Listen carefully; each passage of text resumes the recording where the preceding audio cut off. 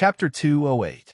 In the alley of Armor District in Dragon Cloud City, the three old friends finally drew their swords and started fighting. Theft! Theft! Please respect the author's hard work. If there's no trade, there's no theft.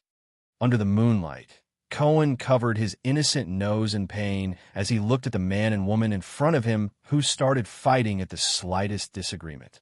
He knew that in this special battle, there was no room for him to intervene. Miranda probably wouldn't allow him to intervene either. His nose was the proof. Fortunately, compared to before, Miranda's hands were now able to control their strength. Cohen turned his attention back to the battlefield and saw that Miranda was the first to swing her sword. The tip of her sword was aimed at Raphael's chest. Raphael's thin sword instantly appeared in his left hand. Using offense as defense, he slashed at Miranda's throat with a speed that was faster than his opponent's. However, it was as if Miranda had predicted her opponent's next move. The blade of her sword naturally changed direction, and as it spun, it slashed at Raphael's left hand. From afar, it looked as if Raphael had taken the initiative to extend his left hand to meet her blade. Cohen was amazed. This was Miranda's instinct after years of practicing the Pegasus music. She actively listened to and even controlled the rhythm of the battle, manipulating her opponent's every move. Raphael frowned.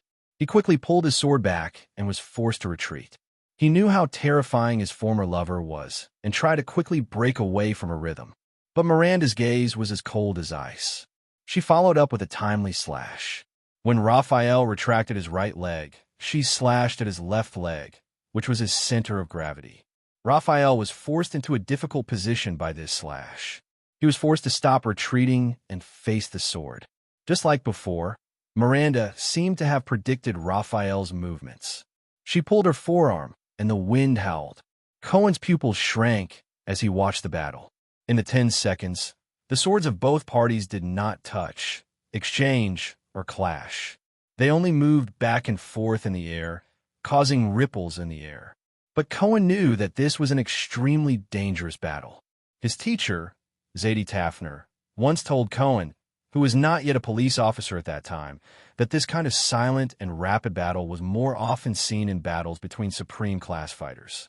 The next moment, Cohen saw Miranda's blade instantly swing at Raphael's head at the most appropriate time, avoiding her opponent's block, dodge, and counterattack. The sound of a sword tearing through the air, could be heard. In that instant, Raphael's dark red eyes flashed with a different expression. His left arm trembled visibly. Then, the thin sword danced in the moonlight, leaving an afterimage. Ding! The blades of the two finally clashed for the first time, and the air vibrated with a sharp sound that tortured the ears. Cohen frowned and resisted the urge to cover his ears. Raphael gritted his teeth and quickly took 3 steps back. Miranda, on the other hand, stood in place and swayed. For a moment, the entire area fell silent. Miranda expressionlessly flicked her wrist, and a few strands of hair floated down from her blade. Raphael panted slightly and touched the right side of his forehead. A bloody scar had already appeared on his temple. As expected, Cohen sighed. True enough, Miranda was still the strongest. Raphael rubbed off the blood on his hands. With a resigned smile, he shook his head and sighed. When it comes to sharp observation, seizing the timing and rhythm of battle, you're still as good as ever, Miranda. Cohen coughed and carefully observed Miranda's expression. So, Raphael, let's call it a day. It's been a long time. Miranda still did not know about Raphael's power of eradication. However, if they continued to fight, the observant Miranda, they had stopped the fight. But at this moment, a voice that made the two men tremble came from the field. Raphael, where's your sword of death? Cohen was slightly startled. Raphael lowered his head. Miranda's voice trembled slightly in disbelief. That power of eradication that replaces defense with offense and counterattacks in a desperate situation. For more than 10 years, you're the only one who has awakened the power of eradication. The kind of power of eradication that can break the rhythm of Pegasus music. Why is it gone? Cohen closed his eyes in pain. **T. She found out. Miranda raised her head suddenly. Under the moonlight, her cold expression was tinged with disbelief and panic. This is not the rhythm of Sword of Death. It's not even the rhythm of your swordsmanship, the swordswoman said slowly. Although my hands, I can feel that cold temperature. It was hidden in your hands just now. It's another force. What is that, Raphael Lindbergh? Miranda's gaze was like two blades that pierced Raphael, who did not say a word. Cohen slapped himself on the forehead in frustration. The three of them were silent for a few seconds, until Raphael spoke in a gentle and relaxed manner. This is Prayer of the Dead. To be honest, it's not much different from Sword of Death. The young man in white sneered. His voice was still light. Fighting for a chance of survival in a hair's breadth, seeking victory in a dangerous situation to the limit. The style is very similar. I thought that you would not be able to feel it with your hands. Just like how Touch of Greed is the Disaster Sword's version of Glory of the Stars. Miranda furrowed her brows tightly. With a hint of anxiety, she keenly asked, is the so-called Prayer of the Dead also another version of Sword of Death? Her gaze was filled with indescribably complicated emotions. She fixed her gaze on Raphael. The Disaster Sword's ruthless power of eradication. Cohen was truly stunned. It seems that Miranda has already gathered a lot of information about the Disaster Sword in a short period of time. As for me, Cohen thought of the young man who ran away, and he immediately blushed. It seems that Klein has told you too much. Raphael narrowed his eyes as if he was deep in thought. Even if it's an unrestricted inheritance from outside the tower, he is still a swordsman who is close to supreme class. Why would he talk so much? To their surprise, Miranda suddenly smiled. Cohen was stunned, while Raphael furrowed his brows. Is this why you hid it from me, Cohen? As she laughed, Miranda used her slightly hoarse voice to speak to Cohen without turning her head. The seed of the Tower of Eradication, who is chosen once every 5 years, one of the candidates to inherit supreme class. Raphael Lindbergh, you actually sided with the Disaster Sword? Cohen, who was questioned, shut his eyes tightly. Raphael, on the other hand, was silent. The police opened his mouth to speak, but when the words were at the tip of his tongue, he hesitated. He opened and closed his mouth. In the end, he still lowered his head and turned his words into a sigh. In the next second, Miranda's figure flashed, and her sword struck out once again in a graceful manner. This time, her sword was not aimed at Raphael's vital points. Instead, it went straight for the blade in Raphael's left hand. Cohen revealed a puzzled expression. Attacking the enemy's weapon was not a normal battle strategy. But what surprised him even more was that Raphael, who had been smiling all this while, actually had a drastic change in expression because of this seemingly harmless strike. Asterisk clang. Asterisk, the two swords collided for the second time, but there was no follow-up. Miranda's sword retreated upon contact. Miranda stared straight at Raphael, as if she had forgotten everything around her. Raphael, on the other hand, stared at Miranda with a pale face, as if he had been struck in his most vital spot. Only Cohen scratched his head and looked at the scene in confusion. Strange, this strike didn't cause any damage, right? Why are the two of them reacting so strangely? Then, Miranda's voice came leisurely.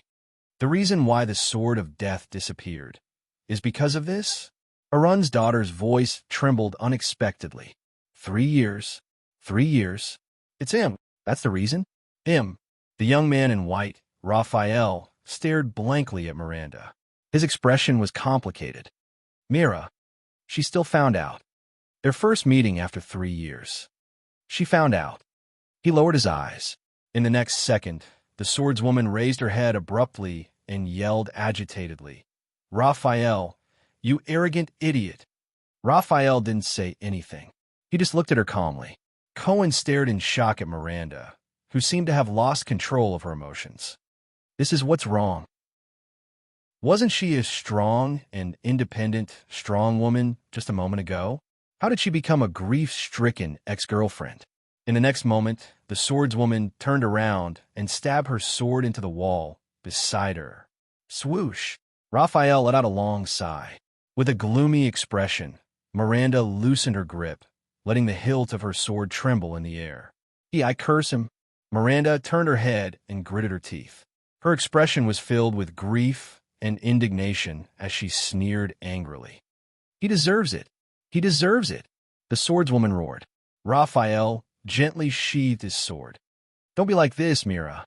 The young man in white shook his head and said softly, "It's not worth it." Cohen's mouth fell open.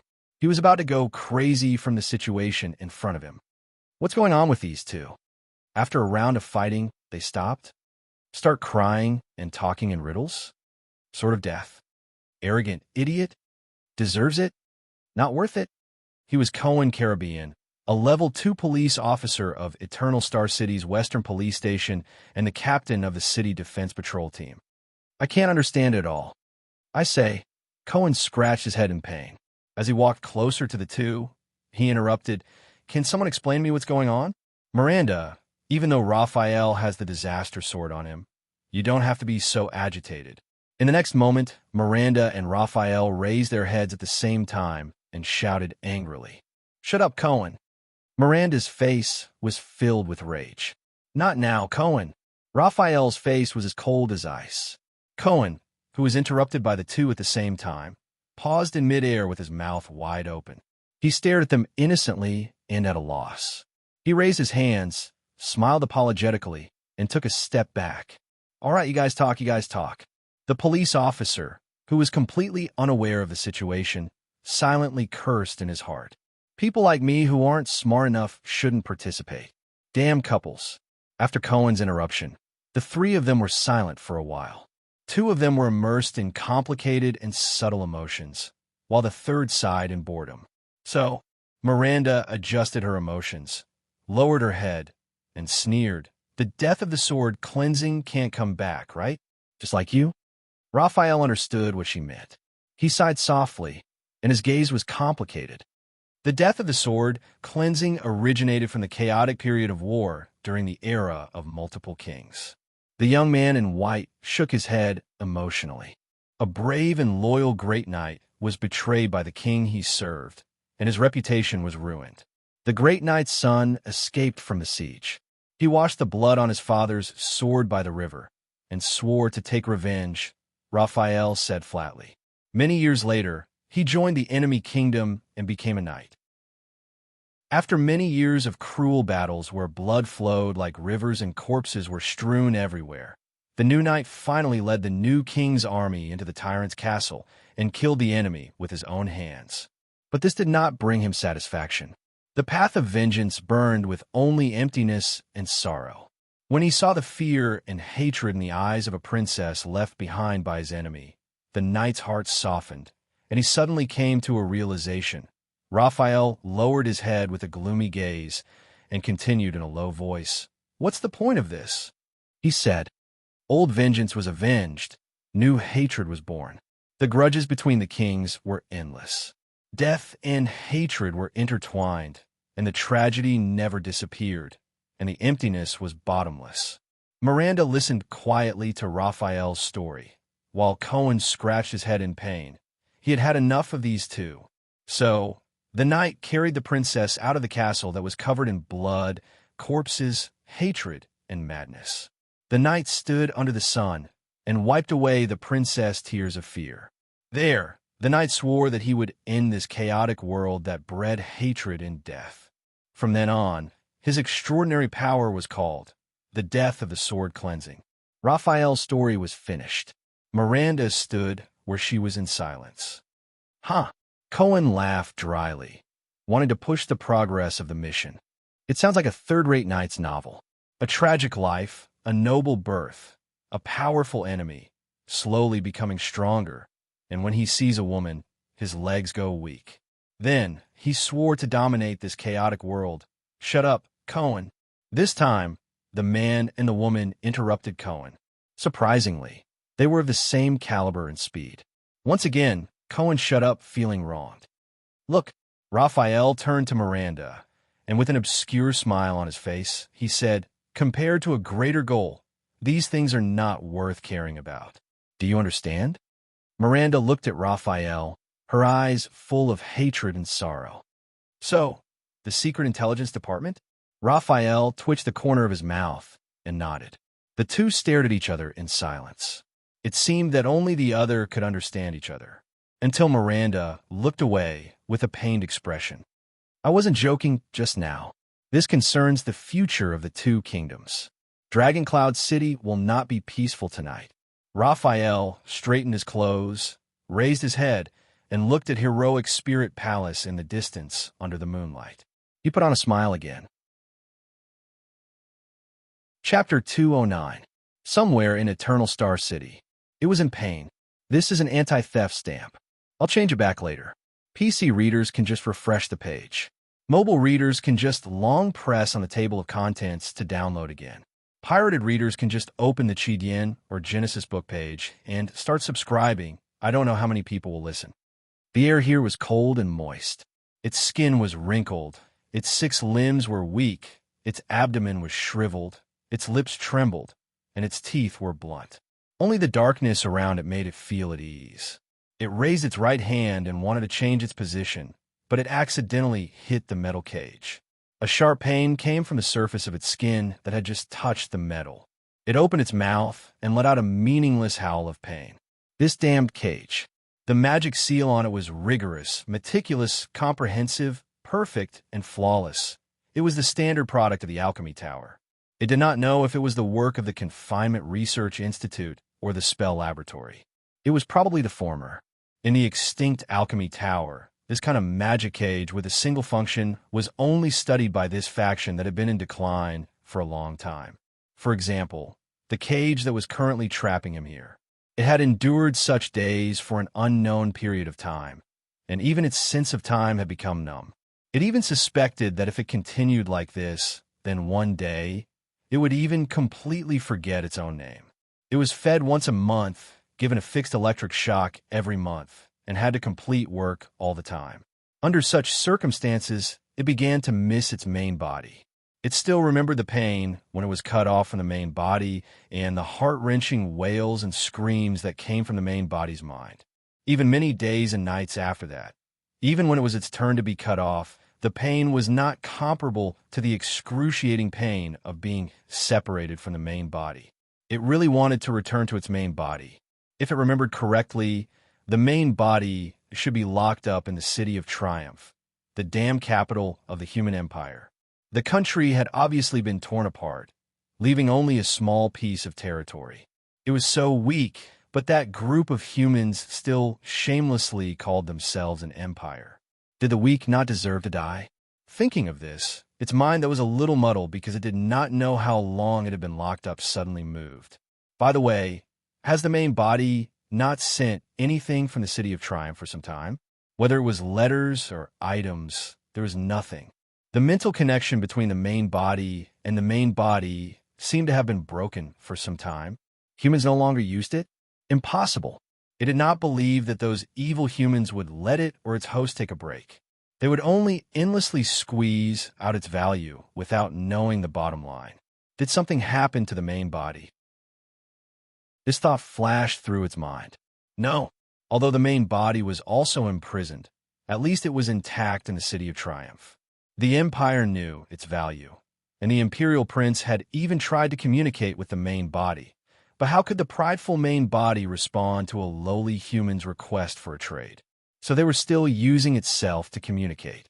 Although the Empire wasn't as powerful as it was in the past, the humans would definitely protect the main body. As long as Victorious Return wasn't destroyed overnight, the main body would be safe. One day, it would definitely return to its main body. At that time, it would once again be as powerful as it was in the past. Then, it had to carefully hide itself and strengthen itself. Most importantly, it had to find a way to restrain those mystics. It did not want to experience the humiliation of being captured and imprisoned as a slave a second time. Especially that damned mystic, Giza Streelman.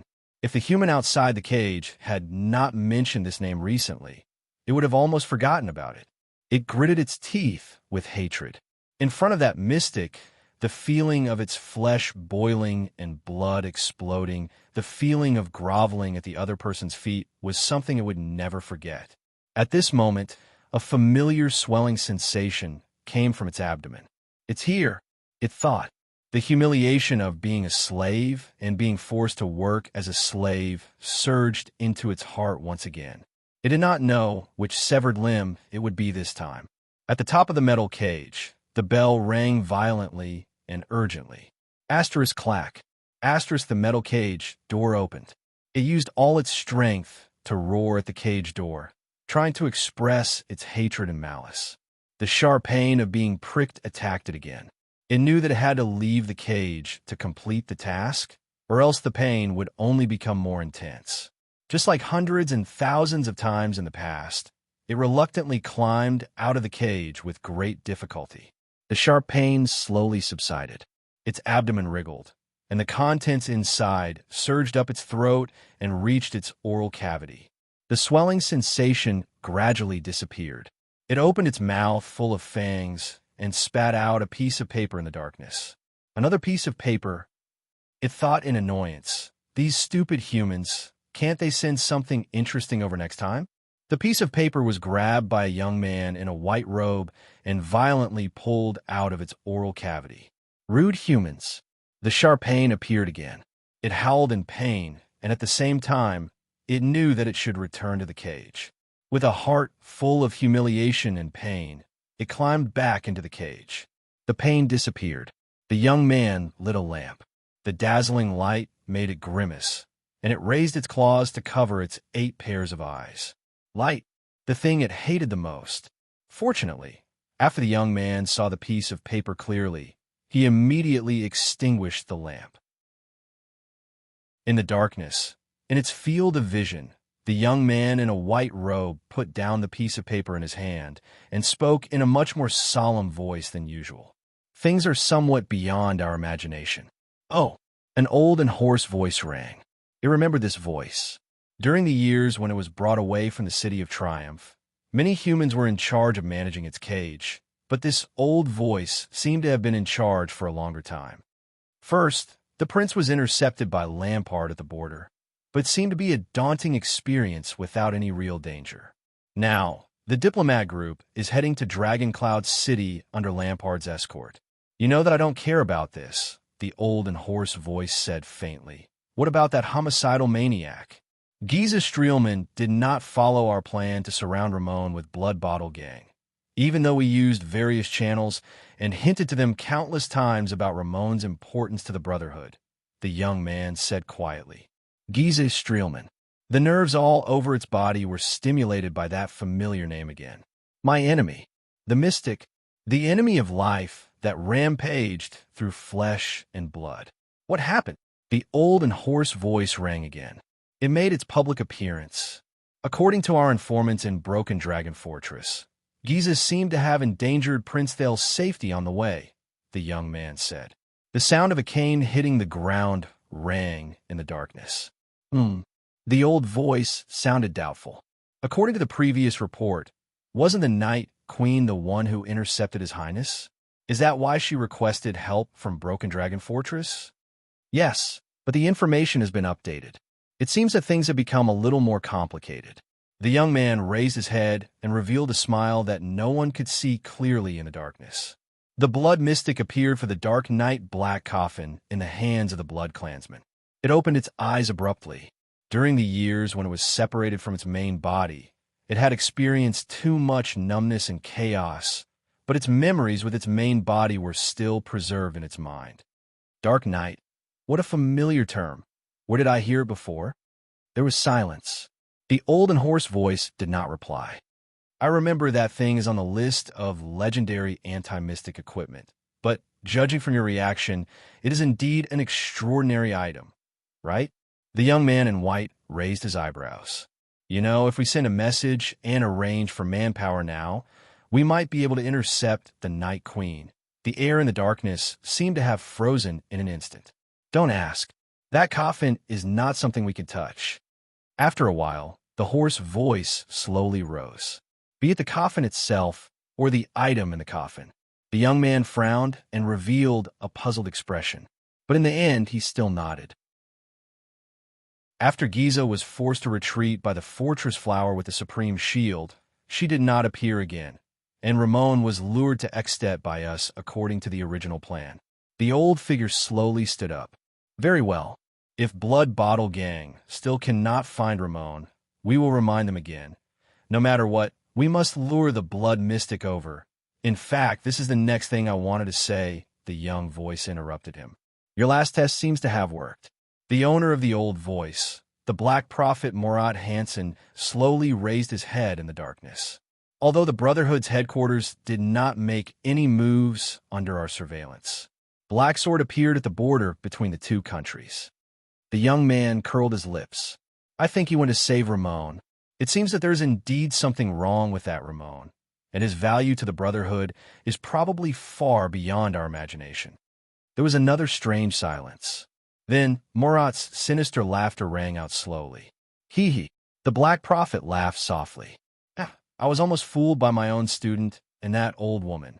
There was a moment when I really wanted to dispel my suspicions about Ramon's identity and remove him from the blacklist. However, no matter how meticulous his disguise is, it is no match for your suspicion, which is even stronger than that of Broken Dragon Fortress. Teacher. The young man in the white robe, Raphael Lindbergh, raised his head in the darkness and chuckled sarcastically. Release the news. Morat did not care about Raphael's mockery. He stopped smiling and said in a low voice, The prince should have already entered Extet, right? Raphael nodded. They're on the last stretch of the road in Black Sand region. Let Cora come back. The Black Prophet nodded and took a deep breath. Since he has completed his mission and successfully lured Ramon to the prince's diplomat group, Raphael crushed the paper in his hand and gently sprinkled it on a strange pattern on the ground. After the shredded paper came into contact with the pattern, they burned and disappeared in a bizarre manner. Do you want to proceed to the next step? The young man asked flatly. Yes, it is time to send a big gift to the secret room and the Brotherhood. The Black Prophet tapped his cane. Get ready to depart. This is your first big test before you take over as the head of the Secret Intelligence Department. Make sure that Black Sword and Giza enter Dragon Cloud City at the same time and discover Ramon. Raphael flashed a bright smile. Black Sword against the Blood Mystic. It will definitely be a big scene. Morat took a deep breath and sat down again. What an exciting scene. So you are in charge of luring away the two legendary anti-mystic equipment in Dragon Cloud City? Raphael curled up the corner of his mouth. A fearless mystic in the capital of a country. It is secondary whether the scene is big or not, but it will definitely be ugly. Are you sure you want to do this? Especially to all the intelligence agencies, he is a notorious homicidal maniac. Raphael smiled, but he said in his heart, Treat it as Constellation's return gift to Extet. Avenge the losses that His Majesty and I have suffered over the past few months. The Black Prophet sighed emotionally. After all, this is also to more efficiently deal with the threat of the Blood Mystic. I really want to see how that old woman in Dragon Cloud City is going to deal with such a situation. Also, with the tacit approval of the Kingdom's Secret Intelligence Department, Blackstreet Brotherhood has been in the limelight for too many years, Morat thought. Since Blood Bottle Gang has been dealt a heavy blow, Asda and Giza have been forced to appear. It is time for the Brotherhood and the hand behind it to pay the price. Everything is for the stability of Constellation, is it not? Raphael flashed a bright smile. Black Sword against the Blood Mystic. It will definitely be a big scene. Morat took a deep breath and sat down again. What an exciting scene. So you are in charge of luring away the two legendary anti-mystic equipment in Dragon Cloud City? Raphael curled up the corner of his mouth. A fearless mystic in the capital of a country. It is secondary whether the scene is big or not, but it will definitely be ugly. Are you sure you want to do this? Especially to all the intelligence agencies, he is a notorious homicidal maniac. Raphael smiled, but he said in his heart, Treat it as Constellation's return gift to Extet. Avenge the losses that His Majesty and I have suffered over the past few months. The Black Prophet sighed emotionally. After all, this is also to more efficiently deal with the threat of the Blood Mystic. I really want to see how that old woman in Dragon Cloud City is going to deal with such a situation. Also, with the tacit approval of the kingdom's secret intelligence department, Blackstreet Brotherhood has been in the limelight for too many years, Morat thought. Since Blood Bottle Gang has been dealt a heavy blow, Asda and Giza have been forced to appear. It is time for the Brotherhood and the hand behind it to pay the price. Everything is for the stability of Constellation, is it not? Raphael flashed a bright smile. Black sword against the Blood Mystic. It will definitely be a big scene. Morat took a deep breath and sat down again. What an exciting scene. So you are in charge of luring away the two legendary anti-mystic equipment in Dragon Cloud City. Raphael curled up the corner of his mouth. A fearless mystic in the capital of a country. The scene is secondary, but it will definitely be ugly. Are you sure you want to do this?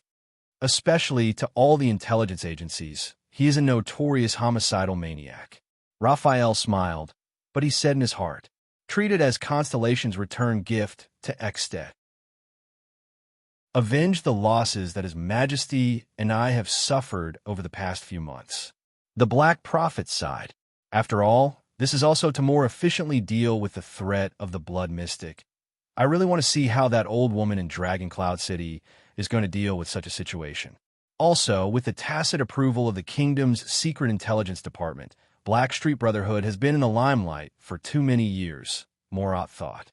Since Blood Bottle Gang has been dealt a heavy blow, Asda and Giza have been forced to appear. It is time for the Brotherhood and the hand behind it to pay the price. Everything is for the stability of Constellation, is it not? Raphael flashed a bright smile. Black sword against the Blood Mystic. It will definitely be a big scene. Morat took a deep breath and sat down again.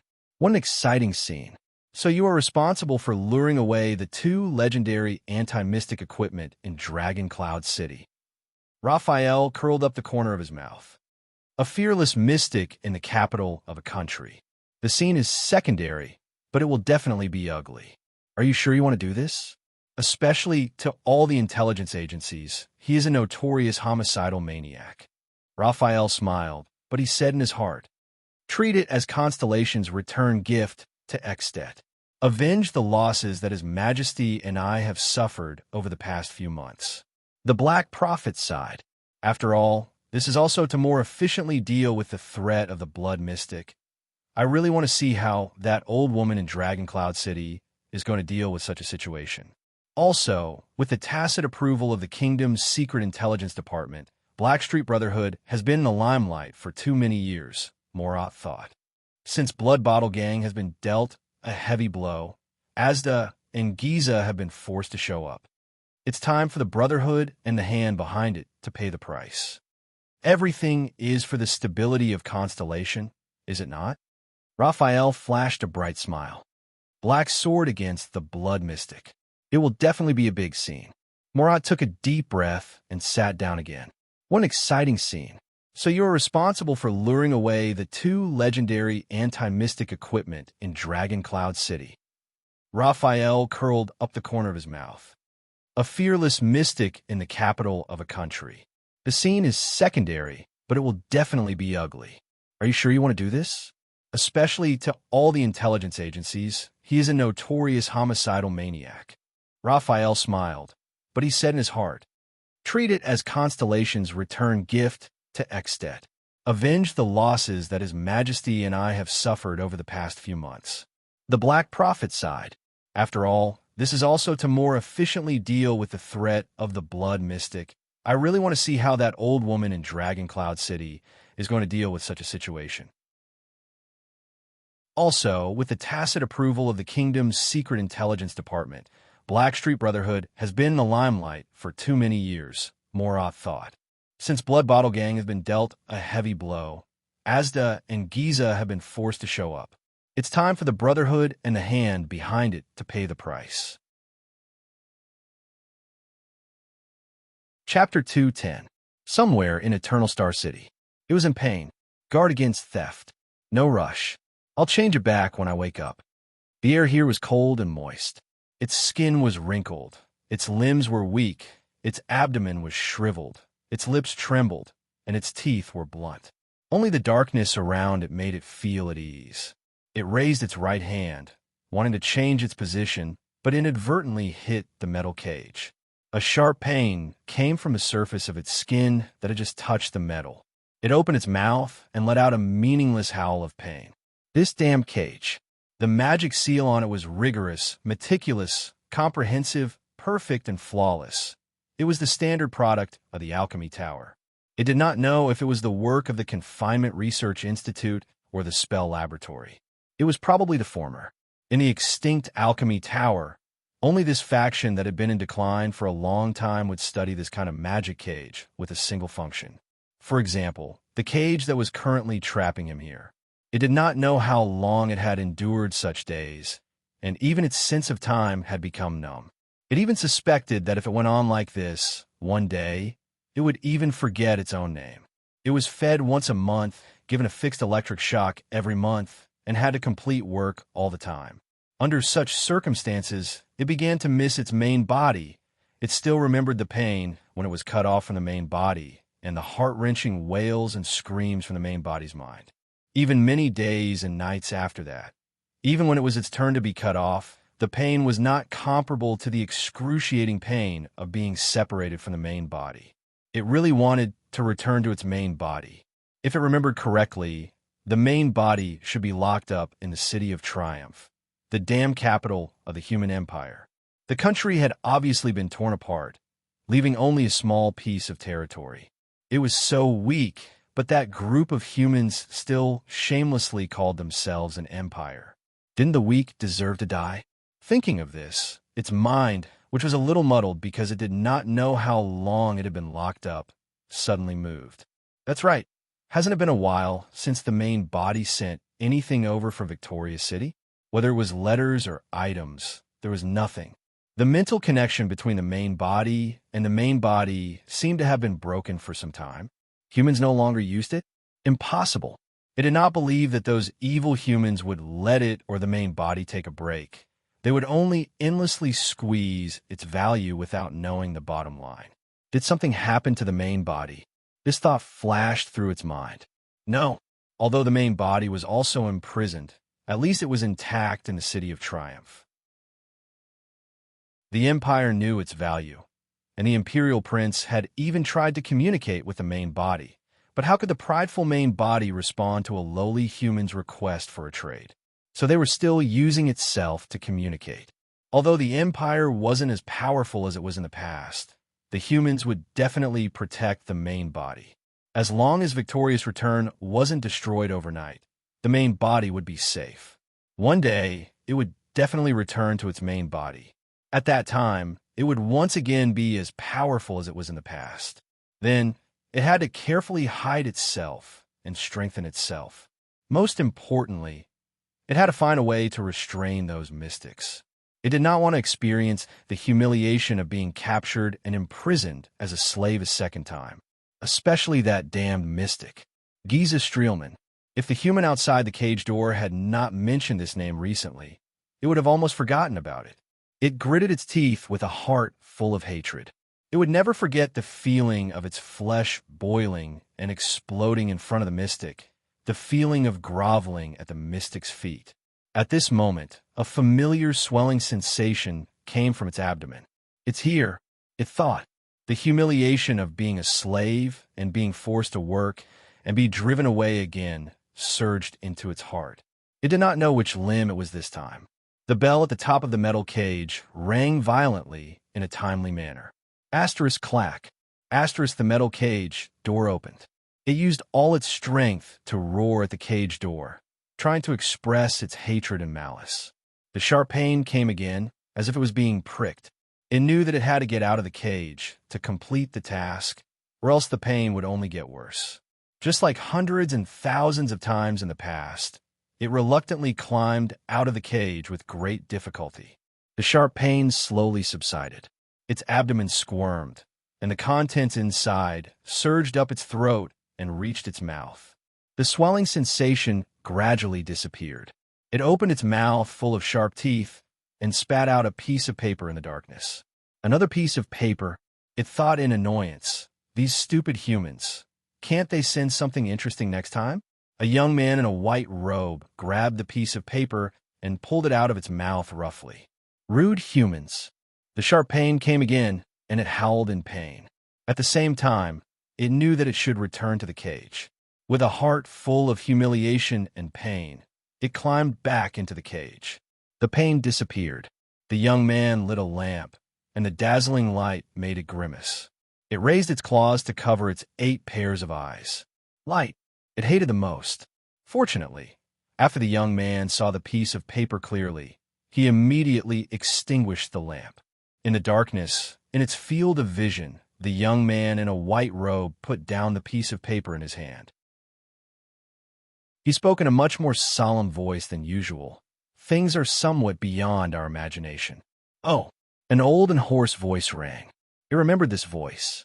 During the years when it was brought away from the City of Triumph, many humans were in charge of managing its cage, but this old voice seemed to have been in charge for a longer time. First, the prince was intercepted by Lampard at the border, but it seemed to be a daunting experience, and now the diplomat group is heading to Dragon Cloud City under Lampard's escort. You know, I don't care about this, the old and hoarse voice said faintly. What about that homicidal maniac? Giza Streelman did not go with Blood Bottle Gang to besiege Ramon according to our plan, even though we used various channels and hinted to them countless times about Ramon's importance to the Brotherhood, the young man said quietly. Giza Streelman. All the nerves in its body were stimulated by that familiar name again. My enemy. The mystic. The enemy of life that runs amok in flesh and blood. What happened? The old and hoarse voice rang again. She made a public appearance. According to our informants in Broken Dragon Fortress, Giza seemed to have endangered His Highness' safety on the way, the young man said. The sound of a cane hitting the ground rang in the darkness. The old voice sounded doubtful. According to the previous report, wasn't the Night Queen the one who intercepted His Highness? Is that why she requested help from Broken Dragon Fortress? Yes, but the information has been updated. It seems that things have become a little more complicated. The young man raised his head and revealed a smile that no one could see clearly in the darkness. The blood mystic appeared for the Dark Knight Black Coffin in the hands of the Blood Clansman. It opened its eyes abruptly. Even though it had experienced too much numbness and chaos during the years when it was separated from its main body, its memories with its main body still remained in its mind. Dark Knight? What a familiar term. Where have I heard it before? There was silence. The old and hoarse voice did not reply. I remember that thing is on the list of legendary anti-mystic equipment, but judging from your reaction, it is indeed an extraordinary item, right? The young man in white raised his eyebrows. You know, if we send a message and arrange for manpower now, we might be able to intercept the Night Queen. The air in the darkness seemed to have frozen in an instant. Don't ask. That coffin is not something we can touch. After a while, the hoarse voice slowly rang. Be it the coffin itself or the item in it. The young man frowned and revealed a puzzled expression. But in the end, he still nodded. After Giza was forced to retreat by the fortress flower with the supreme shield, she did not appear again, and according to the original plan, Ramon was lured to Extet by us. The old figure slowly stood up. Very well. If Blood Bottle Gang still cannot find Ramon, we will remind them again. No matter what, we must lure the blood mystic over. In fact, this is the next thing I wanted to say, the young voice interrupted him. Your last test seems to have worked. The owner of the old voice, the Black Prophet, Murat Hansen, slowly raised his head in the darkness. Even though the Brotherhood's headquarters did not make any moves under our surveillance. But Blacksword appeared at the border between the two countries. The young man curled his lips. I think you want to save Ramon. It seems that there is indeed something wrong with that Ramon, and his value to the Brotherhood is probably far beyond our imagination. There was another strange silence. Then, Murat's sinister laughter slowly rang out. The Black Prophet laughed softly. I was almost deceived by my own student and that old woman. There was a moment when I really wanted to dispel my suspicions about Ramon's identity and remove him from the blacklist. But no matter how meticulous the disguise is, it is no match for your suspicions that are stronger than those of Broken Dragon Fortress. Teacher. The young man in the white robe, Raphael Lindbergh raised his head in the darkness and chuckled sarcastically. Let the news out. Murat did not care about Raphael's mockery. He stopped smiling and said in a low voice, "The prince should have already entered Ekstedt, right?" Raphael nodded. They are on the last stretch of the road in Black Sand region. Let Cora come back. The Black Prophet nodded and took a deep breath. Since he has completed his mission and successfully lured Ramon to the prince's diplomat group, Raphael crushed the paper in his hand and gently sprinkled it on a strange pattern on the ground. After the shredded paper came into contact with the pattern, they burned and disappeared in a bizarre manner. "Do you want to proceed to the next step?" the young man asked flatly. "Yes, it is time to send a big gift to the secret room and the Brotherhood." The Black Prophet tapped his cane. "Get ready to depart. This is your first big test before you take over as the head of the Secret Intelligence Department. Make sure that Black Sword and Giza enter Dragon Cloud City at the same time and find Ramon." Raphael flashed a bright smile.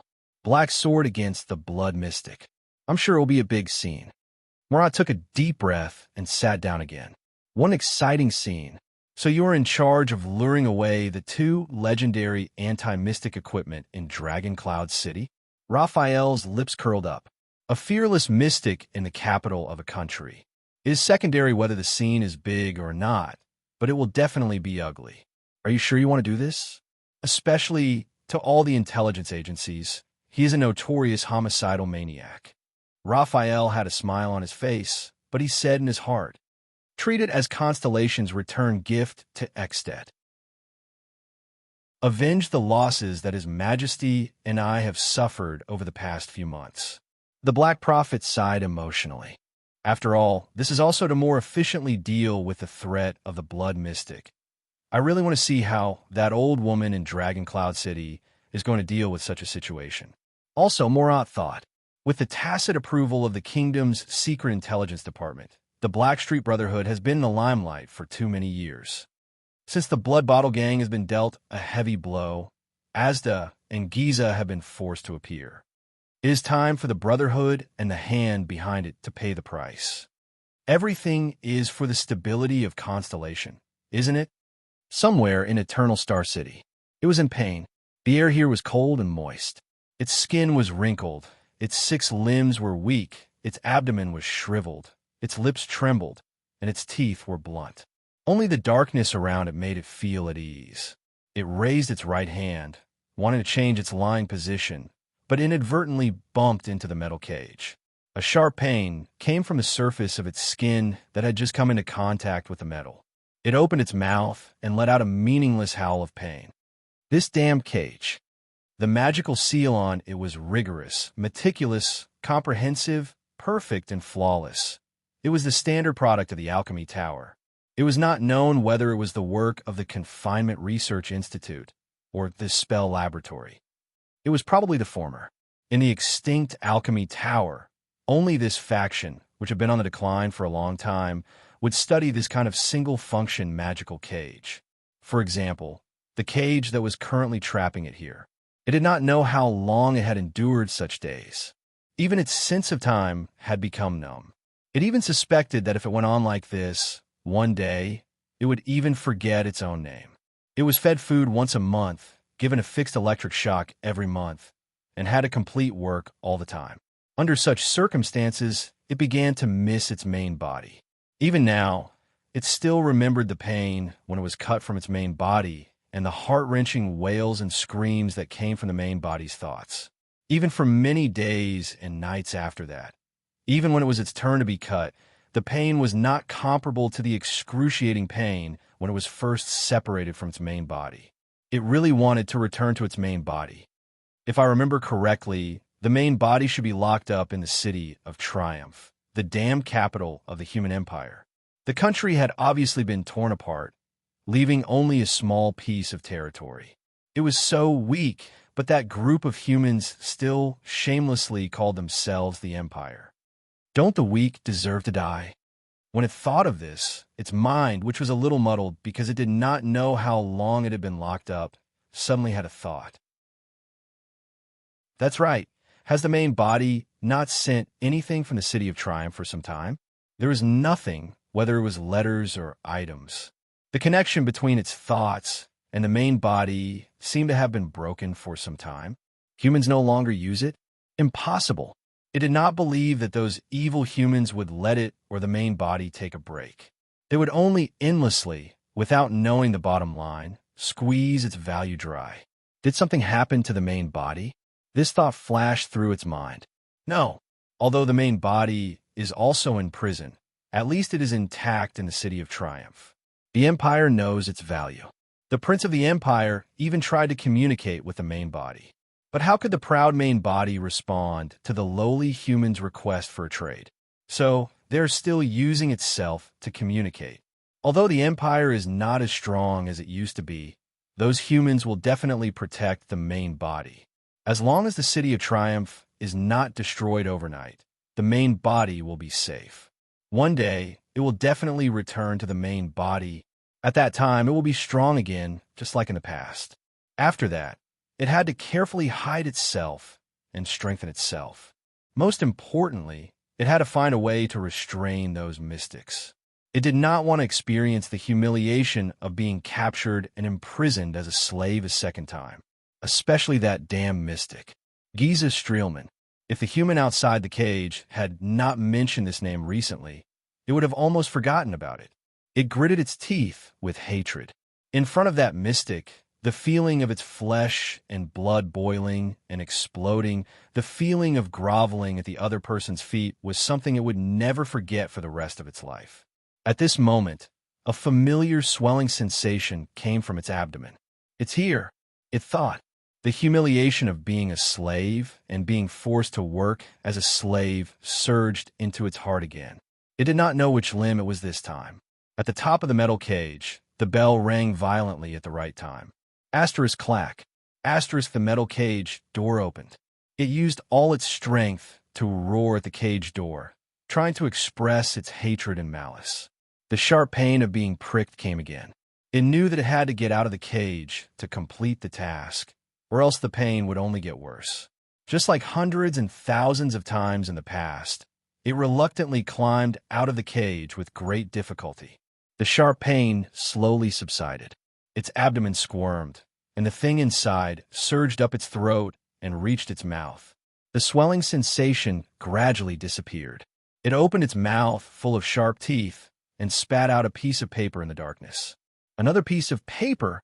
It thought in annoyance. These stupid humans. Can't they send something interesting over next time? A young man in a white robe grabbed the piece of paper and pulled it out of its mouth roughly. Rude humans. The sharp pain appeared again. It howled in pain, and, at the same time, it knew that it should return to the cage.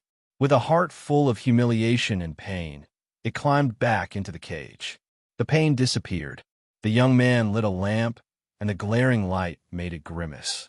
It raised its claws to cover its 8 pairs of eyes. Light. It hated it the most. Fortunately, after the young man saw the piece of paper clearly, he immediately extinguished the lamp. In the darkness, the young man in a white robe put down the piece of paper in his hand and spoke in a much more solemn voice than usual. Latest information from the fortress. Things are somewhat beyond our imagination. Oh, an old and hoarse voice rose.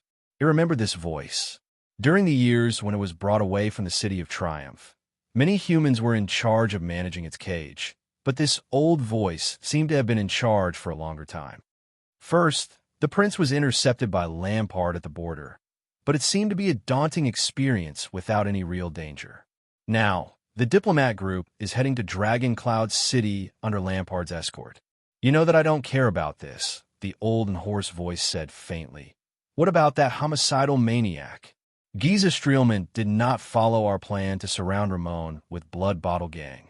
Even though we used various channels and hinted to them countless times about Ramon's importance to the Brotherhood, the young man said quietly. Giza Streelman. The nerves all over its body were stimulated by that familiar name again. My enemy. The mystic. The enemy of life that rampaged through flesh and blood. What happened? The old and hoarse voice rose again. It made its public appearance. According to our informants in Broken Dragon Fortress, Giza seemed to have endangered Prince Thal's safety on the way, the young man said.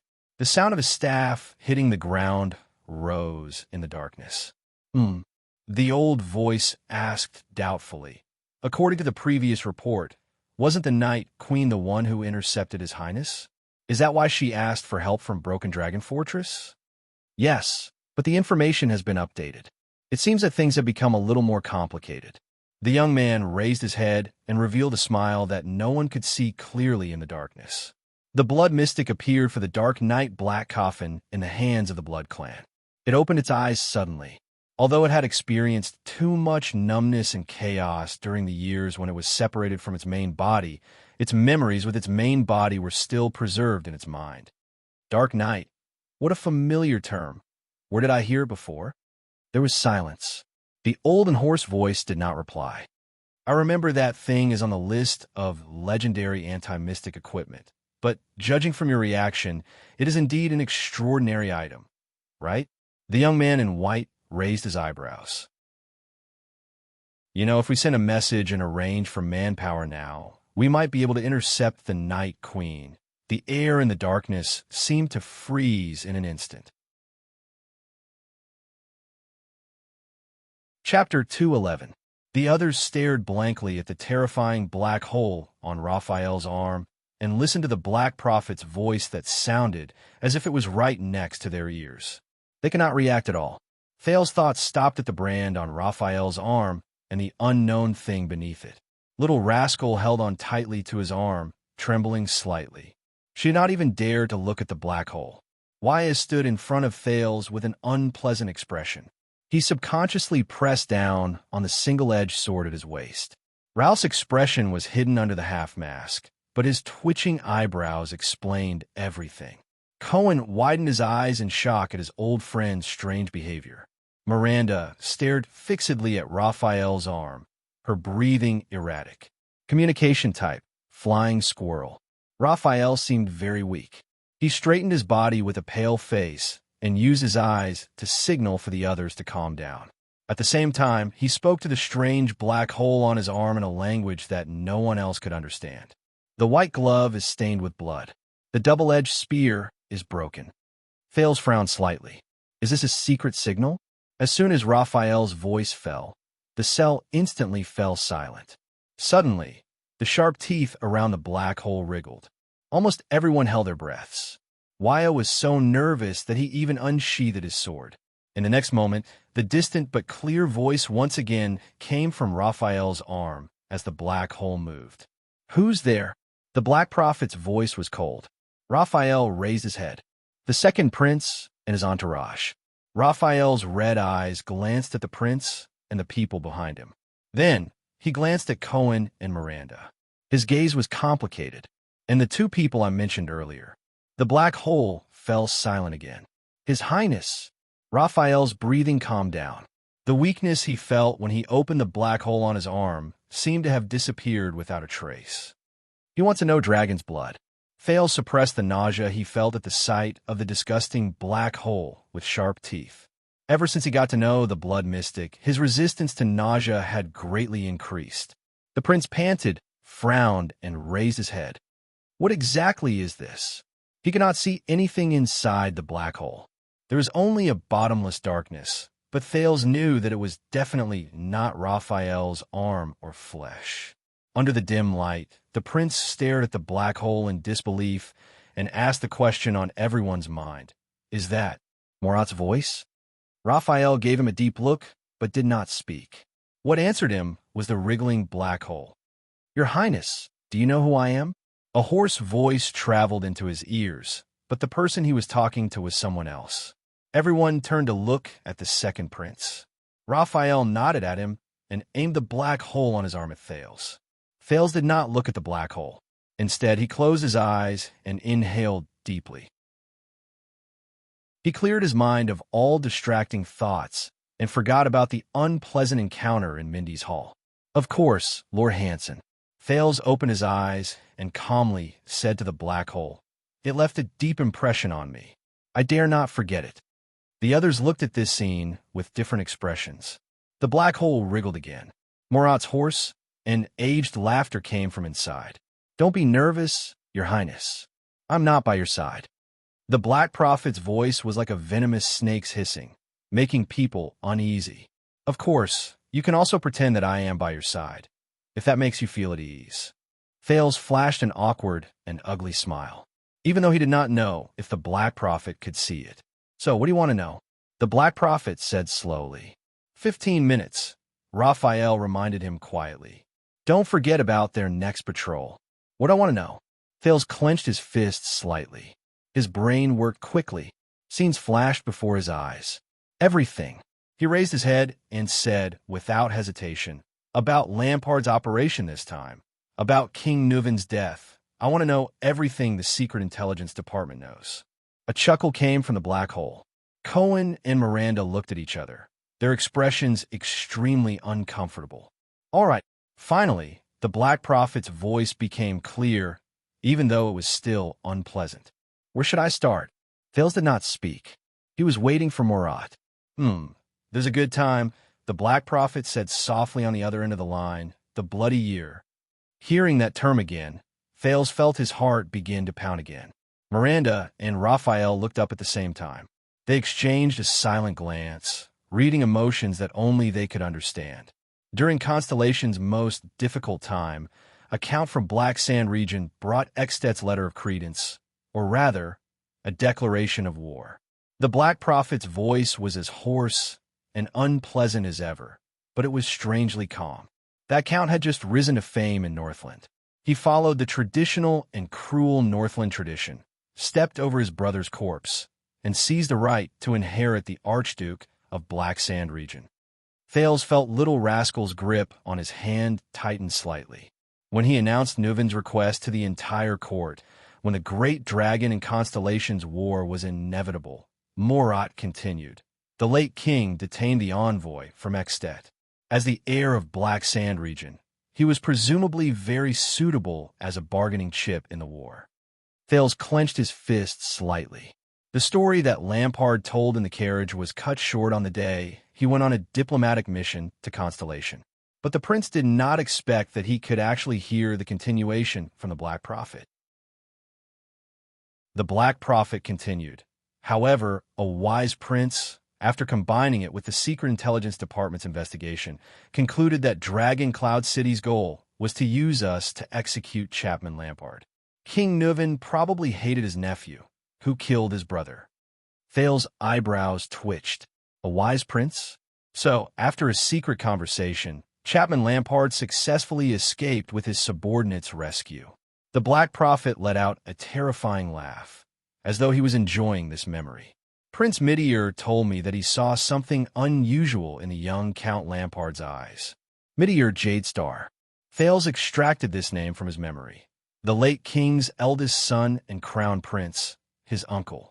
Unusual? Thales frowned slightly. You mean Lampard's hatred towards Nuvin VII, the Walton family, and Dragon Cloud City? Murat's emotionless snort came from the black hole. It seemed to be mocking, but also sarcastic. Since ancient times, every archduke in Ekstet has hated the person sitting on the common elected throne. It's not necessarily the Walton family, nor is it necessarily Lampard, the Black Prophet said hoarsely. But why Chapman? I think Prince Midier has his own reasons. A seed was planted and grew in the dark for 12 years. Murat seemed to be lamenting, even though Midier can no longer see it. Thales tensed up. Wait, the Secret Intelligence Department and Lampard have been in contact since 12 years ago? The second prince looked up in shock. Then, why didn't you stop his plot to assassinate Mariah and prevent the war crisis between the two countries in the beginning? In Broken Dragon Fortress, he was interrupted by the Black Prophet. Contact? You've misunderstood. The hoarse voice in the black hole snorted. Lampard has always been independent and free. The Secret Intelligence Department neither bribed nor controlled him. That was the least effective method. This is a tacit understanding. We didn't contact each other for as long as 12 years. We turned a blind eye to each other. But when the time came, we opened our eyes together from our hibernation and saw each other in the boundless darkness. The Black Prophet's words became colder and colder. At that moment, Thales even felt that the other side of the black hole was a ferocious beast hunting for food. No, it's a venomous snake. In the dark cell, Thales stared blankly at the black hole in Raphael's hand. He did not say a word. Opposite him, Cohen let out a long sigh. There was a look of displeasure on his face. "Damned conspiracy," the police officer muttered in a low voice. No one paid attention to him. Everyone was listening to the Black Prophet. "Your Highness, ever since your identity was established, especially after you were assassinated under Broken Dragon Fortress, Lampard and Poffert's plot to break Wall's monopoly on the throne has been exposed." Marat let out a cold laugh from the other side of the black hole. The kingdom's secret intelligence department knew that the time had come. Thales bit his lower lip and exhaled. "Since then, you knew that it was Poffert's doing? You also knew about Lampard's plan?" The Black Prophet sneered, but did not answer. The one who answered him was Raphael. "No, we don't care about the truth or the details." The young man from the kingdom's secret intelligence department held his right arm and quietly stared at the hideous black hole on his arm. "What we care about is very simple and very pure. That is the fact that Extet is unstable." "That's right. We're not only working with Lampard," Raphael said softly with his head lowered and an indecipherable expression on his face. "We're also providing him with help only once, which is also the most crucial part of his plan." Miranda stared at him with an unfathomable expression. Thales closed his eyes and gulped. Then, with great difficulty, he spat out the word, "calamity." Raphael nodded. "Not long before you left for the diplomatic mission." Raphael raised his head, and all the emotions on his face disappeared without a trace. Raphael raised his head. An old gang related to the Mystics suffered a crushing defeat in the capital, where they were almost completely wiped out. Because of this crushing defeat, the Blood Calamity, which had disappeared for many years, was forced to reappear. The Black Prophet's laughter rang again. "Perfect timing, perfect chess pieces." Murat heaved a profound sigh, as though he was admiring and appreciating a piece of art. "And the perfect executor. For Chapman Lampard, there is no better help than this." Thales felt a chill in his heart. The Black Prophet's laughter rang again. "We fabricated some information," the master of the kingdom's secret intelligence department said with great interest from the other side of the black hole. "We threw out a half-truth bait, which was enough to lure the blood mystic north. Ramon, I remember that the person Blood Bottle Gang is after is him." Thales snapped out of his daze and said with sudden realization, "So, he didn't join my team by chance, did he?" Raphael gave him a smile that was almost as good as non-existent. "Just like that, we lured the blood mystic into Dragon Cloud City," the Black Prophet said flatly. "This chess piece has been set up and is only waiting for the qualified person to activate it." Little Rascal let out a terrified whimper. Thales knew what she remembered. The qualified person activated.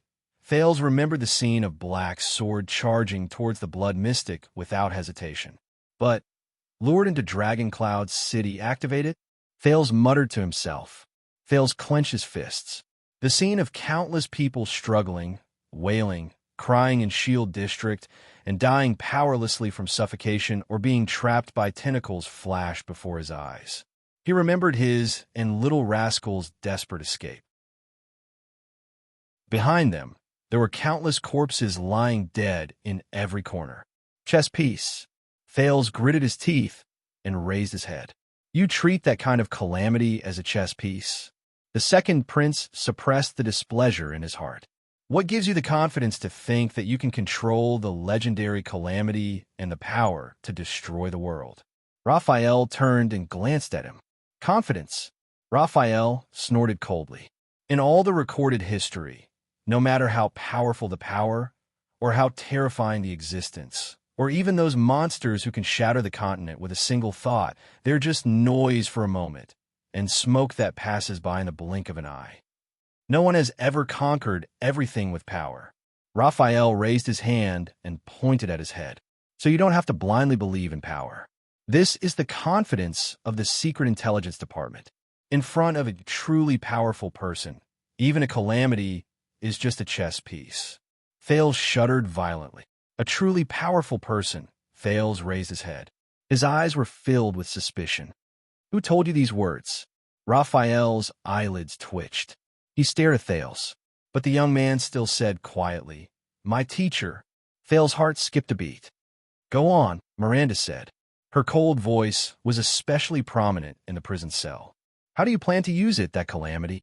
The Black Prophet let out a low, hoarse laugh again. "Last night, we activated the blood calamity as planned." Raphael took over the Black Prophet's words. King Nuven soon received the news. A legendary monster is wreaking havoc in his city. Raphael glanced at the people around him, his tone returning to its previous indifference.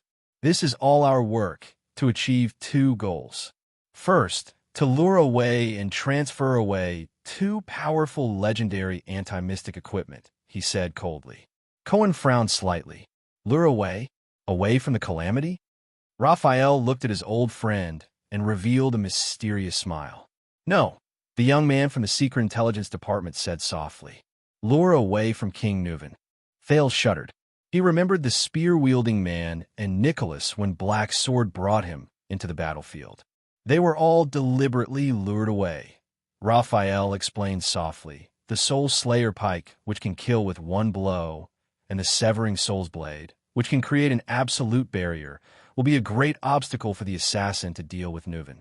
"What about the second goal?" Miranda asked coldly. Raphael turned around and looked at the swordswoman beside him. This time, there was something indescribable in his eyes. "Second, we also used the calamity to completely separate Nuven from the heavy protection of the army and guards," he continued, looking into Miranda's eyes. "The more enemies there are, the stronger the blood mystic becomes. To deal with it, we have to give up our advantage in numbers." Raphael shifted his gaze away from Miranda and focused his eyes slowly. "As we expected, King Nuven ordered a curfew in the city without waiting for us to remind him. He ordered for the people to be evacuated, the patrols to be transferred away, and the militia to be strictly prohibited." The Black Prophet sighed faintly from the other side of the black hole. Thales could tell that it was a heartfelt sigh. In the past 30 years of his reign, King Nuven has never been as weak as he was last night. Away from the protection of the army and armed forces, Raphael said softly, "Leave the rest to Lampard." His voice faded away. The prison cell returned to silence. Cohen, who could no longer hold it in, opened his mouth in disbelief. This is the truth behind the calamity's arrival in Dragon Cloud City. The police officer gritted his teeth, thinking of the hardy big leather belt. He said hatefully, "So many people died? They paid such a huge price just for—" Raphael interrupted him. "We racked our brains to lure the calamity to Dragon Cloud City. Of course, it's not so childish as to let it cause some trouble." The young man from the Secret Intelligence Department snorted coldly. "Our goal was clear from the beginning, Nuven's death." Cohen lowered his head and clenched his fists. His expression was indecipherable. The Black Prophet's words appeared again. "With the help of an Archduke of Ekstedt, we overthrew the common-elected king's throne. For the first time in history, a Northland Archduke killed a sitting king. Rikaru's joint ruling pledge has never been trampled on so severely." Behind him, Thales felt Little Rascal shrink slightly. He did not know whether it was out of fear or pain. From now on, Ekstedt will be plunged in endless chaos. The blood of the mighty great dragon spilled over Northland, dying. The dragon's wings that soared through the sky fell to the ground, never to rise again. Morat sighed softly, as if he was recalling the glorious years of the past. This is the top-secret plan that the Secret Intelligence Department has been working on for the past 12 years, starting from Prince Midir's idea during the Bloody Year. Chapter 212. No one spoke. There was dead silence in the prison cell. "Any other questions?" The Black Prophet's cold voice rang out. No one answered, until a crisp, childish male voice rang out. "Yes."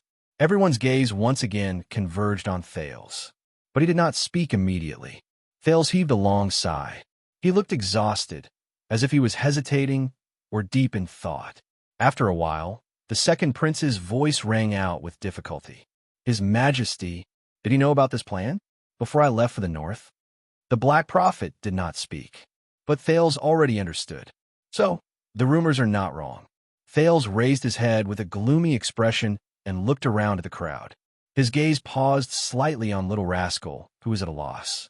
The Constellations colluded with the Calamities and murdered King Nuven in an attempt to cause civil strife in Extet. A sense of helplessness overwhelmed him. Why? The image of the old, tired, but powerful, white-haired king flashed before Thales' eyes. He was dispirited. If it was to ensure that Extet would not invade Constellation, then I could have achieved it through diplomatic mediation. In fact, we have already achieved it. In his vision, Little Rascal lowered her head. Her expression could not be seen clearly. There was only endless silence on the other side of the black hole. Raphael did not bother to hide his faint smile. Just a few hours ago, Thales looked dejected. His eyes were in a daze. It was as if he could see the king's head rolling to the ground again. King Nuven proposed to form an alliance with us. His tone was gloomy and hoarse, as if he wanted to incorporate the suffering and torture of the past few days into his words. The Walton family and the Jadestar family. We helped him keep the feudal vassals in check and maintain the existence of the Walton family after King Nuven's death. In exchange, he would do his best to maintain the peace between the two countries and give us time to recuperate, Thales said weakly. He felt a headache and his mind was in a mess. The predicament brought about by Mariah's death has been easily resolved, and now Wyatt opened his mouth in shock. Cohen was slightly startled and then seemed to be deep in thought. Miranda remained silent, her expression cold. Thales closed his eyes and let out a long sigh, which was filled with fatigue and exhaustion. Now, everything that King Nuven said was gone with the wind and clouds after his death. Calamities, Lampard, assassination, the disaster of Shield District. Damn all. The strange black hole on Raphael's arm trembled.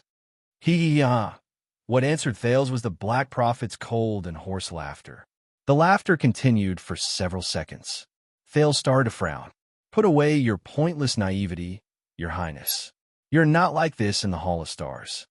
Finally, Murat's laughter turned into cold words that echoed faintly in the empty prison cell.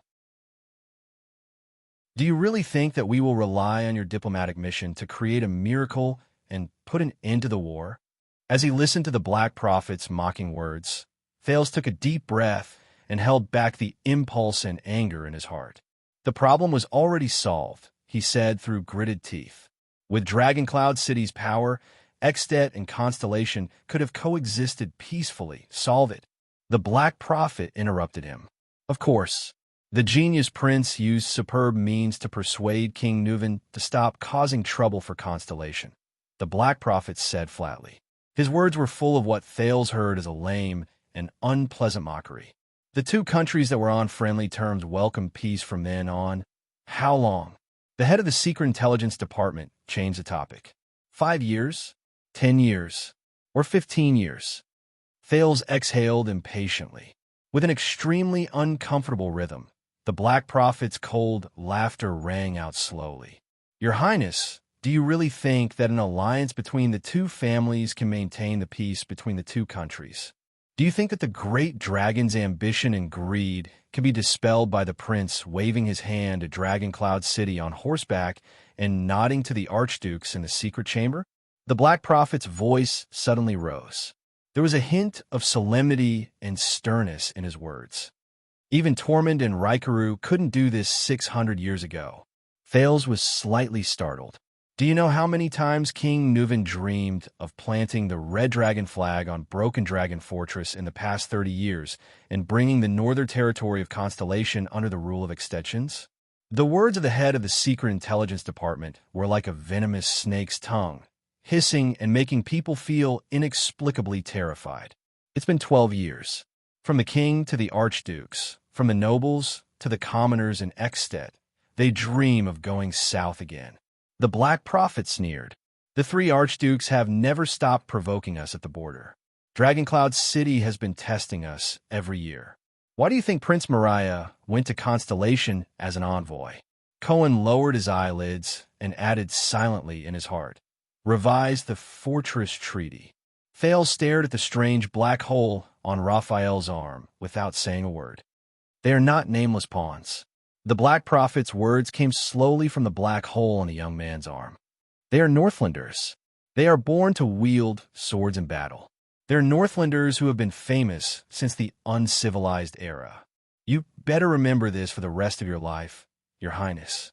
They have the ancient Northland customs of joining the army and killing the enemy as their pride.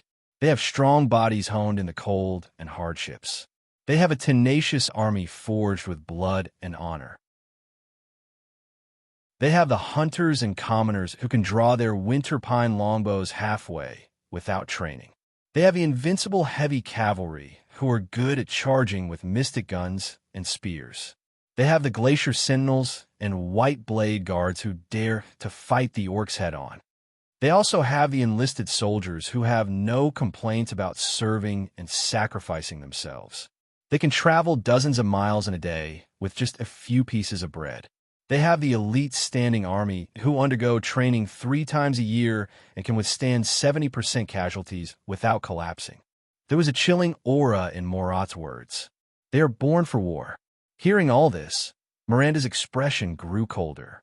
Recalling the battles of the past 3 years, she slowly clenched her fists. The Black Prophet paused for a second. The lights in the prison seemed to have dimmed, casting everyone's faces in shadow. Thales pursed his lips, but the Black Prophet did not let him continue. "Little Prince, have you seen the war 12 years ago?" The Black Prophet's words made Miranda, who was supporting Raphael, stiffen. The swordswoman could not help but frown. "Have you ever seen the Northland heavy cavaliers charging at us? The heavy swordsmen and axemen swarming up the city walls in an overwhelming manner? Have you heard the sound of siege awls hammering on the city gates and catapults bombarding the city walls? Have you seen corpses strewn all over the fields and starving people everywhere? Have you ever seen the eyes of the starving people who have lost all hope as they wander in a daze? Do you know how long the Northern Territory has been desolate?" Thales clenched his fists, but he felt that he had nowhere to vent the strength in his hands. The scar on his palm began to ache again. Before his eyes, the light infantry under Broken Dragon Fortress who swore to besiege them and did not flinch even when facing the ferocious beast like Aracum Murch. Those Northlanders. At the same time, Miranda's face became extremely pale. She seemed to see the past again. A nightmarish past. It was a vast expanse of white snow. Raphael pursed his lips slightly. Intentionally or unintentionally, he grabbed the swordswoman's hand and exerted a little force. Cohen, who saw all of this, sighed in his heart. Miranda and Raphael. The two of them were the ones who experienced those disasters most directly. Thales stared at the squirming black hole. His mind in a mess, he gulped and sighed. "We have reached a consensus. Nuven is old. He needs to be concerned about the king's death, the survival of the Walton family and Cloud Dragon Spear, the game between Dragoncloud City and the Archdukes, not Constellation." The one who answered him this time was the red-eyed young man.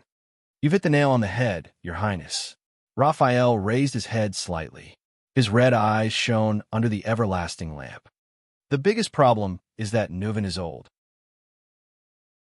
Yes, he may still be able to restrain Extet and the 9 Archdukes with his skills and remaining power, allowing Broken Dragon Fortress and the Northern Territory to be peaceful for a few years," the young man from the Kingdom's Secret Intelligence Department said coldly. "But what happens after that?" Thales' breathing suddenly stopped.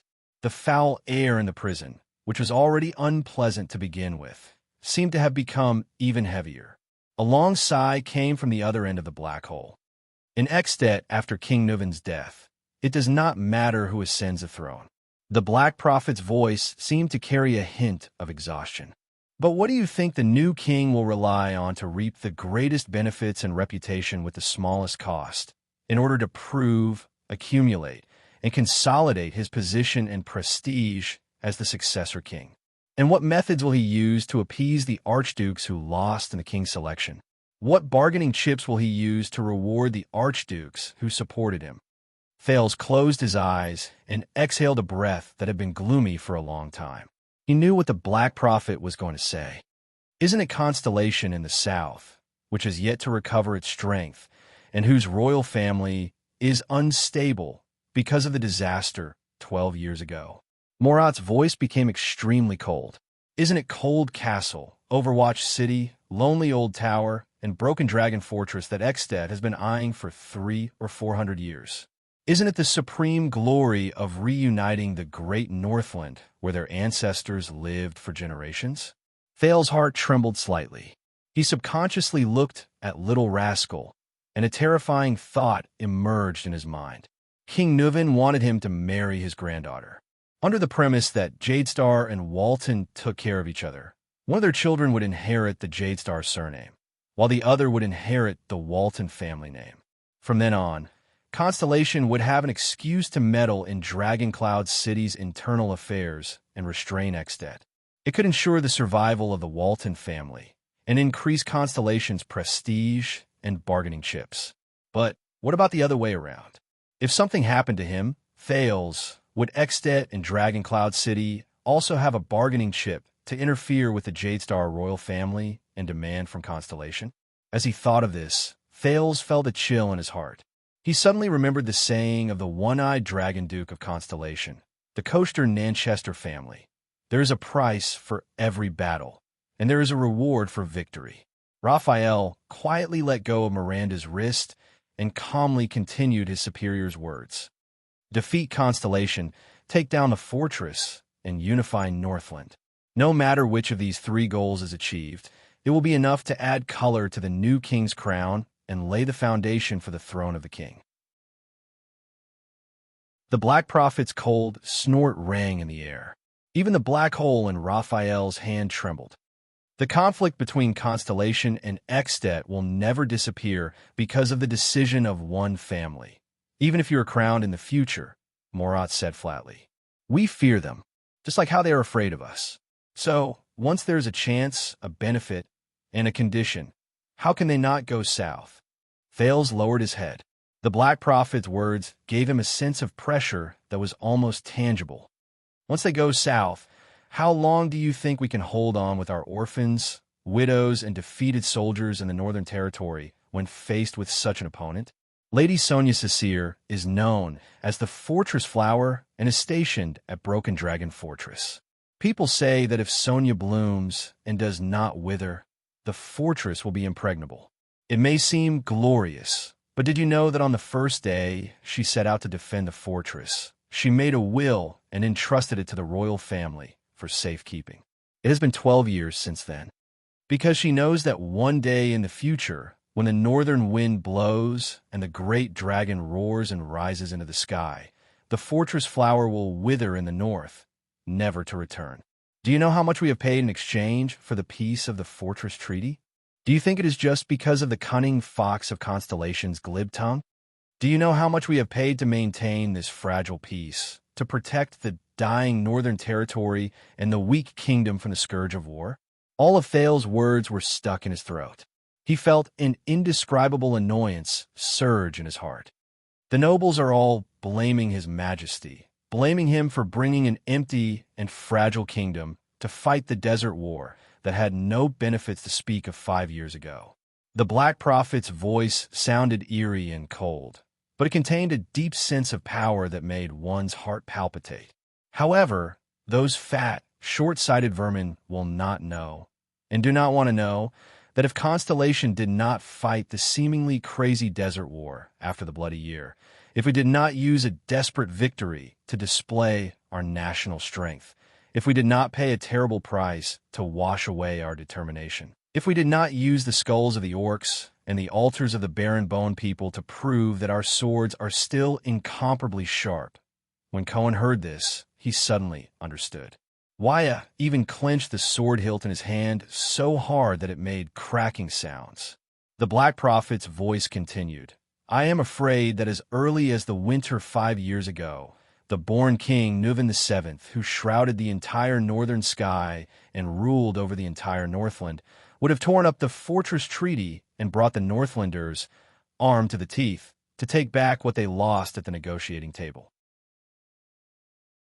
There would be no after, no dispute over the royal succession, and no day where you would be addressed as your highness. Do you think that after Nuven, there would not be another king like this? Thales did not say a word. He only stared fixedly at the empty ground. Raphael nodded slowly. The young man continued the Black Prophet's words and said expressionlessly, "And after 5 years, Extet gradually figured out her trump card. The Desert War's confusing and deterrent effect was no longer there. You saw in the Hall of Stars. With just a slight poke from Lampard and Arund, the split between the royal family and the nobles made those Northland barbarians fearless. Why do we carry out dragon's blood?" Raphael lowered his head and said calmly in the darkness, "This is the answer. This is also the meaning of dragon's blood. What we want is not just a few years of false peace. We don't want to live in fear every year. We don't want dangerous negotiations and confrontations." Raphael's face was pale and his pupils were blood red. With a complicated expression, he bowed slightly to the prince. "What we want is for the kingdom, which is in a disadvantageous situation, to not make things worse for the kingdom. We want peace and stability in the north of Constellation for decades, or even centuries, so long that Constellation can recover from the great damage of the Bloody Year. So long that your family's name and rule becomes stable again. So long that we can become powerful again and be fearless, just like in the past. With this goal in mind, even King Nuven's life and death become insignificant." Thales raised his head. He had a realization. Lampard's actions signified the shattering of the myth of Extet since its founding. It proved that the so-called Rikaru Joint Ruling Pledge was just a piece of paper. The creed that Northland believed in was also powerless. Raphael smiled faintly. More importantly, an archduke openly committed regicide. Since then, there has been a precedent. The earliest precedent was the mourning Archduke of Prestige Orchid Region, Tam N. Thales snorted weakly. His gaze drifted to Little Rascal, intentionally or otherwise. He was not the first. Little Rascal, who had not dared to breathe loudly since the beginning, raised her eyes and met Thales' gaze. However, all she could see in the latter's eyes was endless exhaustion and gloominess. Raphael frowned slightly. He stopped talking. "I understand now." Thales sighed. His own understanding surfaced in his mind. What you need is not revenge, rebellion, or even someone's death. After a deep sigh, the second prince continued their conversation. "Instead, you need to tear off the disguise and whitewash of Rikaru's vow. You need to make the most deep-rooted conflict in Extet public, the opposition between the king and the archduke, and incite it into an unmanageable, chaotic situation. For example, if an archduke of Extet succeeded in regicide through violence and conspiracy, it would bring an unparalleled shock to the children of the Northern Wind and the Dragon. It would also bring a devastating blow to the Northland faith forged by Rikaru. It would break the principle that the 10 archdukes had scrupulously abided by for nearly 7 centuries. For example, under the legend of the founding of the country by the hero and the dragon, he would provoke the archdukes into thinking that they should not have. He would provoke their strange thoughts outside of the King's Selection Congress. He would provoke their other ambitions outside of the Joint Ruling Pledge. He would also provoke the greedy thoughts that they could only think about in their dreams during their 600 years in Extet. More importantly, and more urgently, there was Nuven's death, Lampard's rebellion, and even the possible civil war in Extet that would follow. All of these would cast a shadow and precedent on the next king of Extet. It would also make the new king wary and suspicious of his 9 co-ruling archdukes. It would also make the archdukes suspicious of their common elected king. When that time came, King Nuven's magnificent feat of gathering 7 archdukes and hundreds of thousands of troops to invade the south and cross Broken Dragon Fortress would no longer be so easy to achieve. Raphael nodded in affirmation of his words. Although he understood the reason for the Secret Intelligence Department's actions, Thales still could not feel happy. His heart was as heavy as ever, as if there was a sharp thorn in it, constantly making him feel uneasy. For some reason, Kessel's words appeared before his eyes again. Fight for constellation, die for constellation, live for constellation. Thales shook his head, as if that could lighten his heavy mood a little. Obviously, he failed. Did the Secret Intelligence Department succeed? Thales finally sighed and asked the question he wanted to ask the most. If they succeeded, why am I here? The black hole shuddered again. The Black Prophet spoke. Out of Thales' expectations, this time, Murat Hansen actually asked a question. I am also very curious. What happened in Dragon Cloud City? Raphael's expression changed and became solemn. According to the plan, you should now stay in Heroic Spirit Palace and spend the night as Ekstet's distinguished guest under heavy protection. Then, when the vassals are at odds with each other after this, you should return to your country by virtue of your neutral status, the young man from the Secret Intelligence Department said with a slightly heavy tone. But for some reason, King Nuven decided to leave Heroic Spirit Palace and even brought you out of the palace. So much so that you fell into Lampard's hands. Thales' heart tightened. The person who brought him out of Heroic Spirit Palace was not Nuven. It was... He involuntarily glanced at Little Rascal. She had seen Asda. She had also seen Blacksword and their confrontation. What else? The prince asked calmly, intentionally or unintentionally skipping over this question. Apart from that, Raphael raised his eyebrows slightly. Our plan also ran into some accidents. There are still 10 minutes before the time you mentioned. Murat's cold and hoarse voice was still unpleasant. Tell me about it. Raphael's gaze became solemn as he looked around at the crowd. Countless undecipherable thoughts flashed across his eyes. Finally, these thoughts converged into 3 words, which he softly uttered. Calamity.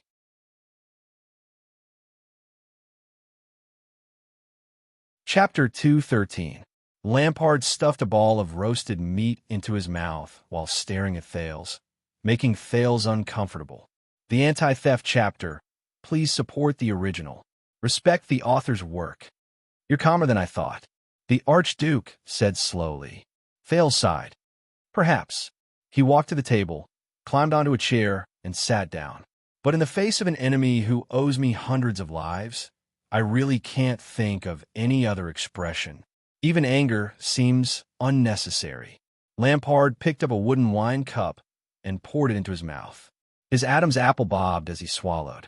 The Archduke put down the wine cup, wiped the wine off with the back of his left hand, grabbed a piece of hind leg meat, and took a bite.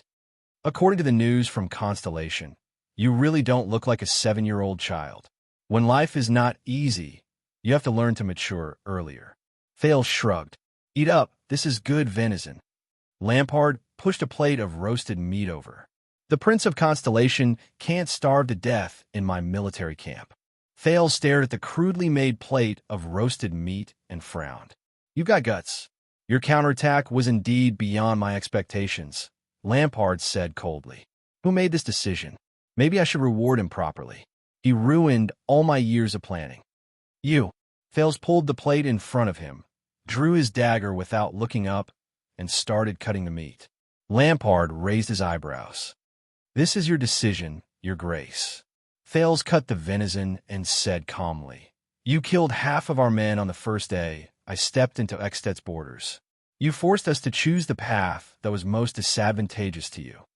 How long have you been standing here, looking at the fortress opposite you, every day?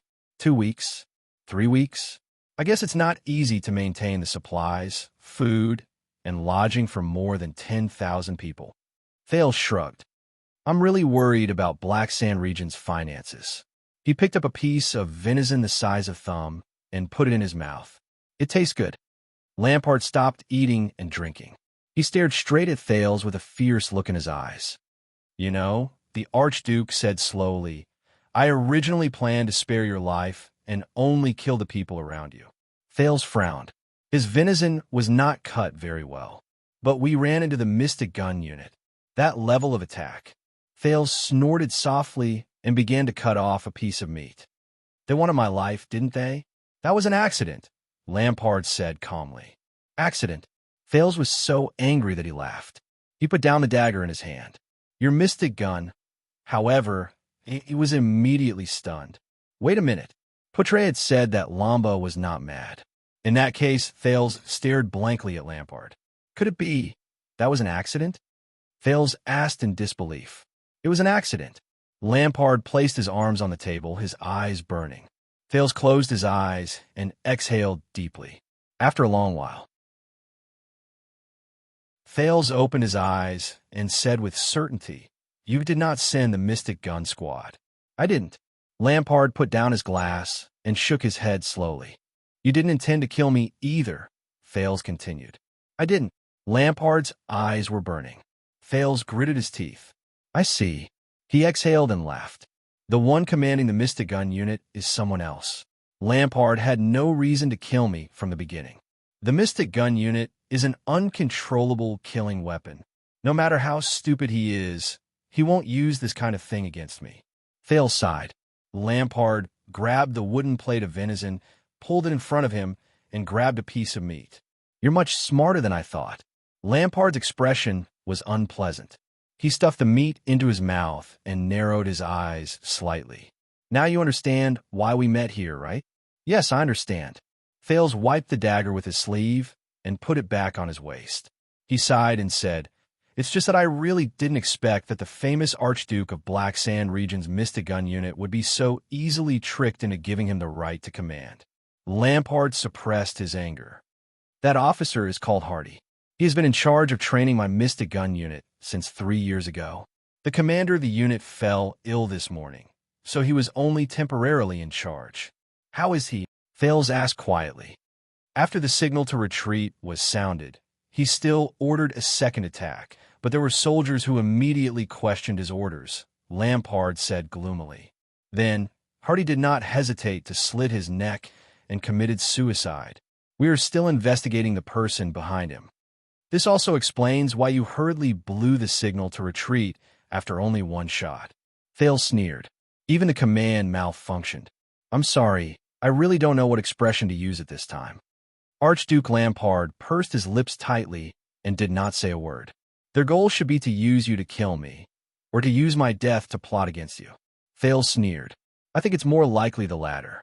My enemies are all in the country." "The higher you stand," Lampard said quietly, "the more enemies there will be. So, the sudden accident also made you cancel your plan." Thales snorted. "Were you originally going to humiliate me by capturing me and see if the fortress would waver?" There was silence. Lampard opened the bottle of rye wine beside him and filled his empty goblet. "I hate to say this, but King Kessel made a good move. He pushed you out." Archduke Lampard said calmly. "The moment you stepped into my military camp, I could no longer take down the fortress in the Northern Territory. And the oath he made in Renaissance Palace was equivalent to forging a suit of armor for you with the ownership of royal power." Lampard raised his goblet and said quietly, "If you die in Ekstedt, no matter who did it, the neighboring Black Sand region will only suffer." So, once you realized that you could not take down Broken Dragon Fortress, and realized that there were actually people eyeing you covetously, you immediately changed your attitude and wanted to rope me in? Thales said coldly. Lampard drank a mouthful of wine expressionlessly and said, "Kessel's oath dispelled some people's desire to take your life, but it also aroused the ambition of others to take your life. Today's Mystic Gun is just the beginning. We have a common enemy lurking in the dark, whether it is for the throne of Ekstedt or the throne of Constellation." The Archduke of Black Sand Region's voice was steady and solemn. "From the moment you stepped into Ekstedt and Northland, our interests were tied together." "Yes." Thales lowered his head. His voice was steady and indifferent. "My death in Ekstedt is not a good thing for either of us. I will allocate 2,000 men, led by Kent Vida, my most trusted subject, to escort you to Dragon Cloud City." Archduke Lampard's expression softened a little. "You will go straight to the Walton family's territory. The king's emissary is already waiting for you. But my men died on the battlefield. They stood in front of me and were pierced by knives, swords, and spears." Thales raised his head. His expression was gloomy. We have also killed many of your men. Lampard closed his eyes and muttered to himself for a moment. Thales stared at him expressionlessly. Those warriors, whether they were my soldiers or your subordinates, they will not have died in vain. They died a worthy death. Lampard opened his eyes. It is precisely because of their sacrifice that we can understand each other, and that we can sit here and make a difficult choice for the future of our two kingdoms, even if it is extremely difficult. We have never been enemies. Our enmity on the battlefield was only forced by the situation, Lampard said softly. For the future, so that today's senseless bloodshed will not happen again, we should cast aside our past enmity. This is what we should do. War is for peace, isn't it? Thales suddenly smiled. Well said, Your Grace. He chuckled with an indecipherable expression. There are no eternal enemies, only eternal interests.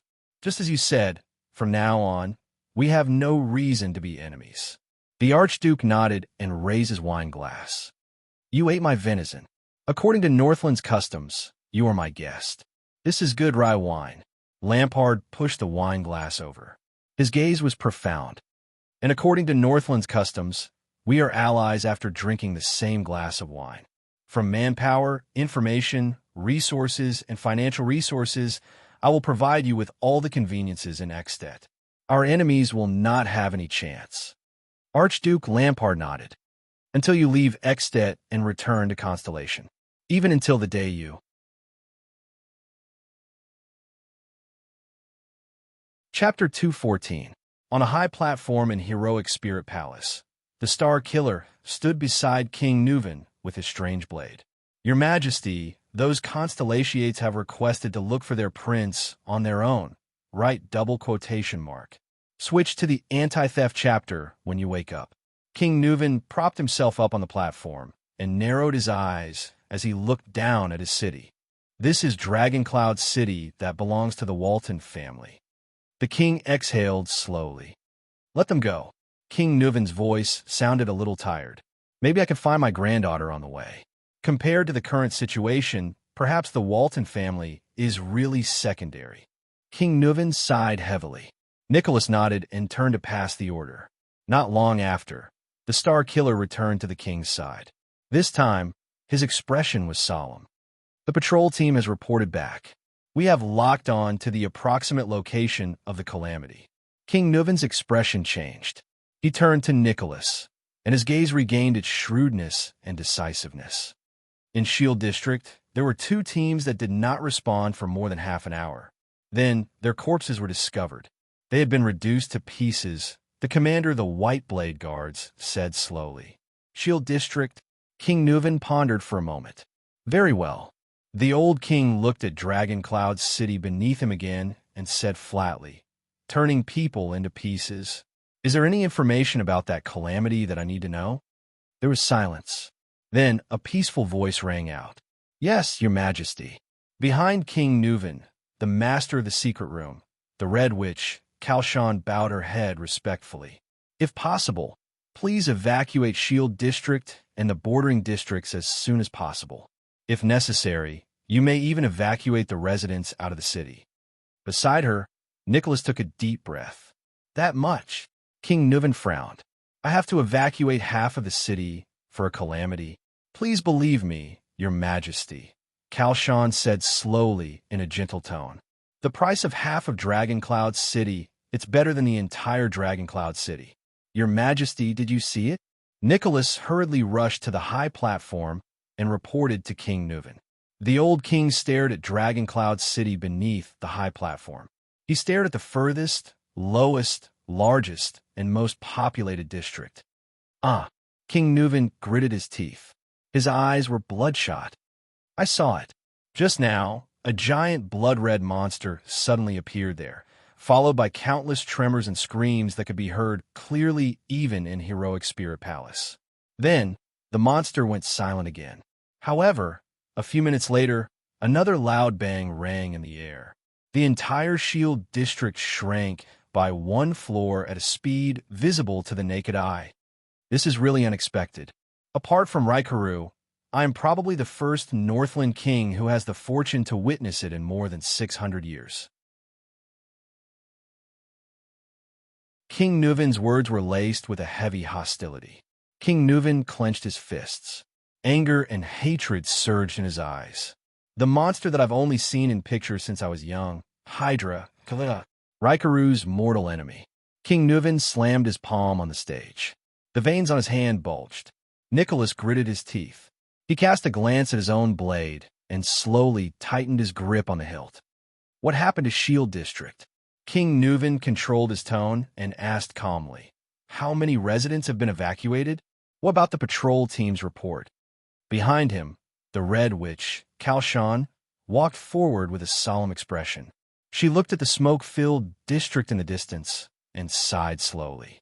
When she raised her head again, the Red Witch's eyes regained their clarity and calmness. "Your Majesty," the Red Witch said flatly, "forgive me for being blunt. I'm afraid it's already." Kalshan bowed slightly and respectfully. "There's no more Shield District." At the edge of Shield District, Nicholas turned a giant tentacle into ashes with a smooth slash. Behind him, countless shadows of swords and blades could be heard. The elite warriors of the White Blade Guards were carrying out their duty to end more and smaller tentacles. The Star Killer frowned and walked down from the battlefield. In the distance, King Nuvin, who was tightly surrounded by a dozen guards, narrowed his eyes and looked at the captain of his personal guards.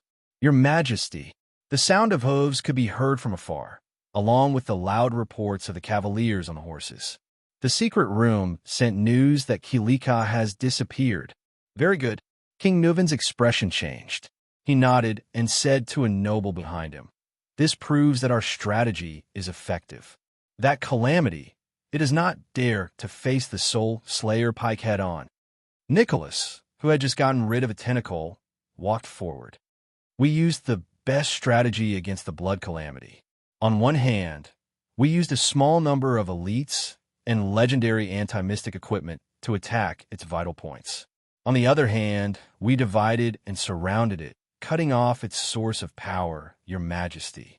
The Star Killer's expression became solemn, and his eyes shone. "We suppressed it." King Nuvin nodded heavily. Behind the king, a few Northland soldiers rode over on horseback. They brought along a few noble bureaucrats who were in charge of delivering the news. They continued to deliver the news. "Also, Your Majesty, we still do not have any news about the Prince of Constellation and your granddaughter." King Nuvin's expression did not change, as if he did not care about his granddaughter's life or death. "Also, the nobles and the residents of the other districts are talking about it, especially the residents you evacuated. Many of them saw that monster."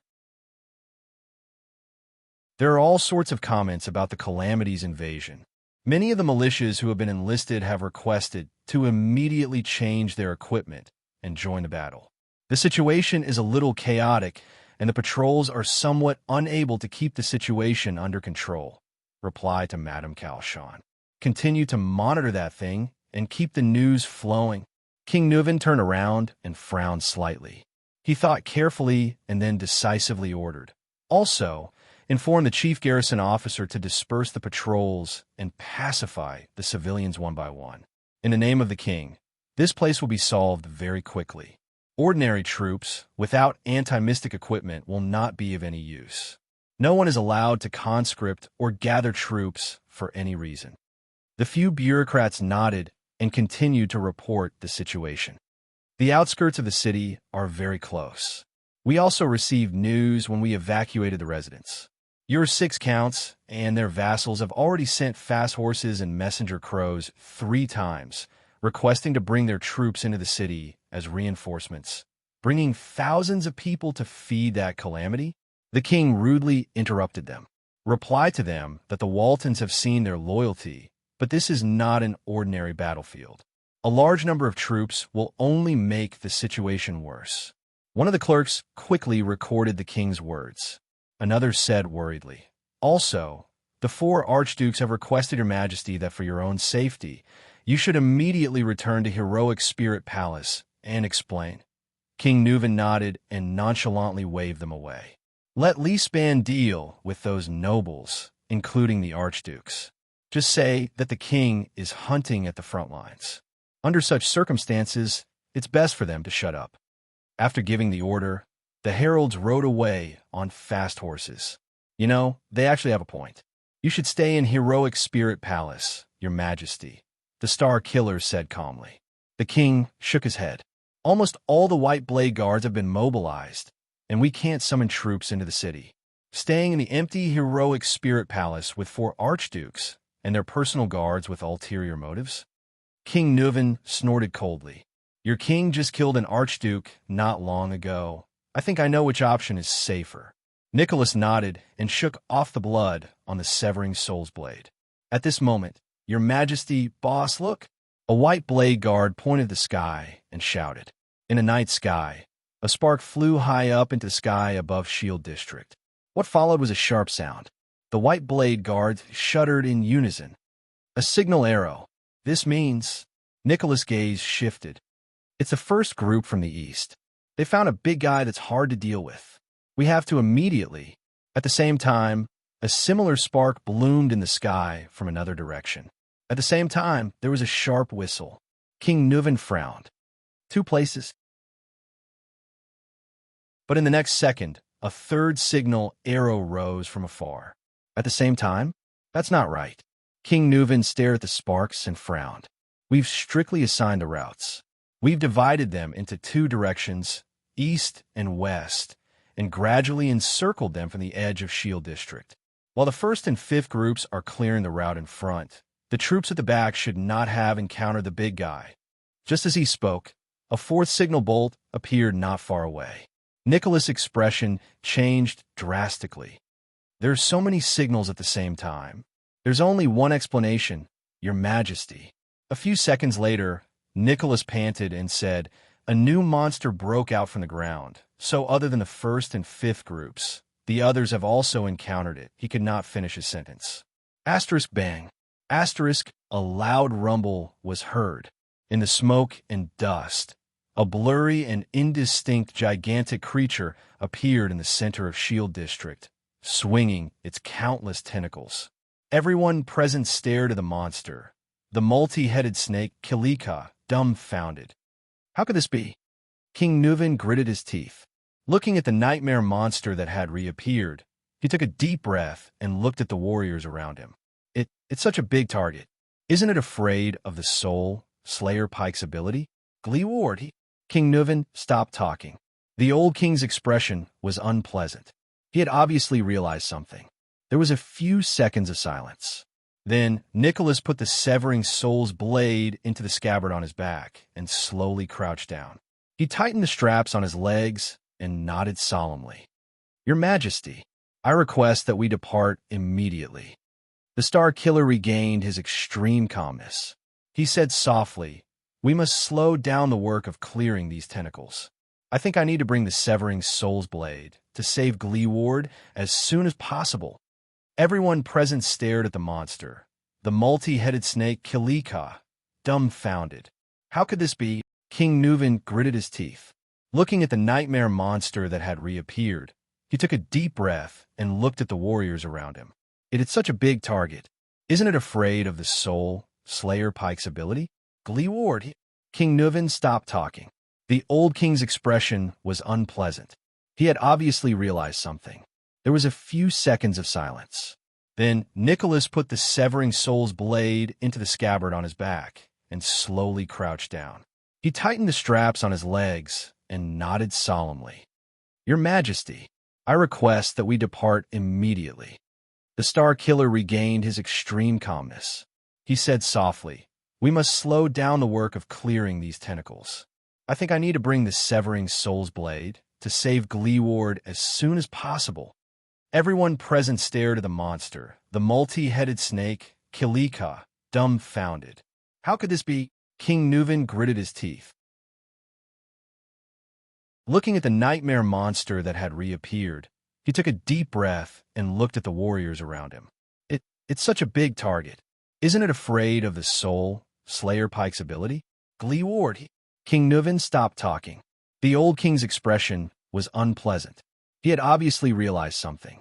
There was a few seconds of silence. Then Nicholas put the severing soul's blade into the scabbard on his back and slowly crouched down. He tightened the straps on his legs and nodded solemnly. "Your Majesty, I request that we depart immediately." The Star Killer regained his extreme calmness. He said softly, "We must slow down the work of clearing these tentacles."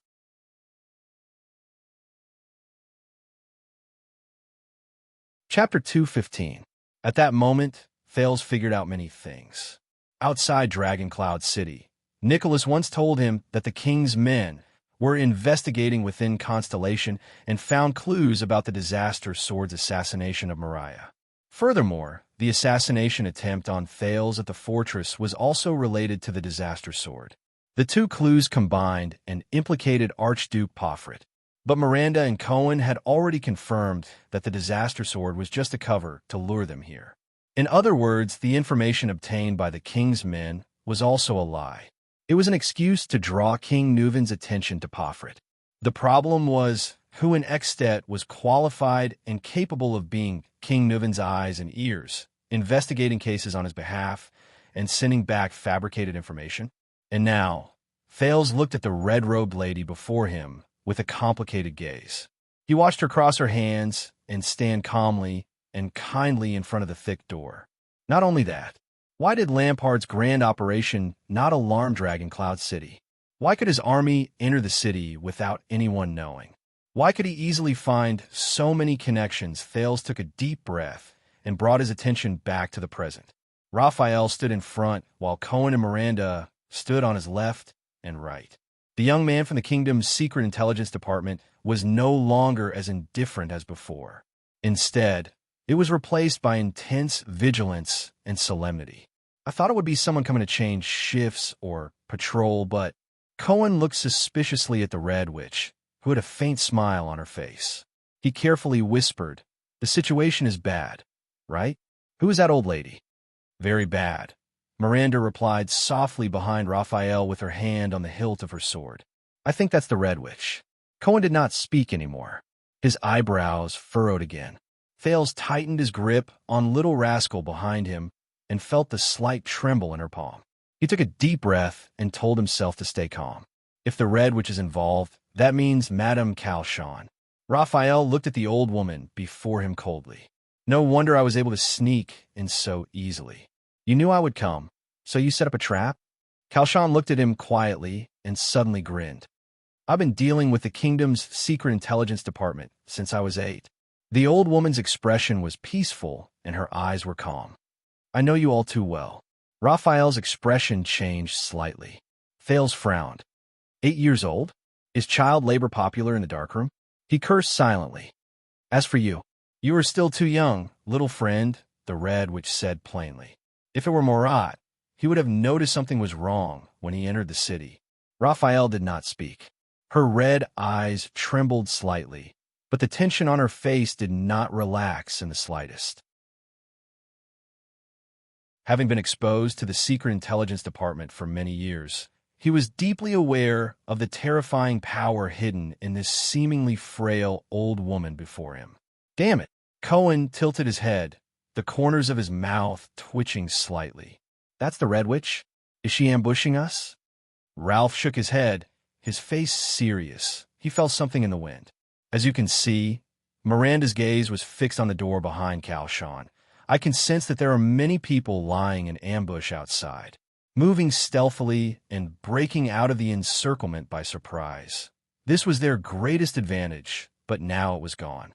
Wyatt gritted his teeth with an unpleasant expression. The attendant in front of Thales whispered, "She's standing very close to us. At this distance, maybe we can—" "No," Miranda answered crisply. Cohen furrowed his brows. "Why?" "Because she's the Red Witch." Raphael's gaze did not waver. His lips parted slightly as he answered for Miranda. "Only a fool would believe that she would intercept us unprepared. We can't act rashly." Hearing that, the police officer gritted his teeth in indignation. "I've probably encountered half of all the bad luck in my life today. Look for other exits," Miranda said in a low voice. "If it doesn't work, we'll break out from her. They're definitely well prepared." At this moment, Madame Calchon, who was sitting opposite them, laughed softly. Her laughter was old, but warm and peaceful. As her laughter rang out, everyone on Constellation's side looked as though they were facing a formidable enemy.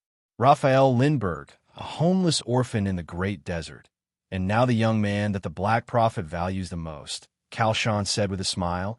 Is this how you repay the Arun family who raised and nurtured you for 12 years? Why? Is Dukarun not good to you? Why did you betray him? Raphael did not move. Thales's expression changed. He glanced at the other two people worriedly, but Miranda did not seem to notice, while Cohen looked puzzled. But you also know, look at your eyes. Kalshan sighed and continued, as though she felt sorry for Thales. You can never become one of them. In Thales' eyes, Raphael's back was still unmoved. But from his half-cut sleeve, the prince noticed that the tendons on Raphael's wrist tightened slightly. He's wavering. A voice whispered in Thales' heart. And you, Miss Arund. The Red Witch turned her head and looked at Miranda, revealing a mother's loving gaze toward her daughter. Have you ever thought about it? Miranda was startled. Why Raphael? Why him?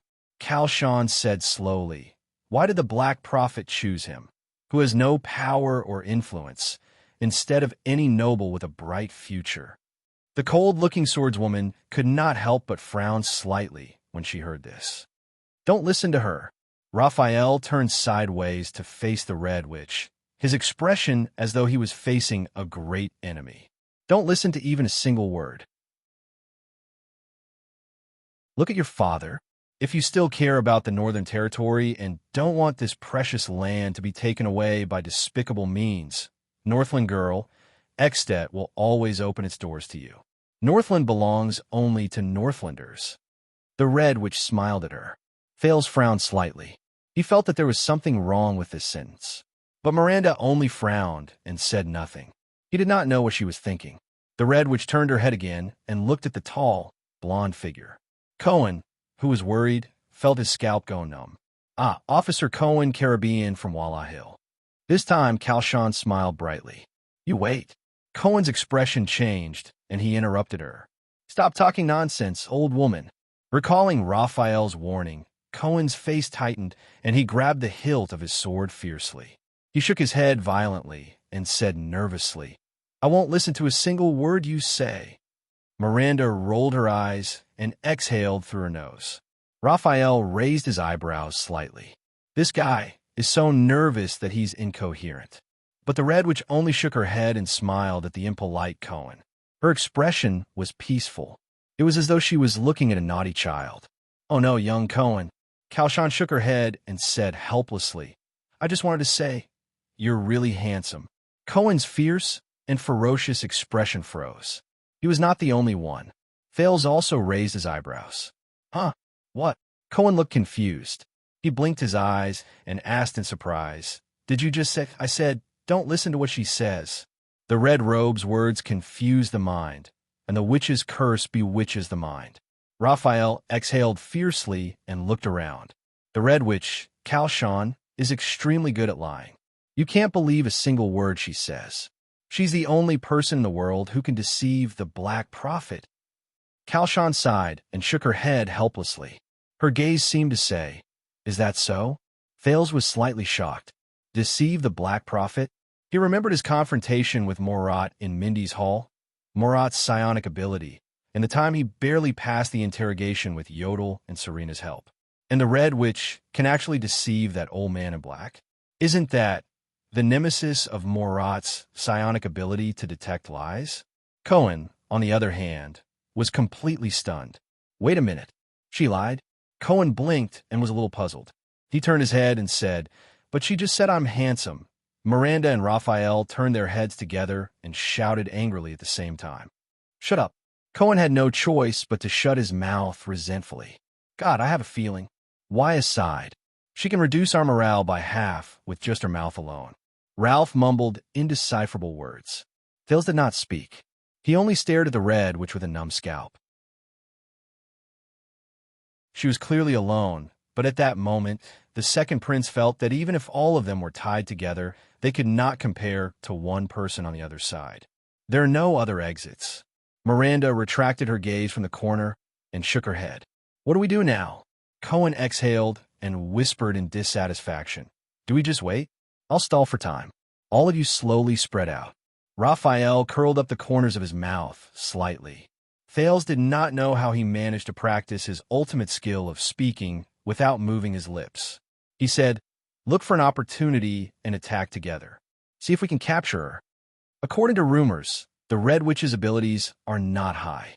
Raphael narrowed his eyes. But be careful. She may be carrying equipment similar to the alchemy ball. Okay, wait, what do you mean by rumors? It literally means, according to rumors. However, in the next moment, Thales became the next person the Red Witch spoke to. Prince Thales. The old woman looked at the prince with a complicated expression. Her expression was one of pity. "It is my honor to see you again." Thales' expression changed slightly. "Of course, it would be my honor as well. If I wasn't in prison and you weren't on Lampart's side." "Your Highness." Raphael shook his head slightly at Thales and narrowed his eyes. "Lies." Thales nodded. The second prince kept repeating Raphael's words about the witch's curse in his heart to remind himself to be careful. Compared to the time he faced the Black Prophet in Mindy's Hall, compared to the feeling Morat gave him, compared to the huge pressure that made his nerves taut all the time, this old woman gave him a vague sense of unease, which made his hair stand on end and made him feel inexplicably terrified, especially the panic and apprehension he felt about what she was going to say next. Kalshan sighed and shook her head at him with a sincere expression. The wrinkles on her face moved slightly, as if she was very helpless. "I'm really sorry, but since you've already come to the kingdom of the great dragon, since you'll be returning to prison in a while, you may never be free again," the old woman said mournfully. "Do you have anything else to say? Do you want me to bring it to her?" Thales frowned slightly and secretly became vigilant. Who else could it be?" Kalshan sighed. Her expression was subtle, and there was a smile on her lips, as if she was recalling something. "Of course it's beautiful and intelligent, Madame Therangerana."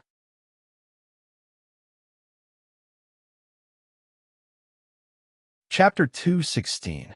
Thales took a deep breath and stared at the Red Witch in front of him.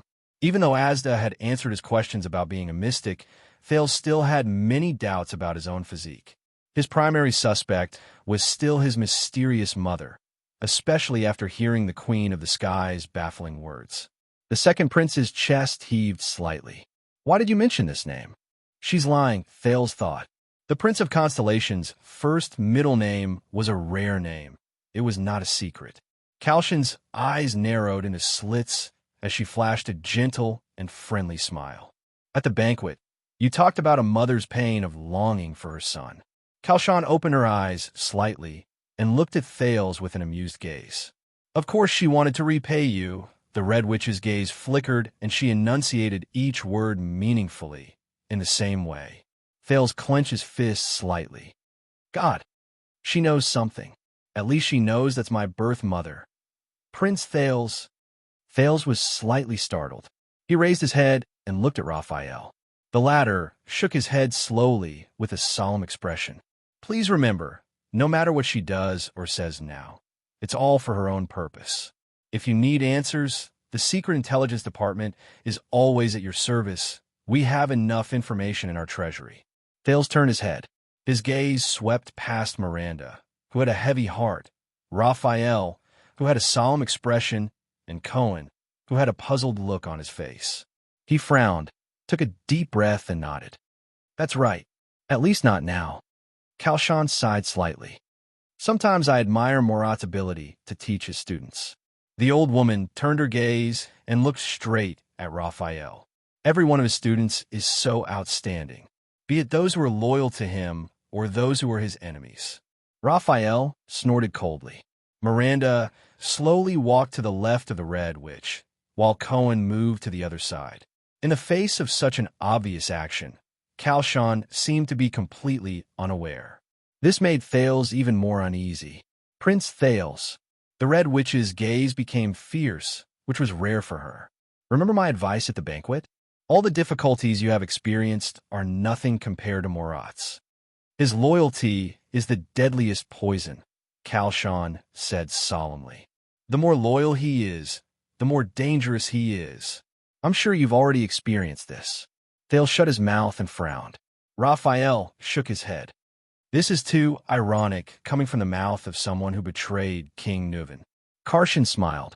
The tragedy of the Secret Intelligence Department is that your master is only a Jade Star. The Red Witch shook her head nonchalantly. The Jade Star who rules over Constellation forever. But the Monarch of Extet is always changing. So, the secret room is only loyal to Extet. Kalshan paused for a moment, and her smile became cold. When the king can no longer represent Extet, we will choose the most advantageous route for Extet. Thales was struck by a thought. When the king could no longer represent Extet, could it be betrayal is betrayal? Cohen could not help but say, especially when Nuven is still the king. His footsteps were getting closer and closer to Kalshan. I didn't want this to happen either. Kalshan glanced at Miranda and Cohen, who were getting closer and closer. She shook her head and sighed. But when we found out, it was already too late. Thales frowned. What do you mean? I mean, Kalshan raised her head. Her expression was solemn, which was rare. Now, the Red Witch's voice suddenly rose. At the same time, she retreated hastily. Cohen and Miranda were startled. Asterisk boom. Asterisk before anyone could react. A huge explosion came from above their heads. It shook Thales so much that his entire body trembled. His ears rang. The ceiling was broken open. Countless stones poured down from above their heads, bringing with them gusts of dust. Amidst the flying dust, Thales coughed and instinctively raised his hand to shield his eyes. What happened? But before he could even react, he was pushed by Waya, who had quick reflexes and fell backwards. Waya unsheathed his single-edged sword and slashed at the stones above their heads. A few stones were sliced open and smashed against the surrounding empty space and walls, bringing up even more dust and obscuring the figures of Raphael and the others. Thales and Little Rascal both lost their balance and fell on the ground a meter behind them. Forget about her. Raphael's anxious shout came faintly from the front. Return and defend.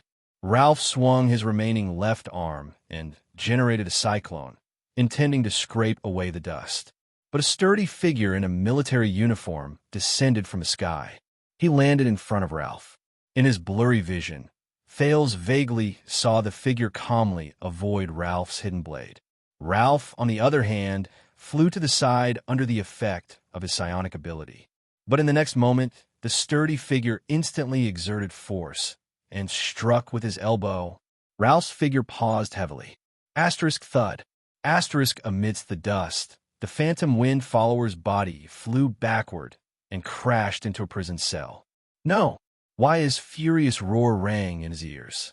The power of eradication surged into the attendant's sword-wielding hand.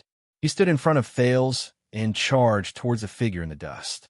Amidst the endless pain, he swung his sword without any regard for the consequences. The wind from the sword brushed against his face. Thales had no choice but to close his eyes. Impulsive, a deep male voice rang. The sturdy figure did not retreat. Instead, he advanced towards the tip of Waya's sword. Waya's single-edged sword slashed into the enemy's shoulder. Asterisk clang. Asterisk the sound of the blade cutting through iron was heard. But the tall figure immediately swung his right arm, pressed it against Waya's neck, and gave it a forceful push. Asterisk thud. Asterisk Waya's figure flew backward, and his head hit the wall of the prison cell solidly. The attendant fell to the ground in defeat. *T. Thales gritted his teeth. As he coughed, he pulled Little Rascal, who was equally at a loss, to her feet. As soon as he looked up, he saw the tall figure in the dust. The enemy pulled Waya's sword from his shoulder armor, tossed it aside, and walked towards Thales. Thales did not have time to panic. He instinctively retreated. Asterisk clang. Asterisk Raphael appeared from the dust and swiftly swung his sword at the back of the enemy's head. His arm trembled, and a strange sound came from his muscles. The tip of his sword blurred, and it whistled shrilly in the air. The tall enemy suddenly turned around. As he turned around, a thin blade with a smooth arc was instantly unsheathed from his waist. Asterisk swoosh. Asterisk, it was a blade rarely seen in the Western Peninsula. It was a light cavalry blade that shone with a golden luster. The moment the enemy drew his blade, Thales felt the air around him tremble, and it became hotter than ever before. The instant the temperature rose, it was as if someone had suddenly lit a fire in the air. It reminded him of the bombardment from the mystic gun. The enemy turned around and slashed at Raphael's blade. Asterisk sizzle. Asterisk, the saber and long sword collided, but the sound produced was not the usual collision of metal, but a shrill sizzle. Raphael's blade broke in an instant. The broken blade hit the wall and was immediately repelled. Ah! Raphael gritted his teeth and groaned in pain. His sword-wielding left hand was ablaze, and he was forced to retreat. In the dust, the enemy swung his saber nonchalantly. The blade was not on fire, but strangely drew a string of sparks in the air. Thales watched in shock as the powerful enemy defeated the three of them in an instant. He was terrified. Miranda and Cohen appeared at Raphael's side at the same time, and their swords whistled. Miranda's sword wavered, as if she could change at any time, while Cohen's attack was fierce and powerful. The enemy did not panic. He lowered his left shoulder, and just like how he dealt with Waya and Ralph, he pounced on Miranda. That weapon was strange. She could not fight him head-on, seize the rhythm, and force him. Miranda's gaze shifted, and the Pegasus music was activated. The tip of her sword was aimed at the enemy's crotch. However, contrary to her expectations, the enemy did not even try to dodge. Instead, he went straight for her sword. Under Miranda's shocked gaze, her sword stabbed into the enemy's waist. Just as the blade was about to penetrate deeper, the enemy's waist trembled, and the blade slid out from his waist, bringing with it a gush of blood, but avoiding the vital parts. In the next second, the enemy lowered his body and rammed forward. His iron-like left shoulder slammed into Miranda's right chest. As the swordswoman staggered back and groaned, the enemy ruthlessly struck her with the hilt of his blade. Asterisk thud. Asterisk Miranda fell to the ground in pain from her chest and abdomen. Cohen's sword came from the enemy's back. The enemy snorted. Asterisk clang. Asterisk the blade pierced the point where the enemy's armor and arm guard met, and blood gushed out. Before the blade could pierce into his body, the tall enemy quickly turned around, and with the pressure from the two pieces of armor, he abruptly pulled the blade to the side. Then he swung his blade. But contrary to the enemy's expectations, Cohen was not affected by his strange movements. The police officer let go of the hilt the moment he turned around. Cohen pounced on the enemy with a fierce expression and lowered his body to avoid the enemy's fierce blade. The police officer hugged his waist tightly, pressed down on the enemy's forearm, and exerted force with both legs. The enemy let out an "oh," as if he was very surprised. Asterisk bang. Asterisk under Cohen's terrifying impact, the two men fell to the ground together, bringing up another cloud of dust. Asterisk clang. Asterisk the enemy's saber fell from the sudden impact. Ah! Cohen, who was on top of the enemy, roared with a ferocious expression. He slammed his elbow down and hit the enemy's abdomen. Asterisk thud. Asterisk the enemy grunted. But Cohen was immediately grabbed by the shoulders by the enemy, and the enemy suddenly sat up. The enemy suddenly and forcefully head-butt Cohen's nose. Asterisk bang. Asterisk the police officer, who was seeing stars, was about to use his arms to break free from the enemy's chains. But the enemy reacted quickly and pushed forward. As Cohen staggered and regained his balance, he kicked out. Asterisk thud. Asterisk behind the two men who were fighting fiercely, Raphael swung his left shoulder a few times. With a strange, sizzling sound in his arm, the flames on his left hand strangely extinguished. Raphael gritted his teeth and kicked the sword on the corpse of a guard, and moved forward with the sword. But Cohen's figure staggered and fell from the front, and Raphael had no choice but to support him. Miranda struggled to get up from the ground and join them. The next second, Raphael's footsteps stopped, and he did not move. "What's wrong?" Cohen asked, clutching his abdomen and panting in pain. Raphael did not answer, but his expression was unpleasant. The smoke and dust dispersed. The tall figure had already picked up his golden saber again. His blade stopped at a little boy's throat. Behind them, little Rascal was trembling as she looked at the two of them. Miranda sighed. On the other side, Waya supported Ralph, who was coughing violently, and looked at the situation in disbelief. "Step down." The enemy, who came alone, said coldly, "You have lost." Raphael and the others frowned. Hello." Feeling the chill on his throat, he smiled helplessly as his scalp went numb. "Lord Tolja."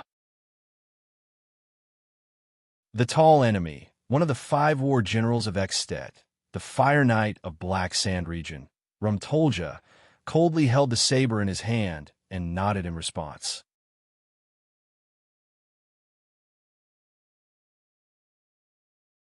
Chapter 217. This is bad. Thales sighed in his heart. I didn't even have time to pull the police out. Little Rascal sat on the ground in a daze as she watched the blade pressed against Thales' neck. Everyone in the field had unpleasant expressions on their faces.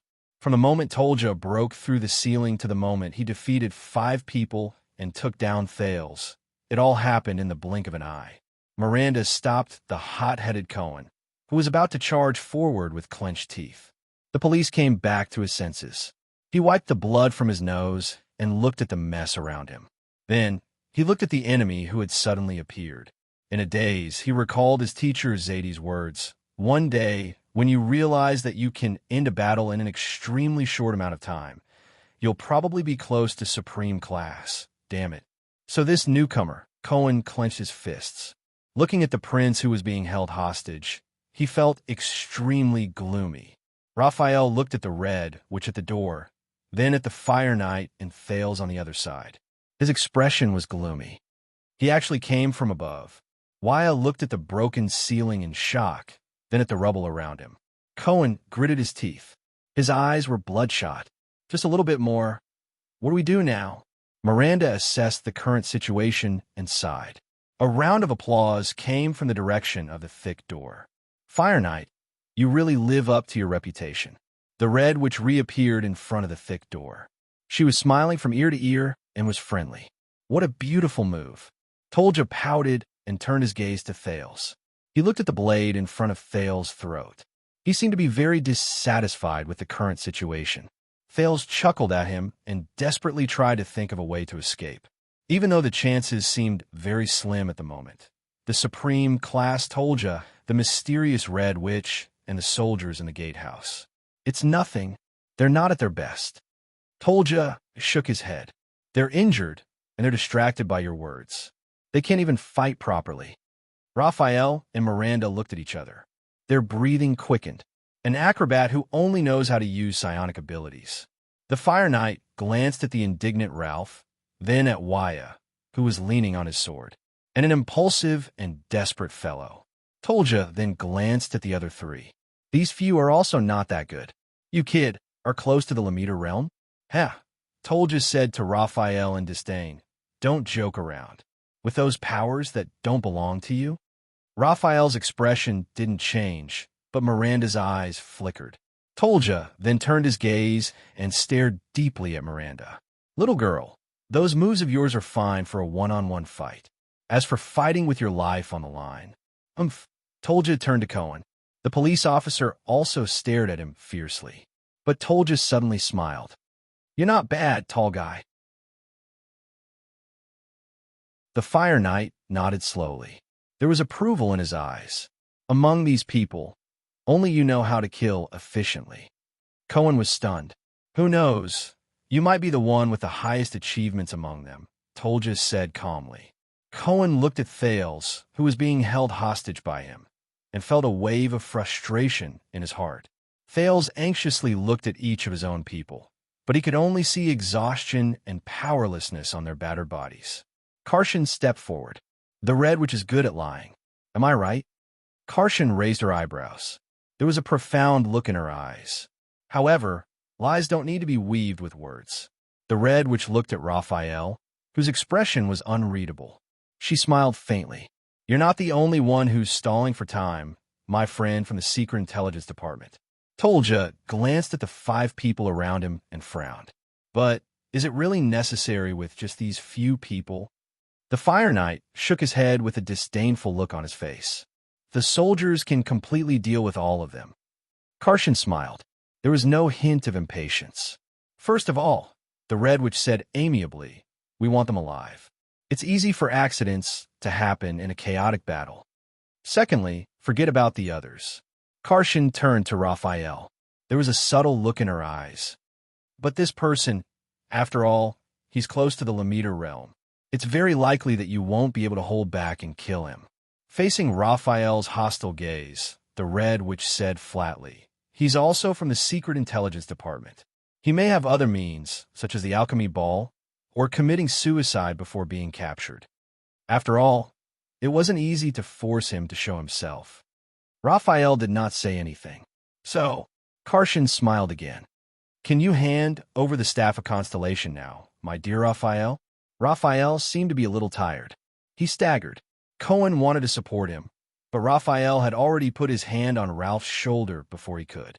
Raphael leaned against Ralph's shoulder and panted a few times. Then, he steadied himself and stared at her. There was a subtle change in his expression. The Staff of Constellation is not with me, the young man from the Secret Intelligence Department said slowly. You don't have the Staff of Constellation? The Red Witch grinned. The wrinkles at the corners of her eyes rippled slightly. Without that equipment, how could Morat let you be in charge of the Blood Calamity? We don't have to rely on the legendary anti-mystic equipment to mobilize the Calamity, Raphael said coldly. Madame Karshan did not speak. She only stared at Raphael quietly. Your prince is right in front of you, the Red Witch said softly. You know that your choice will affect his safety, right? Everyone turned to look at Thales. Thales was stunned. What? My safety? But at this moment, Thales frowned. With his back facing the Red Witch, Ralph moved his shoulder and broke free from Raphael's grip. The Phantom Wind follower quietly made a hidden gesture at him. Stall. Thales' heart skipped a beat. Stall? Thales frowned. Raphael, what is he waiting for? Raphael raised his head. I don't have that thing. Raphael's pupils narrowed. He still did not relent. Even if I did, I wouldn't give it to you. Oh, I see. The Red Witch's tone was calm and natural, as if she did not care. But in the next moment, her words made everyone frown. All right, Lord Tolja, the old woman in the red robe said softly, please cut off one of the prince's fingers for me. Thales inhaled sharply and widened his eyes. What? Raphael closed his eyes. Hey, Cohen cannot hold it in anymore, he said in dissatisfaction. He's just a child. Karshan curled her lips and raised her arms to her abdomen, revealing her wrinkled hands. He's a Jade Star, a descendant of the imperial family. That's enough. Tolja also frowned. His gaze lingered on Thales' hands. Then he turned to look at the Red Witch, seemingly dissatisfied. Really? A little boy? A finger? Karshan looked at the Fire Knight and suddenly burst into laughter. Of course I'm joking. Thales breathed a sigh of relief. The Staff of Constellation that can suppress most mystics. Karshan shook her head helplessly. Then, a smile appeared in her eyes. How can it only be worth a finger? How about an eyeball? Thales shuddered again. He was almost cut by the blade. Hey, wait a minute. Thales quickly raised his hands, but Tolja immediately turned the blade. The surface of the blade pressed against his skin, and he felt a chill. Star. Staff of Constellation, right? This time, he succeeded in attracting everyone's attention. Karshan turned her gaze to Thales. I heard that you are known for your precocious intelligence, Your Highness. The Red Witch flashed her kind smile again. But at that moment, Thales only wanted to stay as far away from that smile as possible. Karshan said kindly, perhaps you can convince him to cooperate with us for the sake of your body's integrity? Thales gulped. He turned his gaze to Tolja, who was staring at him coldly, and smiled awkwardly. The second prince looked at Raphael, but the latter only looked at his feet. Cohen nudged Raphael, but he still did not respond. Thales took a deep breath and looked at the Red Witch, putting on an expression that said, "I'm very cooperative." Stalling for time, right? The staff of constellation. The second prince looked at the blade in front of him, drenched in sweat. That, actually, Raphael doesn't have it with him. Kalshan stared at him without moving. Her eyelids narrowed slightly. Thales felt goosebumps under her gaze, but his face was almost numb from laughing. Is that so? Finally, the Red Witch sighed. Then you're going to lose one of your eyes. Thales was shocked. Kalshan looked at Tolja and nodded gently. Really? Miranda said unhappily. Cohen clenched his fists and gathered the power of eradication. Kalshan smiled with her eyes narrowed and shook her head at them. Hey, Madam Kalshan. However, Tolja, who controlled Thales' life and death, sighed and looked at Kalshan. He's just a child. Thales breathed a sigh of relief and looked at the Fire Knight gratefully. Is that so? Kalshan raised her eyebrows and then smiled. Then forget it. Thales did not dare to move. He watched the interaction between the Red Witch and the Fire Knight. But I heard that Lord Tolja's knife technique is exquisite and subtle, and that you can cut a fly? The old woman smiled faintly. Tolja narrowed his eyes. The Red Witch said gently, Then why don't you show us? How about I cut off his right eyelash with my knife? Thales' heart clenched again. Right eyelash. Tolja snorted and looked at Thales. The knife in his hand slowly moved. It's not impossible. The golden blade grazed past Thales' eyelashes and finally stopped on his forehead. The blade gently touched his right eye, as if measuring its distance. Tolja snorted softly and his saber trembled slightly.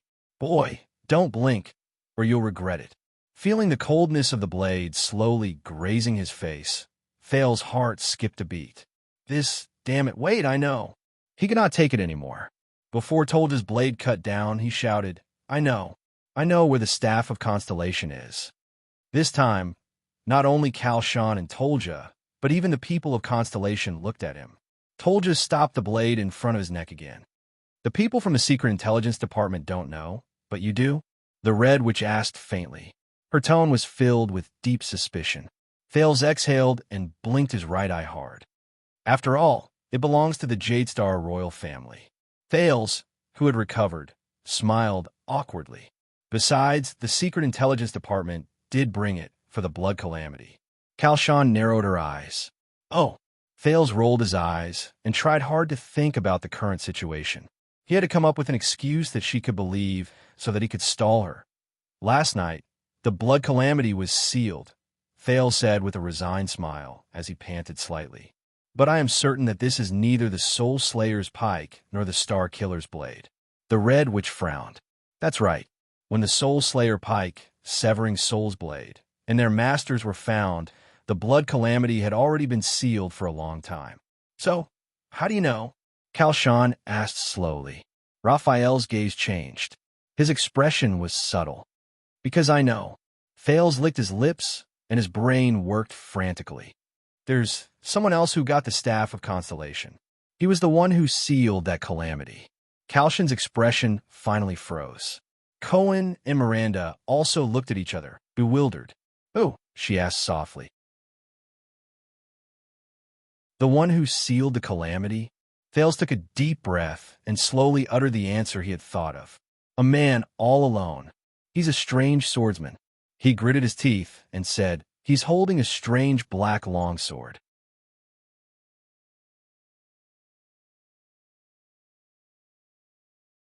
Chapter 218.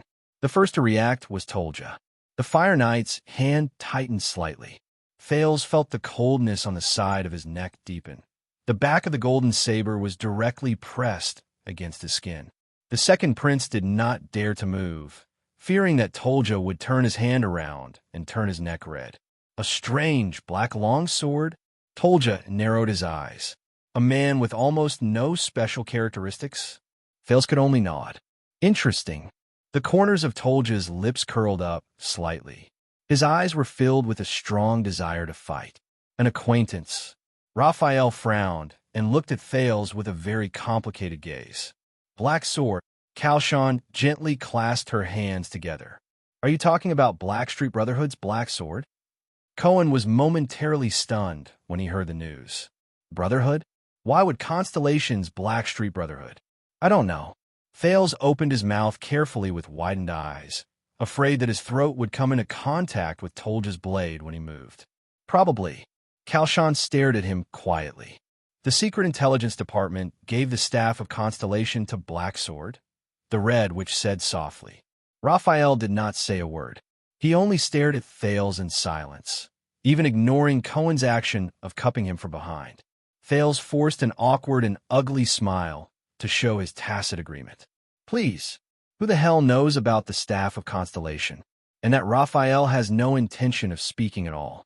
Thales thought fearfully, Mr. Blacksword, I'll have to use you as a shield. You shouldn't mind. It's not like you'll lose a piece of flesh anyway. However, a few seconds later, the old woman suddenly laughed out loud. Ha. Kalshan smiled and shook her head. Her eyes were filled with helplessness and amusement, as if she was watching a child fight. Murat must be very troubled by you. Liar.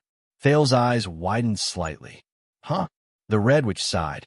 How do you think I knew about the Secret Intelligence Department's plan in advance? Kalshan raised her wrinkled eyes.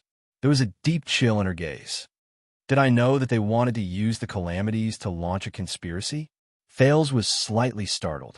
When you were still on your way to Dragon Cloud City, Prince Thales, an old friend from the Blackstreet Brotherhood, used a messenger crow to ask us for help. Kalshan swept her gaze across the people in the field.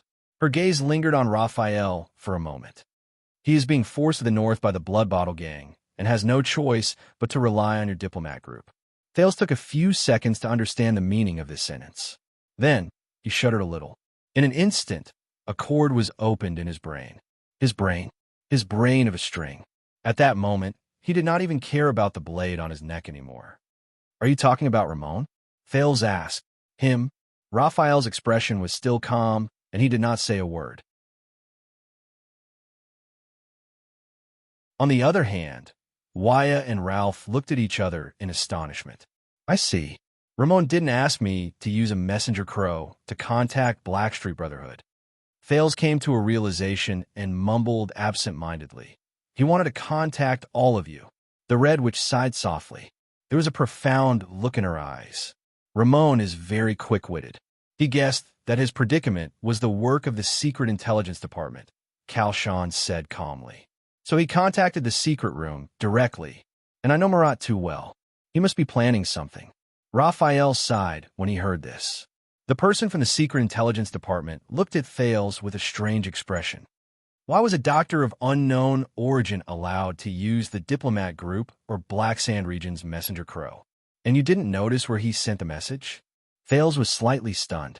He immediately recalled the history of his contact with Ramon. He could not help but feel awkward. He could not possibly say that Ramon told him about the relevant knowledge of magic, and they exchanged it, could he? But this was not what he needed to worry about the most at the moment. The people from the Brotherhood knew about the Secret Intelligence Department's conspiracy. The Red Witch walked past a few figures and shook her head slowly at him. But you said that the Secret Intelligence Department colluded with the Brotherhood and even gave the staff of Constellation to the Brotherhood's leader? Thales could only smile bitterly. I'm not as good as Murat, Kalshan said flatly, but I can still tell when it's a lie. Thales felt his scalp prickle as he met her gaze. This is bad. Kalshan snorted with a smile and looked at Raphael again. Don't beat around the bush, little friend. The Red Witch's gaze became serious. You may not have it with you, but I know you have a way to get it immediately. Raphael frowned slightly. Cohen and Miranda could not help but look at the young man from the Secret Intelligence Department. The Secret Intelligence Department of Constellation has mastered a mysterious transmission ability since a long time ago. The corners of Kalshan's mouth curled up slightly. The Red Witch's eyes were filled with great interest. From small voice messages to large weapons and even living people, you can ignore distance and transport them to your destination in an instant. Thales was stunned. Transmission ability. Voice, ignore distance. Cohen's expression changed. Miranda also frowned. Waya, on the other hand, looked suspicious. That black hole on Raphael's arm earlier that looked like the mouth of some creature. Raphael did not speak. He still looked at the Red Witch with a calm expression. It was as if he was not even here. "Give me the staff of constellation." The leader of the secret room's expression was still gentle and amiable, but her words were getting more and more serious. "If you don't want to see your prince meet with any misfortune." Thales's face immediately turned pale. Tolja snorted coldly in dissatisfaction. At this moment, a soft voice that no one had heard for a long time rang weakly from the corner of the prison cell. It was filled with grievance and dejection. "From a long time ago, is that all you know?" Everyone was slightly stunned. They then looked towards the corner where the voice came from. Thales could not turn his head because the back of the knife was pressed against his neck. But he was also shocked because he recognized the owner of the voice. The neglected little girl, Little Rascal, was leaning against the wall. Her face was pale as she trembled and looked at Kalshan. "Aren't you from the secret room?" Little Rascal bit her lower lip tightly. Her eyes were filled with pain and fear. "The secret room is the shadow cast by the dragon's wings," Little Rascal murmured. "But why?" Little Rascal's expression changed, as if she had recalled the most unbearable memory. "Why didn't you report to His Majesty?" Little Rascal's eyes were filled with tears, and her entire body was trembling. "You just waited for the calamity, watched them in Dragon Cloud City, watched everyone." Thales furrowed his brows. He remembered the people who ran for their lives, the people who suffocated in the air, the people who were separated from their flesh and blood, and the completely destroyed Shield District. Kalshan seemed a little surprised. She stared at the dirty little girl in the corner with a complicated expression. A few seconds later, she sighed deeply. "I'm very sorry." To everyone's surprise, the Red Witch bowed slightly in Little Rascal's direction. Lady Alex Walton. Cohen's eyes widened abruptly. He stared at Little Rascal in disbelief. Miranda raised her eyebrows. Hearing this name, Little Rascal seemed to be startled. She looked at Thales with a panicked expression, but Thales still had the back of the knife pressed against his neck. He could not see her expression at all, even if we know that Morat is behind this. The Red Witch's voice rang. "The secret room is still at a loss," Kalshan said sincerely and sadly.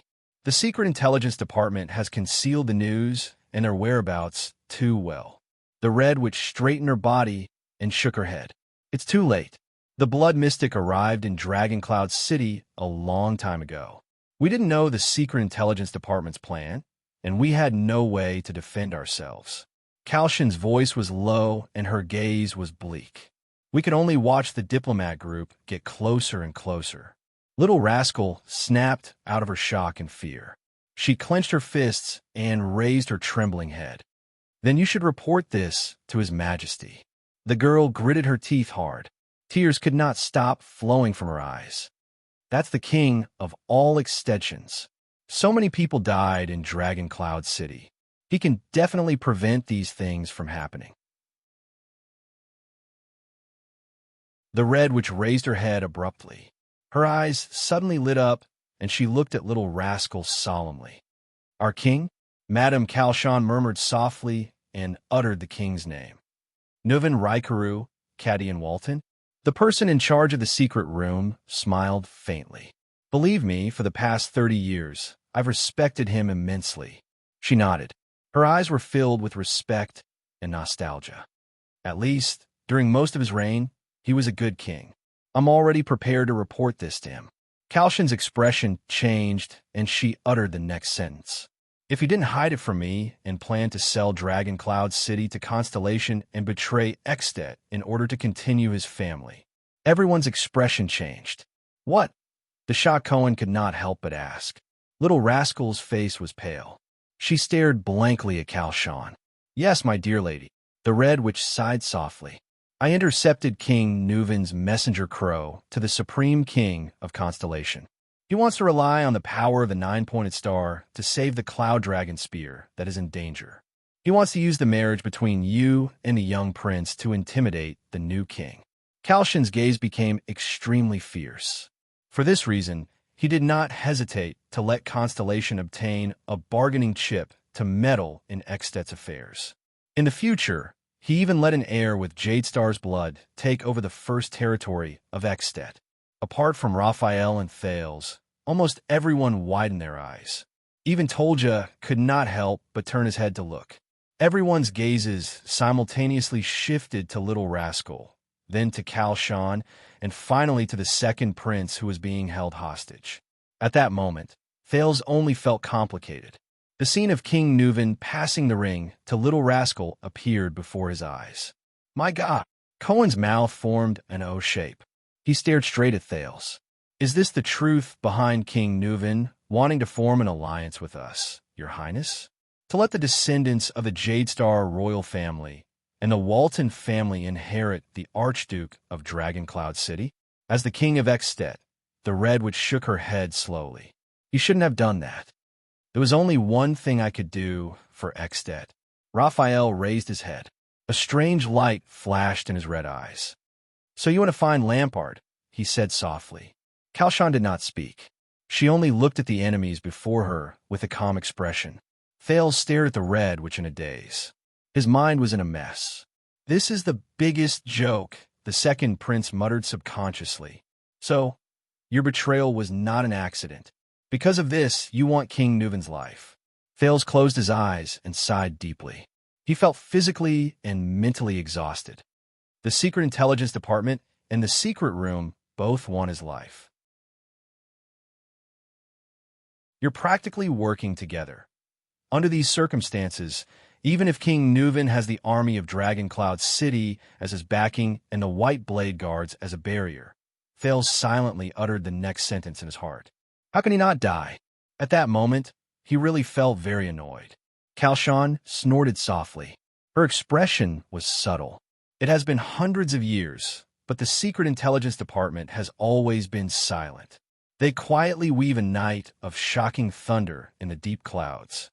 The Red Witch's eyes were filled with a strange color, like a chess player who had just won. In contrast, the passive Secret Room can only lay eggs in the Secret Intelligence Department's nest, borrow the thunder and lightning of the Secret Intelligence Department to break all obstacles in Extet. You want to see the Extension vassals fight like beasts, bleeding nonstop? Kalshan smiled slightly. Then we'll let the fight end in the first round. Raphael could not help but clench his fists as he listened. The Red Witch tucked her hands into her sleeves again. You want both sides to fight to the death with equal strength. Then we'll push the situation completely towards one side. Cohen and Miranda exchanged a look. They saw the surprise in each other's eyes. You want Extet to descend into a chaotic situation of endless disputes over the throne and endless suspicions over power after Nuven? The leader of the Secret Room shook her head slightly. Then we'll give you Chapman Lampard. Raphael pursed his lips, closed his eyes, and sighed. So, Nuven lost his sight and ears, and was powerless to fight back against the calamity in Lampard. He stared at the ground in a daze. Our backup plans all failed. I lost, Raphael said dejectedly. Kalshan snorted softly, and her expression became amiable again. I know what you're thinking, little friend. The Red Witch nodded slightly and looked at Little Rascal, who was on the verge of tears. Since things can't be done, then capture a Walton descendant and bring him back to Constellation as a bargaining chip, right? What a pity. Kalshan seemed to shake her head regretfully. The next moment, her expression became solemn. Marat, why is he in such a hurry? The Red Witch raised her head, and her eyes shone brightly. He even let a young boy like you do such a thing? Why is he in such a hurry to groom you like how he groomed his heir? The silent Raphael still did not speak. Miranda thought of something and was shocked. Kalshan, who did not get an answer, flashed a confident smile. She then spoke softly, her voice filled with exhaustion and dejection. He doesn't have much time left, does he? As soon as she said this, all the Constellatiates were slightly stunned. Raphael furrowed his brows even more. Tell me, how much longer can he hold on? The Red Witch said faintly. There was a hint of worry in her tone. 5 years or 10 years. Raphael pursed his lips. Thales stared at Kalshan in a daze. Morat's figure appeared in his mind.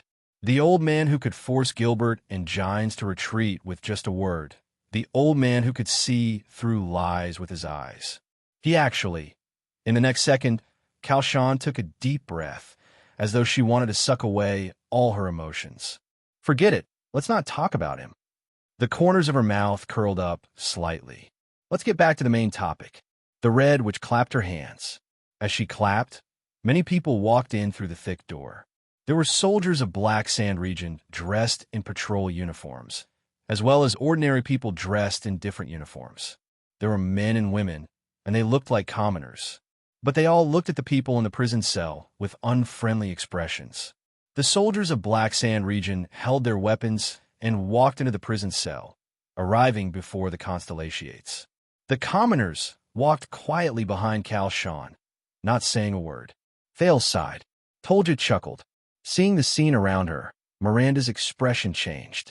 Cohen lowered his head in pain. What do we do now? The police officer gritted his teeth and said softly, troubled. Stay calm, Raphael replied in a low voice. The Red Witch smiled faintly. If you still refuse to hand over the staff of Constellation, the prince is not the only one I can use to threaten you. There are also your companions. Raphael stared coldly at Kalshan. The Red Witch bowed slightly and nodded at him, revealing her usual kind smile. Thales looked at the numerous soldiers in the field, watching them stand in formation and block the exit. His heart turned cold. It's over. Now. He felt the chill on his neck and glanced at the indifferent Tolja. What should I do? But at this moment, boom. A deafening roar rang out. Kalshan raised her head abruptly. Gravel and dust came crashing down from above her head again, stirring up a cloud of dust in the prison cell. The soldiers of Black Sand region unsheathed their weapons subconsciously. Before anyone could react, a few figures suddenly descended from the sky, just like Tolja before this. The Fire Knight realized that something was wrong. He quickly reacted. Thales felt his arm tighten. Tolja grabbed his right hand tightly and controlled it in front of him. The dust was so strong that Thales could not open his eyes. He could only rely on his hearing to discern the situation in the field. As the figures flashed, countless sounds of fighting could be heard in the dust. The clashing of metal and the angry shouts of the soldiers rose and fell. Swoosh. Bang.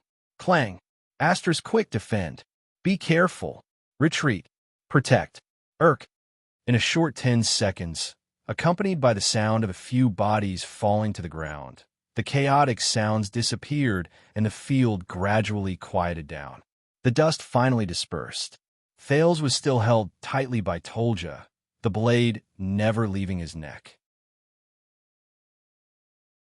The Fire Knight furrowed his brows and coldly observed the situation in the prison cell.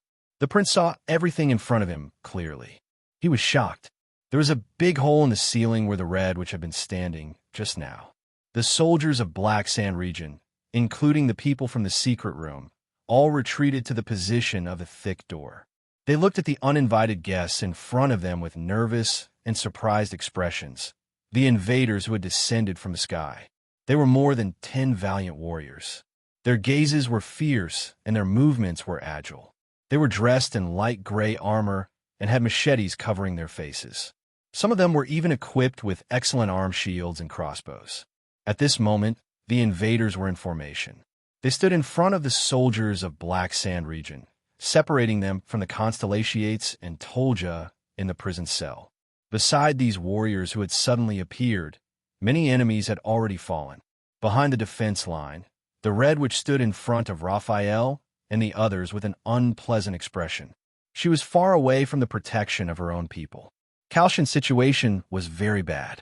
There was a white long sword with a strange curve in front of her neck, and her right arm was tightly clamped. The hostage-taker behind her said coldly to the soldiers of Black Sand region, "Everyone, back off, for the sake of this lady's carotid artery." Cohen stared at the invaders in a daze. He exchanged glances with Miranda and Waya, unable to hide the shock and bewilderment in his heart. Everyone was caught off guard by the sudden turn of events. "Who are these people?" the police officer asked in a low voice. Miranda shook her head and looked at Raphael, who was still silent. Looking at the warriors who had suddenly appeared, Thales's pupil shrank. Wait a minute. This attire, he carefully looked at the warrior's equipment, and then his mouth fell open in shock. Thales recognized these people. The silent confrontation lasted for a few seconds. Then, the Red Witch, who was being held hostage, sighed. So, the rumors are true. She retracted her gaze from the blade in front of her neck and said to the hostage-taker behind her, "As expected, you built an emergency secret passage in the gatehouse." The Red Witch narrowed her eyes. She glanced at the invaders around her, and then at her subordinates, who had been forced to retreat outside the thick door, and said in a low voice, "You can even hide from the secret room. I have really underestimated you." A low laugh came from behind her. Snowblade and Dragon Wings. Since the day Extet was founded, we have been mutually reinforcing and restraining each other. The hostage-taker revealed a pale face and leaned over to whisper into Kalshan's ear, being wary of the secret room's every move. "This is what we should do." Raphael saw the newcomer's face, and he frowned. Under Miranda's and Cohen's surprised gazes, Raphael walked forward with an unfriendly expression and arrived beside Kalshan and the invaders.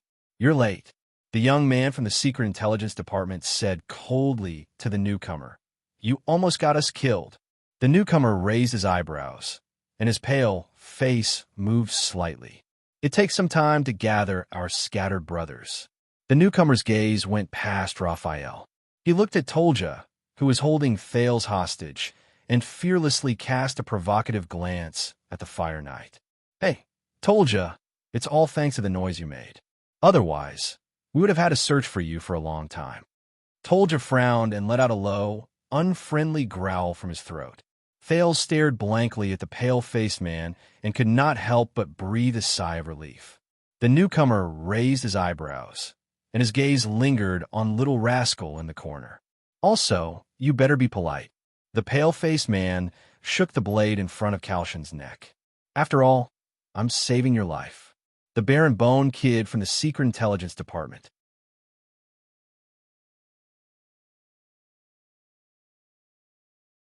Chapter 219. "Don't move, madam," Nicholas said coldly to Kalshan, who was in front of him. "I'm nervous and afraid that you'll take out some special alchemy ball. So, I'm ready to rip your throat open at any time." He tapped the back of his blade with his index finger. The Red Witch lowered her shoulders and fell silent. Thales stared at Nicholas, who suddenly appeared, in surprise. He then looked at the other white blade guards. Nicholas, he stared at the Star Killer, who was holding the Red Witch hostage, in confusion. "Why are you?" But Thales did not manage to continue. Tolja's grip on his shoulder suddenly tightened, and Thales hissed in pain. When Waya saw the prince's condition, he was so angry that he tightened his grip on his sword. Tolja dragged the back of his blade around Thales' neck, forcing him to raise his head as high as he could. Thales observed the situation in pain. Tolja, and he stood in the inner layer of the prison cell, and Little Rascal was still behind them. The Constellations stood in front of them, looking nervously at the prince who was being held hostage. Nicholas, on the other hand, stood behind the Constellations, restraining the Red Witch. Behind Nicholas were the White Blade Guards. They stood firmly by the thick door and stared at the soldiers outside with vigilance. "Beautiful move, Star Killer," the Fire Knight of Black Sand region said calmly to Nicholas. "But don't forget, I have an even more important bargaining chip." The Star Killer tilted his head and glanced at Tolja with a disdainful expression. "Then do it. Kill this prince." Nicholas snorted softly. "I've disliked him for a long time anyway." Thales widened his eyes. "WH what?" Tolja furrowed his brows. Nicholas swung the severing soul's blade on Kalshan's neck a little. It reflected the light from the everlasting lamp. He smiled faintly. "After you're done, perhaps they can give you a different nickname, such as..." The Star Killer's gaze swept past Thales and he grinned at the Fire Knight. "The second Star Killer?" Tolja glared at Nicholas fiercely, his eyes almost burning. "That's our prince." Cohen observed the stalemate. He exchanged a worried look with Waya and whispered, "Are we just going to watch? What else?" Miranda looked at Raphael, who was beside Nicholas, then at Tolja and Thales, who were behind them. She then swept her gaze over the white blade guards and their enemies, and sighed softly. This is no longer our battle. At this moment, the red which was being held hostage spoke. White blade guards, Extet's dragon's imperial guards, she said softly. You're standing on the wrong side. Kalshan did not seem to have the slightest awareness of having a blade pressed against her carotid artery. She smiled naturally and smoothly. Your opponents are the people behind you, the Empire. Nicholas raised his eyebrows slightly. The red witch sighed softly as if she was extremely regretful. It was their secret intelligence department who planned all of this, such as the calamity and the king's death. The expressions of the constellations, including Thales, also changed. All right, Kalshan was right, Thales thought anxiously. The second prince glanced worriedly at the white blade guards, but their expressions were hidden behind their masks. Only a pair of cold eyes could be seen. Raphael, who was standing next to Nicholas, sighed softly. Oh, this problem, it's very complicated to explain. But now, he walked to the front of the two of them and looked at Nicholas seriously. He looked at the blade in his hand that was pressing against Kalshan. Shouldn't we think of a way to escape first? Nicholas suddenly turned his head to look at the young man from the secret intelligence department. His gaze was cold. Raphael endured the piercing glare and put on a fake relaxed smile. You know, the heir of the Walton family is also here. Perhaps this is not a good time to chat, especially with the red, which was countless lies. Nicholas looked at the innermost part of the prison cell. Little rascal was momentarily stunned before she realized that he was talking about her. She could not help but turn pale. If you really want to help, boy from the secret intelligence department, then don't block my way. Nicholas' eyes shone with a cold glare, and his tone was stern. Raphael sighed softly. Otherwise, the Star Killer continued in a harsh tone. Do you want to be trapped here? Perhaps they will bury your ashes under the gatehouse. Raphael was silent for a second. He looked at Tolja and Thales behind him, then at Nicholas and the red witch in front of him. He raised his eyebrows slightly. I understand. At this moment, Thales raised his eyebrows. He saw Ralph make a secret sign language gesture at him. Step back. Thales was slightly stunned. For the sake of the late king, Lord Nicholas, the red witch said slowly, don't do anything stupid. Nicholas looked around the room. His gaze lingered on Raphael and the red witch for a second each. We don't need you to tell us what to do, Madame Kalshan. The Star Killer snorted coldly. There was a fierce glint in his eyes. The shame of the white blade guards can only be washed away with blood. The sound of palms rubbing against handles came from the white blade guard's hands at the same time. Kalshan's gaze became fierce, and she shouted, Then what do you want to do now? There was a rare hint of coldness in the red witch's words. After the king's unfortunate death, Exted experienced a rare disaster. All of you should stand on the kingdom's side, on the Northlander side. Instead of colluding with our enemies and shamelessly seeking personal gain. Kalshan's words echoed in the prison cell. Under Tolja's knife, Thales exhaled in fear. Nicholas suddenly laughed. His laughter was cold and sarcastic. Extet's disaster? Our enemies? The Star Killer gritted his teeth. The chill in his eyes was threatening. Don't pretend to be righteous, hypocritical old woman. From a moment your people started spreading fake news about the so-called disaster sword and started diverting His Majesty's attention for Lampard's actions, you betrayed him. The red witch narrowed her eyes. You and your informants worked together with His Majesty's enemies. You pretended to be deaf to Black Sand Region's actions until His Majesty died in a shameful assassination, until they stood here. Nicholas said coldly beside Kalshan's ear. Who do you think these brothers of the White Blade Guards managed to escape from? Asterisk thud. Asterisk the White Blade Guards changed their footsteps in unison and turned sideways to face their enemies. The sudden movement made the soldiers of Black Sand Region even more nervous. Kalshan sighed. The red witch stared at the blade in front of her neck and said flatly, About this, if you are willing to, I swear in the name of the secret room that I can explain. Nicholas let out an indecipherable nasal sound. Why don't you explain to His Majesty? The Star Killer narrowed his eyes. Oh, I forgot. He was already killed by you and Lampard. The moment he said that, the atmosphere in the prison cell became even more tense. Don't be so narrow-minded, Lord Nicholas. The Red Witch put on a mournful expression. She glanced at Tolja and Thales. The White Blade Guards have never been a person's private weapon. You should be loyal to all of Ekstedt, to Northland. Nicholas interrupted her. I am not the narrow-minded one. The Star Killer's tone was cold. If you in your secret room can't even be loyal to one person, then don't hypocritically claim that you are loyal to Ekstedt. Madame Calchon furrowed her brows slightly. At this moment, something strange happened. Nicholas pressed his left hand on Calchon's back and pushed her out. Tolja's pupils immediately contracted. Ow! Raphael, who stood in the middle, suddenly pushed Miranda, Cohen, Waya, and the others away, perfectly avoiding the Red Witch's path. The shocked Red Witch was pushed towards Tolja and Thales, who were at the innermost part of the cell. Thales looked at Madame Calchon, who was staggering towards them. He looked at the Constellations, who moved aside to make way for her. He suddenly understood. He remembered the conversation between Raphael and Nicholas just now. It was a planned exchange between the two of them. If you really want to help, don't block my way. Tolja watched in shock as the Constellations parted and the Red Witch's figure drew closer. He hesitated for a moment. Then, Nicholas appeared behind Calchon with a cold expression. Asterisk whoosh. Asterisk the Star Killer's weapon stirred up a gust of wind. He did not hold back and slashed down towards the Red Witch's head. It was as if he was going to take her life right there and then. Tolja did not hesitate anymore. He still held on to Thales tightly as he charged towards Nicholas and the Red Witch. Asterisk clang. Asterisk the Fire Knight's left hand held Thales in place, while his right hand blocked the fatal slash that the Star Killer had aimed at the Red Witch. At this moment, the frowning Red Witch managed to gain her footing by his side.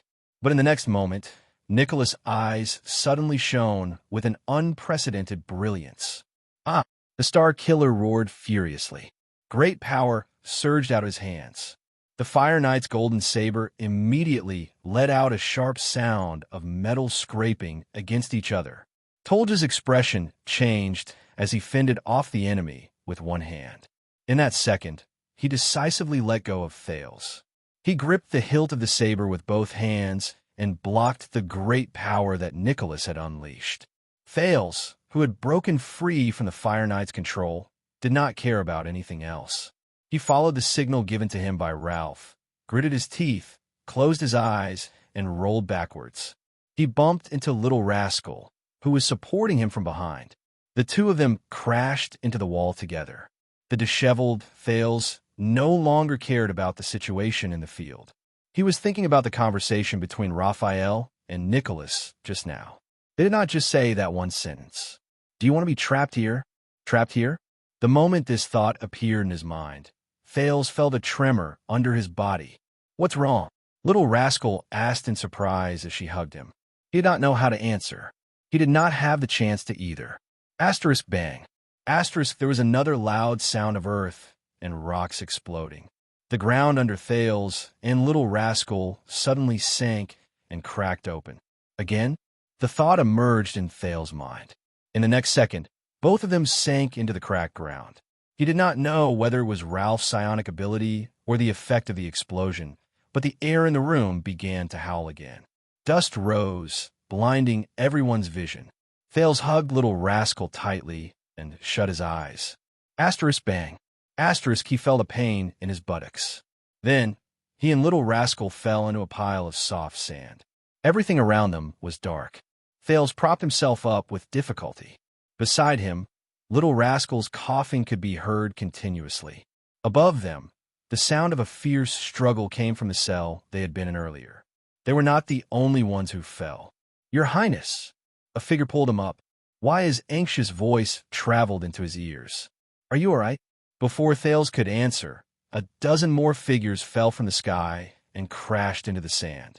Amidst the flying dust, Thales covered his mouth and nose tightly.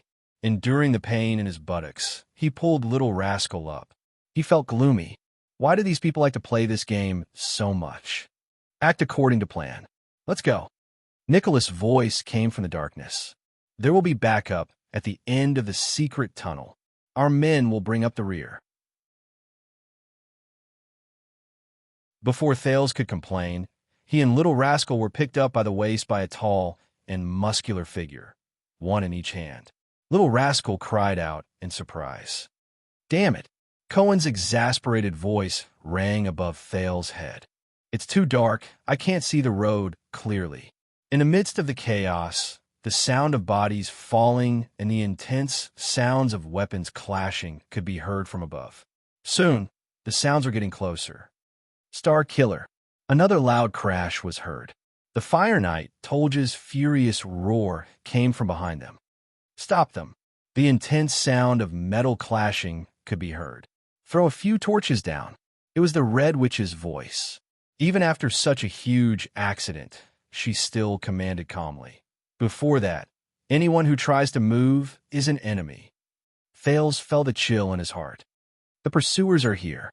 Follow that mute masked man. In the darkness and chaos, Nicholas roared as he fought against the enemies in the dark. He can sense the direction of the wind at the exit. That mute? The police officer took 2 steps forward and said impatiently, I can't even see where he is. In the darkness, Thales felt that Cohen's arm was about to choke him until he fainted. His sin of Hell's River was activated without warning. Waves surged into Thales' eyes, and his surroundings were suddenly filled with strange colors. Shut up, big guy. Thales gritted his teeth and angrily knocked on Cohen's arm. Listen to me.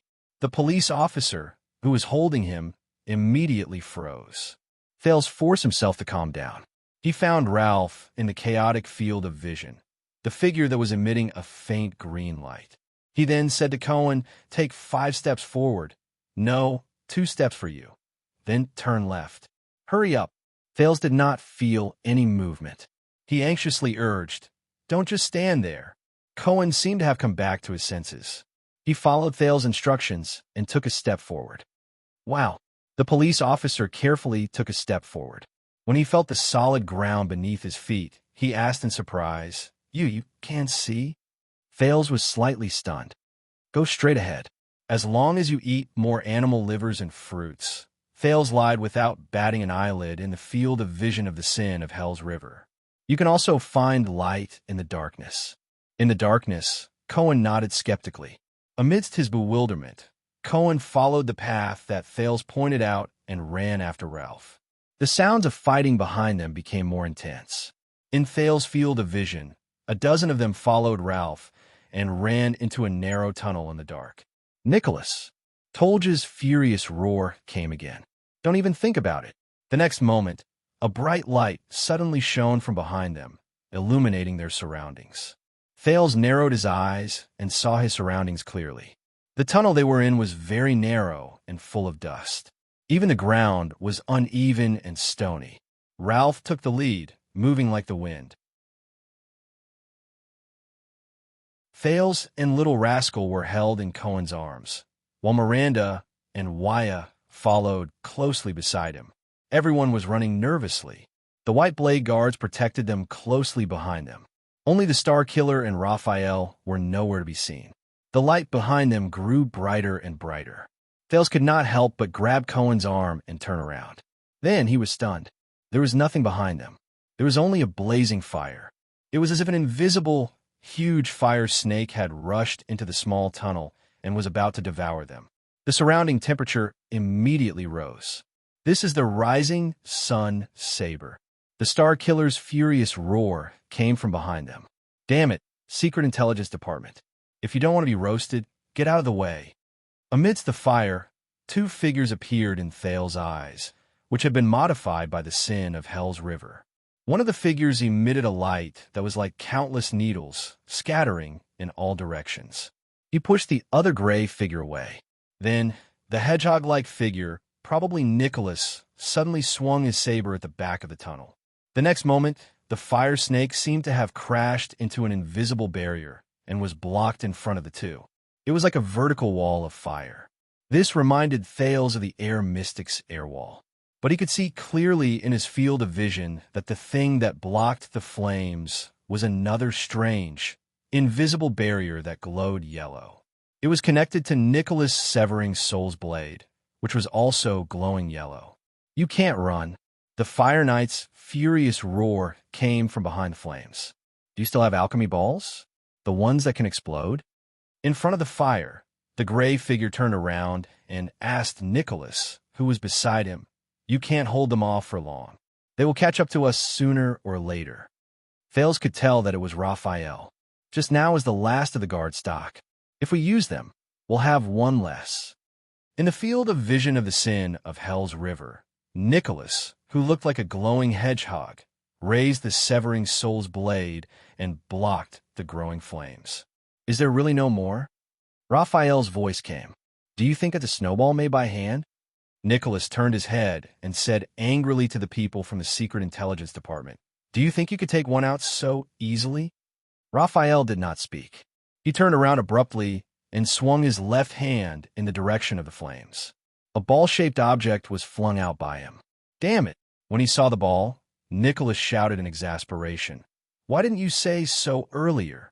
Then he and Raphael both turned around and dashed out.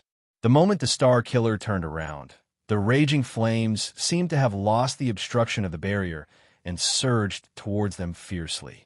In the next second, bang, following the violent explosion, Thales felt his field of vision suddenly shake. Another cloud of dust flew into the air. Everyone could not help but cough.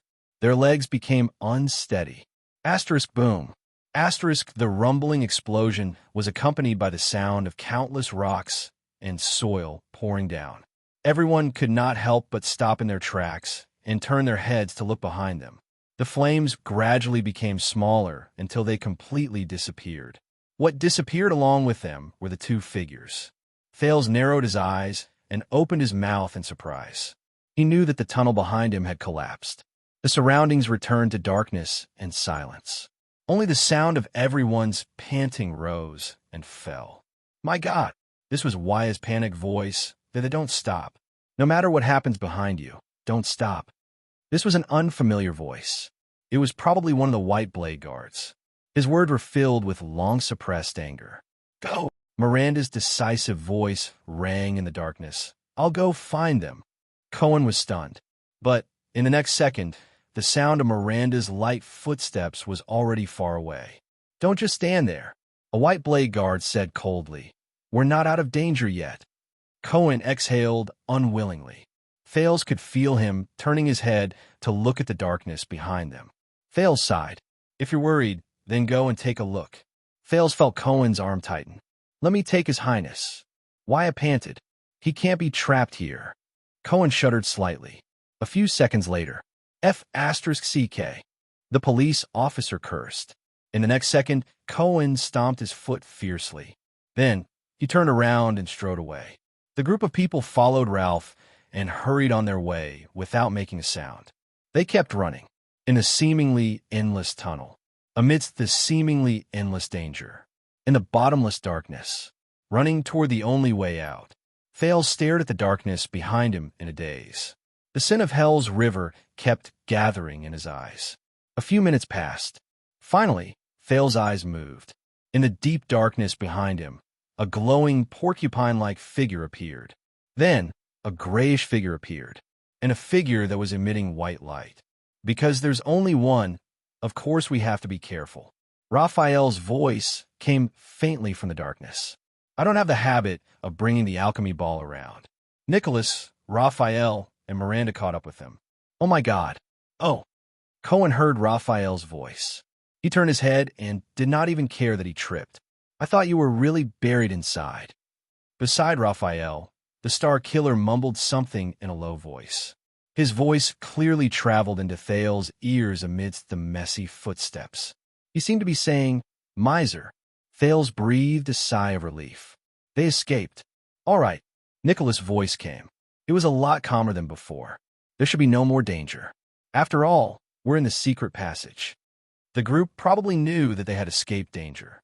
Their footsteps slowed down and they started walking. Thales and Little Rascal were put down. Fales leaned against the wall and subconsciously patted his chest. His mind was blank. He felt that he had passed another obstacle. Speaking of which, Cohen's puzzled voice came from the darkness. "Why don't you light a fire?" The police officer said impatiently. "Do you have to run like a blind man? The ventilation here isn't very good," Nicholas said flatly. "If you want to suffocate to death, of course you can." Cohen immediately fell silent. "Right." In the darkness, Waya leaned against the wall and panted slightly. "Isn't this gatehouse the line of defense to protect Heroic Spirit Palace? How can there be a secret passage to sneak in?" The tunnel was silent for a moment. During the Third Peninsular War, Nicholas' voice came leisurely. The Night Wing King occupied the other districts. Only Axe District, this place, and Heroic Spirit Palace were left. When Heroic Spirit Palace was isolated and helpless, sealed off from all sides, and cut off from supplies, this was the last chance of survival the Northlanders dug out. "Phew," Cohen exhaled. His tone was filled with the joy of escaping from a great disaster. "Thank you, Night Wing King. You're so great." Everyone fell silent. Even if he could not see, Cohen could feel the Northlanders' murderous gazes in that instant. The sound of Miranda's elbow came from the darkness, and Cohen's pained cry. I was just..." A few seconds later, the police officer's awkward voice rose. "Just kidding. After the war, this secret passage became top secret. Even the secret room had to be kept a secret." Nicholas snorted in disdain. Only the commanders of the White Blade Guards of every generation knew about it. In the darkness, the Constellation's footsteps suddenly came to a halt. Even the White Blade Guards stopped in their tracks. Fales was stunned. "Wait." The prince raised his head and looked at the needle-like figure in his field of vision. His tone was full of surprise and bewilderment. "Are you talking about the commanders of the White Blade Guards of every generation?" Nicholas said nonchalantly. "Yes, what's wrong?" Cohen sucked in a cold breath. Miranda, on the other hand, sighed. "The commanders of every generation." Fales exhaled in pain. "Was the commander before you also considered the previous generation?" Nicholas' breathing instantly froze. Raphael sensed that something was wrong. His questioning voice rose behind him. "Is there a problem?" Fales turned his head. With the vision given to him by the sin of Hell's River, he looked at the front of the tunnel. It was pitch black in front of them. It was their only way out. "Yes." In the darkness, Fales said weakly, and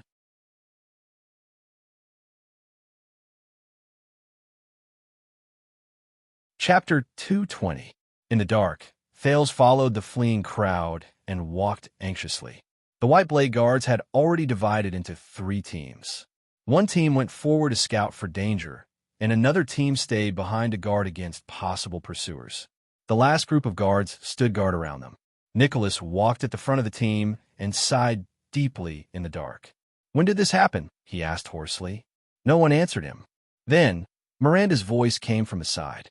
"If I had to guess," the swordswoman said flatly, "it was from the beginning." Nicholas was silent for a second. He might have just been tricked, the current commander of the White Blade Guards said dejectedly. Black Sand region fabricated information about the disaster swords and passed it to Castellan." Fales exhaled. He felt the mental exhaustion begin to attack him again. "No matter what lies ahead, please hurry up and end it." "Enough," the impatient Cohen replied to the Star Killer. He walked at the back of the team, and his voice was a little loud. "Your hypocritical former boss personally appeared to deal with us," the police officer said mockingly. "He hid among the soldiers of Black Sand region and knocked me down with 2 punches. Then you should feel honored." Nicholas raised his head abruptly. Suppressing his anger, he said coldly in the dark, "Not everyone is qualified to take 2 punches from Castellan." Cohen furrowed his brows and was about to retort, but Raphael interrupted him. Raphael narrowed his eyes. To be able to persuade the ground shaker to help. Now we know how they quietly and effortlessly deceived us into opening the gatehouse. Nicholas lowered his head and did not speak. No one saw that at that moment. His eyes were filled with complicated emotions. Fales thought of something. Wait, if Castellan knew about this secret passage from the beginning, the prince muttered in the team. Then how did you still have the chance to sneak in? Nicholas raised his head, but the person who answered was Cohen. Maybe you wanted to wait for all the white blade guards to arrive, the police officer said through gritted teeth, then finish us off again. The others did not speak. The atmosphere became very oppressive. Look, they were guarding us. First, they waited for the secret intelligence department, then the white blade guards. Before Cohen finished speaking, he said indignantly, besieging the enemy and attacking the reinforcements. Is there a more vivid tactical example than this? Nicholas punched the wall fiercely. Bang! A muffled sound rang out. Even in the darkness, everyone looked at him. The Star Killer raised his head and exhaled. Nicholas' gaze turned cold again. Go to hell, Caslin, the Star Killer said coldly. Raphael snorted softly, his meaning unclear. At this moment, perhaps outside of the debate, Thale's voice cut in abruptly. There was a hint of fatigue in his voice. What should we do? The second prince said quietly, if this is the only exit of the secret passage. Nicholas clenched his fists lightly. The Star Killer suddenly laughed. We don't have a choice, he said softly, don't we? Therefore, the group of people could only continue to walk on the secret passage in a strange atmosphere, waiting for the unknown dangers on the road ahead, walking towards the equally mysterious exit. Thale sighed softly, but at this moment, he could only abandon all distracting thoughts and focus on moving forward with the team. Another child's figure moved to his side. A soft and gentle voice traveled into his ears. Thales, I can't escape, can I? Little Rascal's expression could not be seen in the darkness, but Thales could hear the sadness and despair in her voice. Thales sighed. He was already annoyed. Right now, he was not in the mood to comfort the little girl. Don't worry, Thales said absent-mindedly. Even if there's an ambush ahead, we'll definitely find a way to escape. But Little Rascal's voice suddenly grew louder. No, she seemed to be a little agitated. Thales was slightly stunned. I'm not talking about that. She panted in the darkness, her voice terrified. I mean, they all found me. I can't escape. I can't leave. Little Rascal's reaction even made Nicholas and the others, who were talking on the other side, involuntarily look at her. It was only then that Thales realized what Little Rascal was talking about. She means... Thales moved closer to Little Rascal.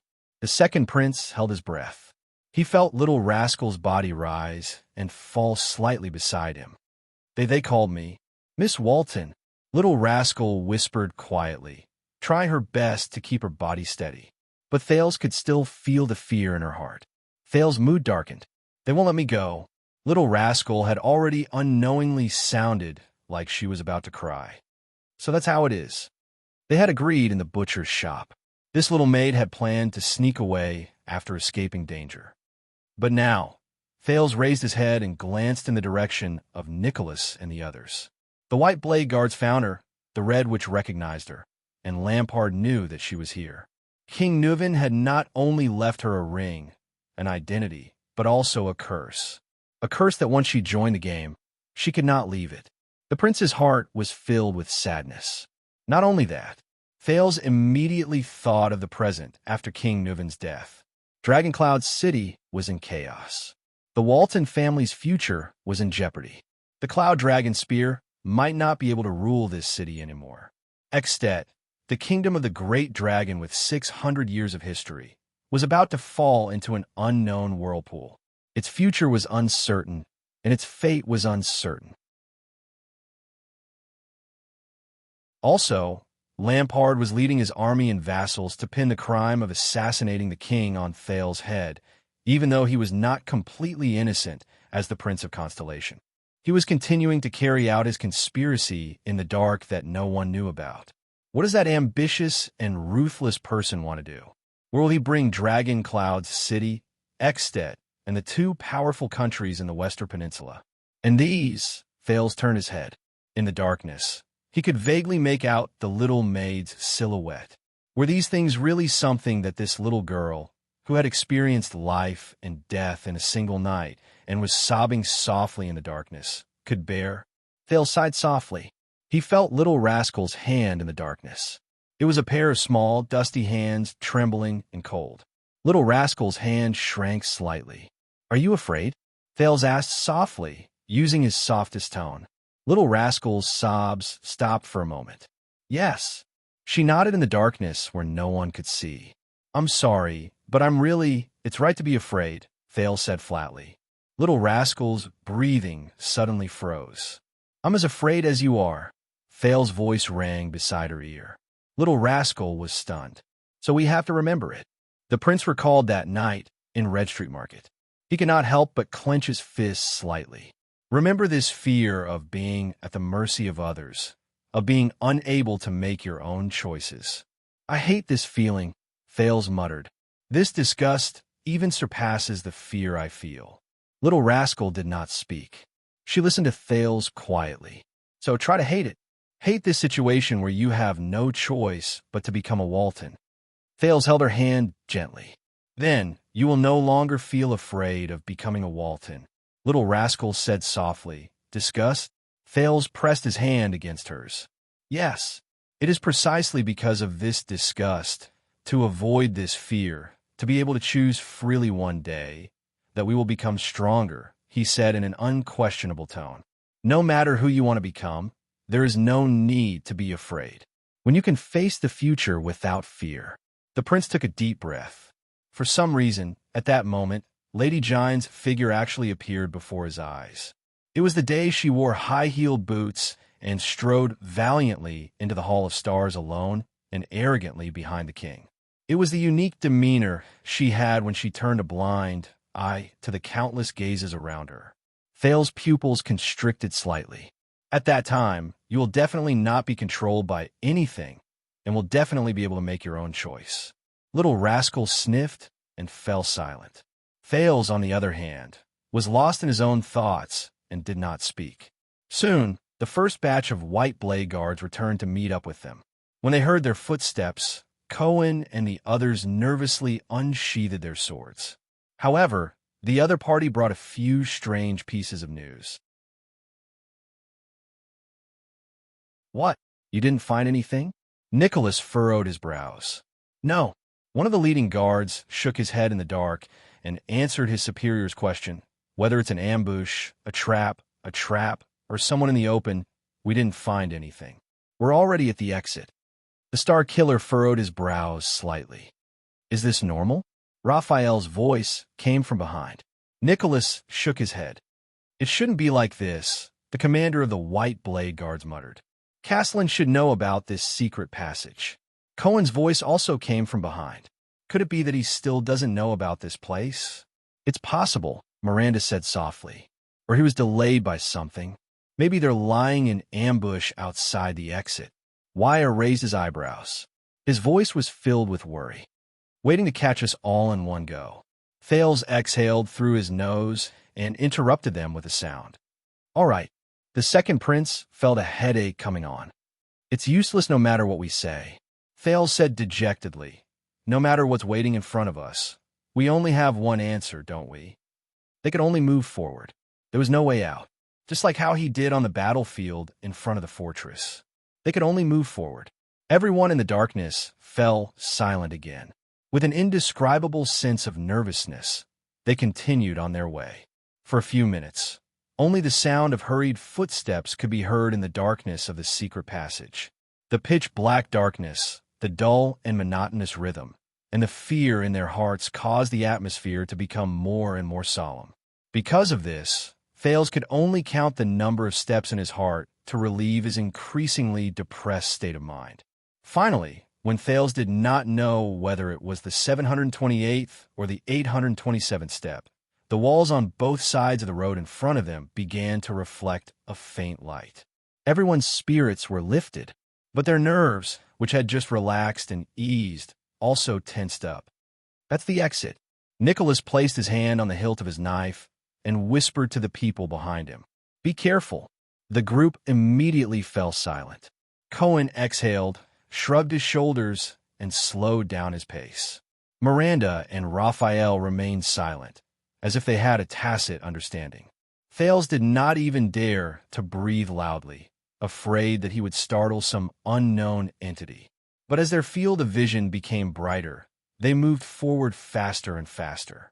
As they gradually approached the exit, the light in front of them grew brighter. Then, the exit appeared clearly in front of them. At the end of the dark tunnel, there was a hole that emitted a piercing white light. Nicholas sighed. Everyone's nerves also relaxed. It was not because of safety, but because they had been in a dark and oppressive environment for a long time. Even their minds had become abnormal. So, the moment they saw the exit, they felt as if the thing they had been anxiously waiting for had finally come to an end. Even though this is not a good outcome, a silhouette stood at the exit quietly. Thales' heart sank. "Is it the person who will receive us?" he asked softly. "Of course not." Nicholas shook his head. He no longer lowered his voice. "He's not stupid enough to stand at the hole." The Star Killer's expression became very calm. He seemed a little relieved. Cohen sighed. The white blade guards quietly spread out and protected Little Rascal's surroundings. Miranda pressed her hand on the hilt of her sword and opened her mouth slightly. "Are you ready to fight?" Raphael narrowed his eyes. "Did you see who that was?" I couldn't see his face clearly. The corners of Miranda's lips curled up slightly. "But that figure is too familiar." Cohen frowned. "Familiar? You mean Croche?" Nicholas ignored the argument behind him. He gestured to the people behind him and strode forward alone. He walked towards that figure. The figure turned his head slightly. Light shone on his face. When everyone saw the person's face clearly, they were suddenly shocked. That was not the ground shaker, not Caslin. "We meet again." Nicholas walked 10 steps away from the person and sighed softly. Madame Calchon. In front of him, the Red Witch smiled slightly and nodded amiably as usual. Thales stared in disbelief at the Red Witch who appeared before him again. He turned his head to look behind him, then turned back to look at Calchon.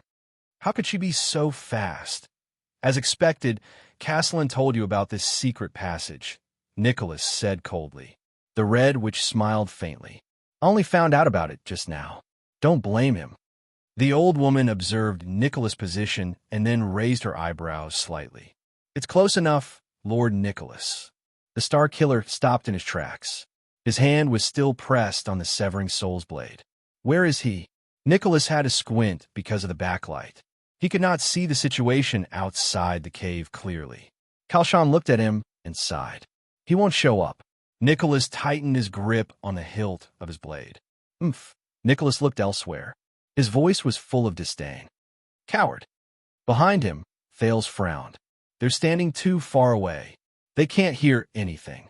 He tried to activate the sin of Hell's River, but he had used up too much of his power of eradication while searching for the way in the secret passage. He called out a few times, but the sin of Hell's River did not respond. Miranda had a strange look on her face. Why is it only the Red Witch? Maybe it's an old trick. Cohen shielded Thales' side tightly and looked around suspiciously. That big guy with the blade might be hiding in some gutter, planning to suddenly jump out like the last time. "Be on guard," Raphael said calmly. "This time, we don't have backup." "Hey," Wyatt said softly. "When will they start fighting?" Thales watched the two of them talking. His heart was heavy. "We'll find out." Nicholas' gaze returned to Calchon. "What about you? Where's Tolja?" The Star Killer sized up Calchon and estimated the distance between them. He said coldly, "Where's your ambush?" The Red Witch sighed slowly. "Outside." Calchon nodded and bowed slightly. "Archers you can't imagine are lying in ambush in the most tricky corners. They're all good snipers and assassins in the secret room. As for Black Sand region, I didn't plan to let them participate in this hunt." Nicholas' pupils shrank slightly. He hated this feeling. It was the feeling of being locked down on the battlefield. His eyes gradually got used to the light. He looked through the hole and saw the scene outside. It was still empty. Nicholas looked back into the Red Witch's eyes. His pale face moved slightly. "Aren't you afraid that I'll hold you hostage again?" Calchon flashed a friendly smile. "Oh, I'm prepared this time. I'm afraid you won't have it so easy." The uneasiness in Nicholas' heart grew stronger. He fixed his gaze on the old woman and did not speak again. Then what are you waiting for? The Star Killer said coldly. Do it. Or do you think that as long as you block this place, we'll surrender obediently? But to his surprise, Kalshan shook her head. Of course not. I do have all the advantages, the red which said flatly. But that's not what I want. Pointless violence and death won't help. We haven't finished talking either. It's only a conversation between the White Blade guards and the secret room. It's only between the blade and wing. Nicholas was slightly startled.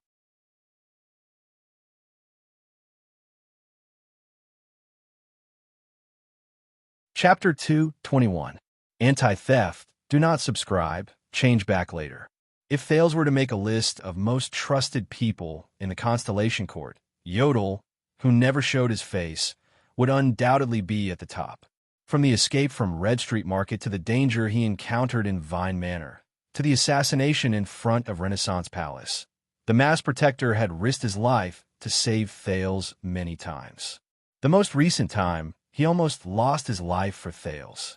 Not only that, the Mass Protector was the only person in the Constellation Court who knew his identity as a calamity and still kept a secret. Thales especially cherished this. But now, when he heard Yodel's name in the Kingdom of the Great Dragon, Thales realized that he knew very little about this mysterious secret protector of the royal family. He knew nothing about him, whether it was his appearance, age, background, personality, or experience. He could not help but be ashamed to admit that Yodel was more like a familiar stranger to him. Yodel had sacrificed a lot for him, but he had never cared about his condition. No, there is. Thales thought. Gilbert told me that Yodel and the 5 war generals of Ekstedt have a deep grudge. For example, he stabbed the Fire Knight of Black Sand region, Tolja, in the back. This was also the reason why he could not come to Ekstedt. And now, a roar of laughter came from the other side of the hall. It seemed like a dozen Northland nobles were playing some game. Thales then turned his attention back to the kind old woman in front of him. This old woman from Ekstedt claimed that she was Yodel's. Thales sized up the old woman named Kalshan, trying hard to find similarities between the two of them other than the fact that they were mysterious. He hesitated and said, Mother, please do not doubt me. At my age, I will not joke about my son. Kalshan smiled and shook her head. Thales nodded awkwardly and looked at Poutre for help. What's going on? Who is this old woman? But Poutre still stared at the old woman with a vigilant expression. He shook his head slightly when Thales glanced at him. I haven't seen him for a long time. I miss him a lot. Kalshan did not seem to care about the exchange between Thales and Poutre. Her eyes were filled with nostalgia and love as she spoke. That child has been a man of few words since he was young. He has a stubborn temper and is clumsy in expressing himself. It is really worrying when he is alone outside. During the days he served the royal family, he must have brought you a lot of trouble. Thales was stunned. Few words. He had a stubborn temper. Poor expression. The silent figure of the masked guard appeared in front of him. What followed was the words Yodel said when he confronted Thales in Mindy's hall and when he mysteriously appeared in the Hall of Stars. You will be better than him. Please do not worry. Thales pursed his lips as he reminisced. I believe that he is very well now. Another uproar came from the noisy hall. 2 guests actually started fighting on the table. Thales suddenly realized that he was subconsciously following Kalshan's words and continuing to speak. He quickly shut his mouth and looked at Kalshan warily. However, the other party still smiled in a friendly manner. I'm relieved to know that he's doing well. Please forgive his shortcomings. After all, as a mother, I still understand my child. Kalshan nodded in relief. Then she sighed and said, Little Yoder has a rare, kind heart. Thales flashed an ugly smile. The scene of Yodel swinging his sword in the dark and taking a person's life appeared before his eyes. Benevolent? He could not help but feel puzzled. Yodel's mother? Why is she in Ekstedt? This old lady. Wait a minute. Old lady? A memory flashed through his mind like lightning. Ah! Thales looked at Kalshan. He shuddered and cried out in surprise. The old woman was still smiling at the second prince of Constellation. Her posture was elegant and her expression was kind. Thales remembered. On the day he left Eternal Star City and set off for Ekstedt, the king and suzerains came to see him off. The last person who came forward to talk to him was a terrifying old man dressed in black and holding a cane. When you reach Ekstedt, please help this old man pass a message to an old woman. You will know when you see her. Don't tell me you are. Thales widened his eyes. Kalshan was still smiling kindly. I'm sorry, but seniors seem to have mentioned something related to you. Thales realized that he had lost his composure and said embarrassedly, You know, senior, the old woman. Kalshan's smile became even brighter. Let me guess, is it a sinister old man who likes to hide in the dark and wears black all day long? I heard that he has started using a cane in recent years. Thales frowned. Do you know Murat? His vigilance was immediately raised to the highest. A person who could be specially mentioned by the head of the Secret Intelligence Department. Other than dangerous, he really can't think of any other adjective. Hearing the Black Prophet's name, Poutre frowned and looked at his prince. I can imagine how you feel, Your Highness. Kalshan smiled. I think knowing him is not something to be happy about, is it? Thales had an answer. Maybe Murat is reminding and warning me. The second prince sighed. He said, if I meet an old woman in Ekstedt who takes the initiative to come up to me, I'm sorry, these are Murat's exact words. It's okay. That old man looks polite, but he doesn't know what manners are. Kalshan shook her head nonchalantly, and the wrinkles on her face smoothed out. Heartbreakers are best at provoking people's hearts. I won't fall for it. Heartbreaker? Thales opened his mouth slightly in surprise, then tried his best to close it. There's a lot of information contained in this sentence. He tilted his head and said awkwardly, in fact, the Black Prophet, Lord Murat Hansen, asked me to bring you a message. He actually asked the prince to bring me a message. Kalshan raised her eyebrows. Under her narrowed eyelids, a pair of smiling eyes were revealed. I'm really looking forward to it, Your Highness. Thales only felt that the old woman's kind smile in front of him gave him a lot of pressure, compared to the overbearing, almost tangible pressure he felt when he faced the Black Prophet. This Granny Kalshan revealed information that made him frown with a gentle and friendly attitude. It really made him feel awkward and helpless, and he did not know how to defend himself. He said, Thales laughed dryly. Don't cross the line. As soon as he finished speaking, Thales suddenly realized that the old woman in front of him revealed a strange expression. Don't cross the line. Kalshan closed her eyes and took a deep breath. She sighed and lowered her head. Her expression was complicated and indecipherable. She murmured faintly, So what? Before the puzzled Thales could react, Kalshan put away her reminiscence and smiled again. You're in a difficult situation now, Your Highness. You're struggling to survive in the gap between Constellation and the Dragon, and you're also struggling to stay afloat in the maelstrom between the king and the Archduke. Kalshan sized up Thales with a gentle gaze. But please believe me, compared to Murat, these are not worth mentioning. The next moment, under Thales and Poutre's puzzled expressions, the old woman nodded gracefully and turned to leave. Thank you for your time. Thales retracted his gaze from the old woman's slowly departing figure. He could not help but notice that all the nobles, servants, and guards on the old woman's path bowed respectfully to her and made way for her. Thales frowned. He could roughly guess the other party's identity. Oh my God, Waya exclaimed softly behind them. I just saw the Red Witch. Thales turned his head and looked at his attendant. I'm sorry, I thought they all. Waya's face was full of surprise. You know, they don't easily appear in front of people. Them. Thales exhaled and helplessly grabbed a piece of butter bread. So my guess was right. That Granny Kalshan, she is... That's right, Poutre replied with a solemn expression, using the bardic poem he was good at. The stars shine, and the dim places are pitch black. The great dragon soars in the sky, and the shadows under its wings are endless. Thales and Waya looked at the Bard Vice diplomat together. That lady is a terrifying figure who is as famous as the Black Prophet of the kingdom's secret intelligence department. Poutre's eyes were filled with fierceness as he said softly, She is the person with the highest authority in Extet's secret room, the Red Witch Kalshan. Thales, who had a huge headache, rolled his eyes. To be able to establish a foothold in Extet's palace as a woman and let people call her the evil witch legend. Be careful, Your Highness. She's definitely not just here to watch the show. You may not believe me when I say this, but after I saw that lady, Thales put the bread into his mouth dejectedly and looked at the two Northlanders who were fighting fiercely with their bare fists in the distance. He said listlessly, I miss Murat so much now. Also, who is Yodel? Portray looked at Thales doubtfully. Does he serve the royal family? This, a royal secret. Thales picked up an iron fork and stabbed it into the onion in front of him.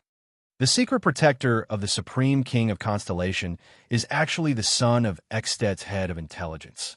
Sigh, another bottomless pit of gossip. In this banquet specially organized for the Prince of Constellation's arrival and the gathering of the 5 archdukes, the Prince of Constellation, as the one being welcomed in name, was undoubtedly neglected. Fortunately, nothing troublesome happened. Some Northland nobles who were here to watch the show would occasionally come up to greet him, and Thales could also return their greetings appropriately under Putray's advice. It was not as if there were no drunkards who came up to provoke him, but Lord Merk could always mobilize his men at the right time and drag away waves of drunkards.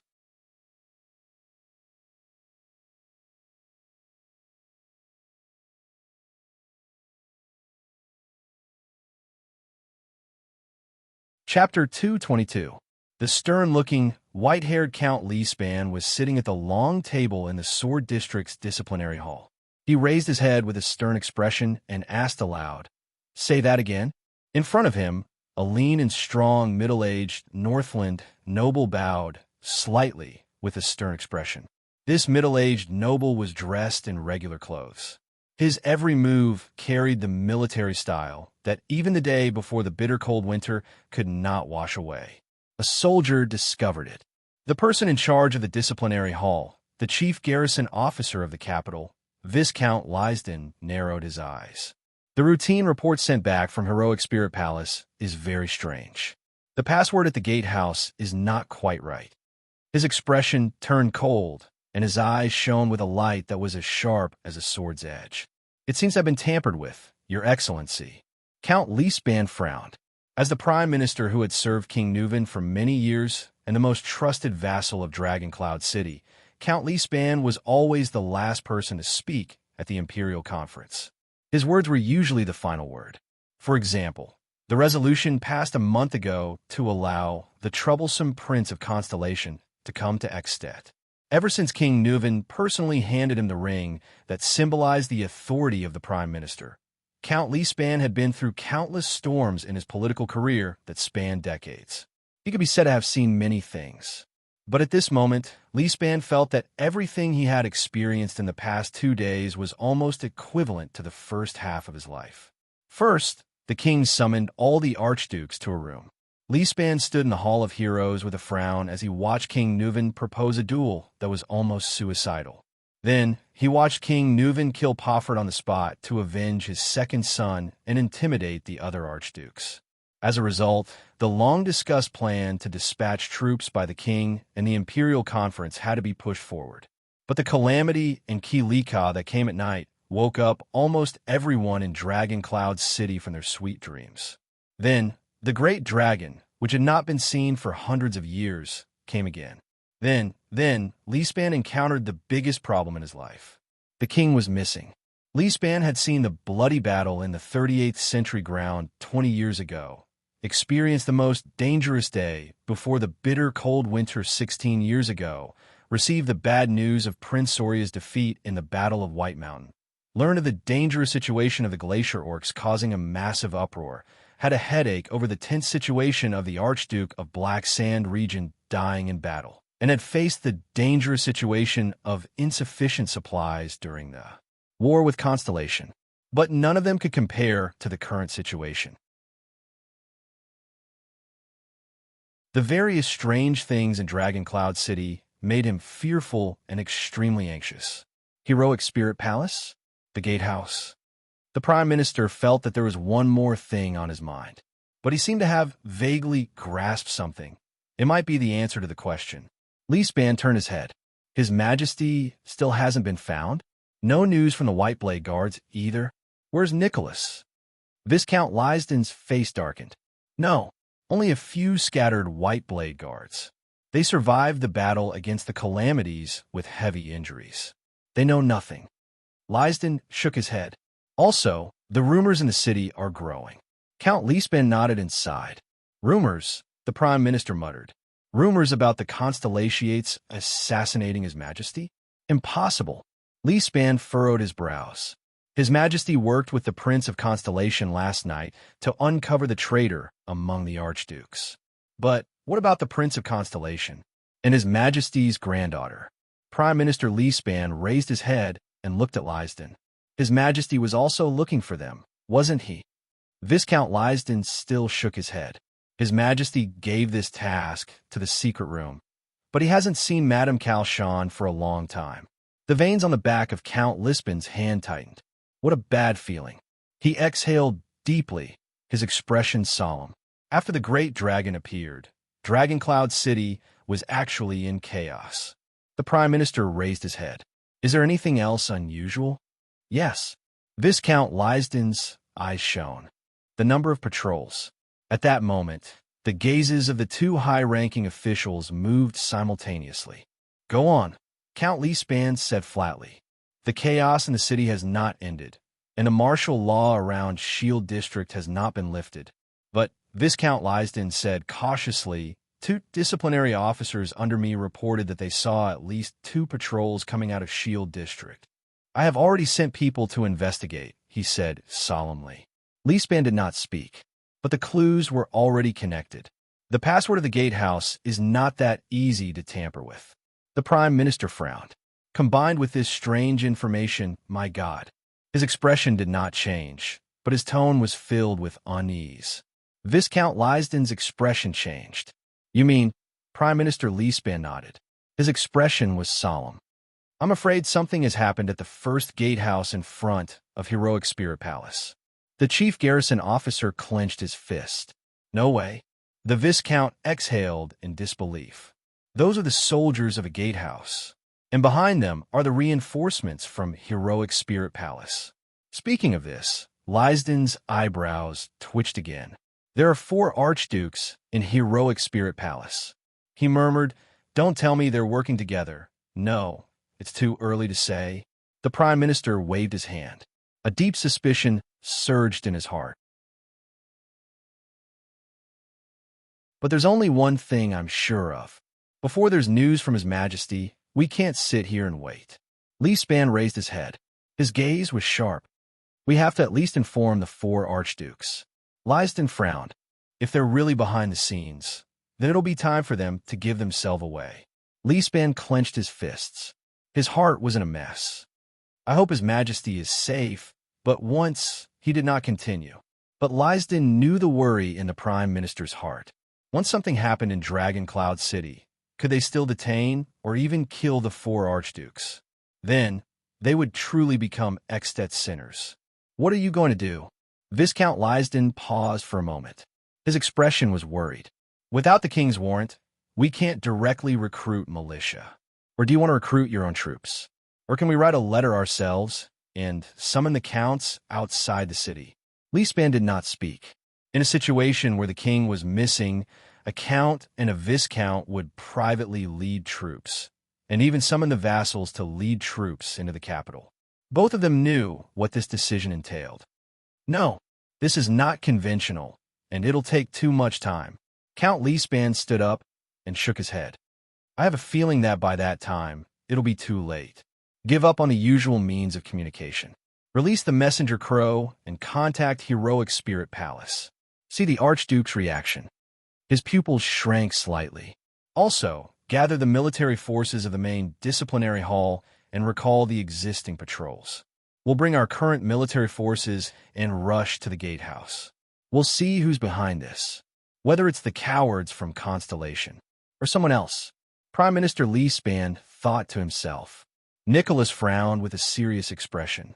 Calchon, on the other hand, flashed a gentle smile again. Thales, on the other hand, looked puzzled. In the next second, the Red Witch leaned forward and whispered something in Nicholas' ear. That's strange. Her voice was too soft. Thales frowned. The Red Witch was speaking in a whisper, and he could not hear her clearly. But this did not stop him from seeing Nicholas' back suddenly tremble. His guarantee, is it? Calshin's voice was intermittent. Thales felt as if there were countless ants crawling over his heart. This feeling of only listening to half of what she said. It's really annoying. Nicholas froze for a moment. Then, the Star Killer sighed and leaned over to the Red Witch's ear. He also whispered something in her ear. He still has blood, Thales sighed. He still did not hear anything. Compared to Thales, who could eavesdrop, the people standing a distance away from the two felt anxious. They watched anxiously, but did not dare to act rashly. Are they going to drink?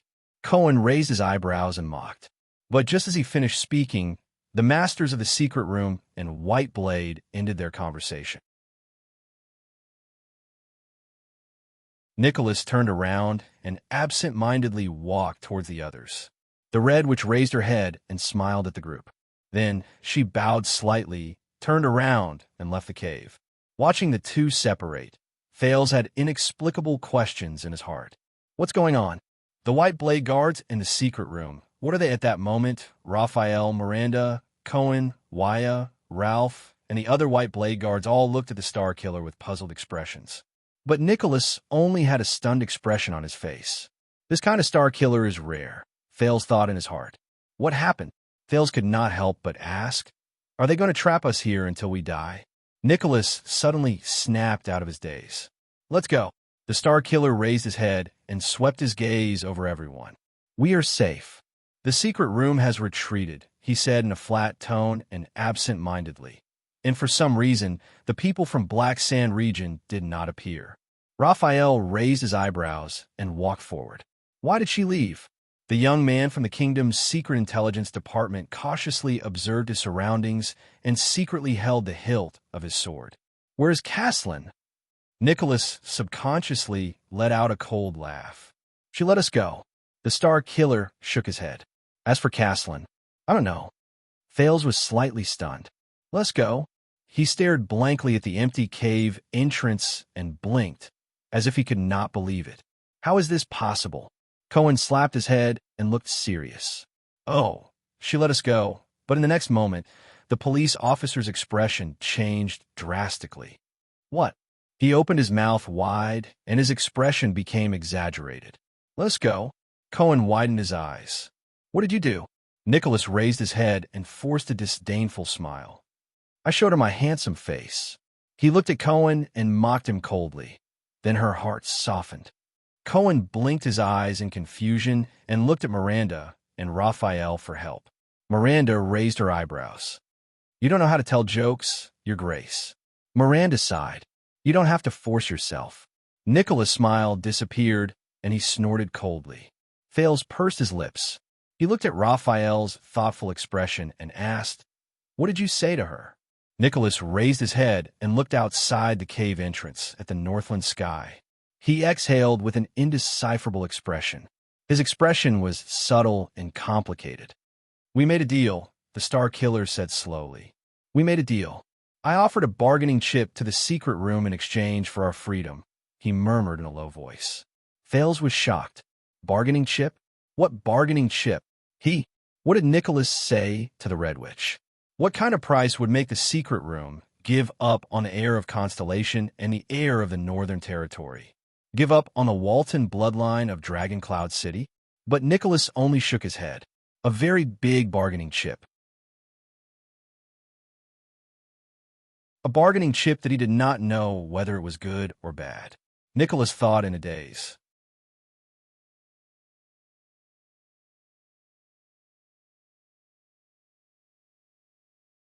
Chapter 223.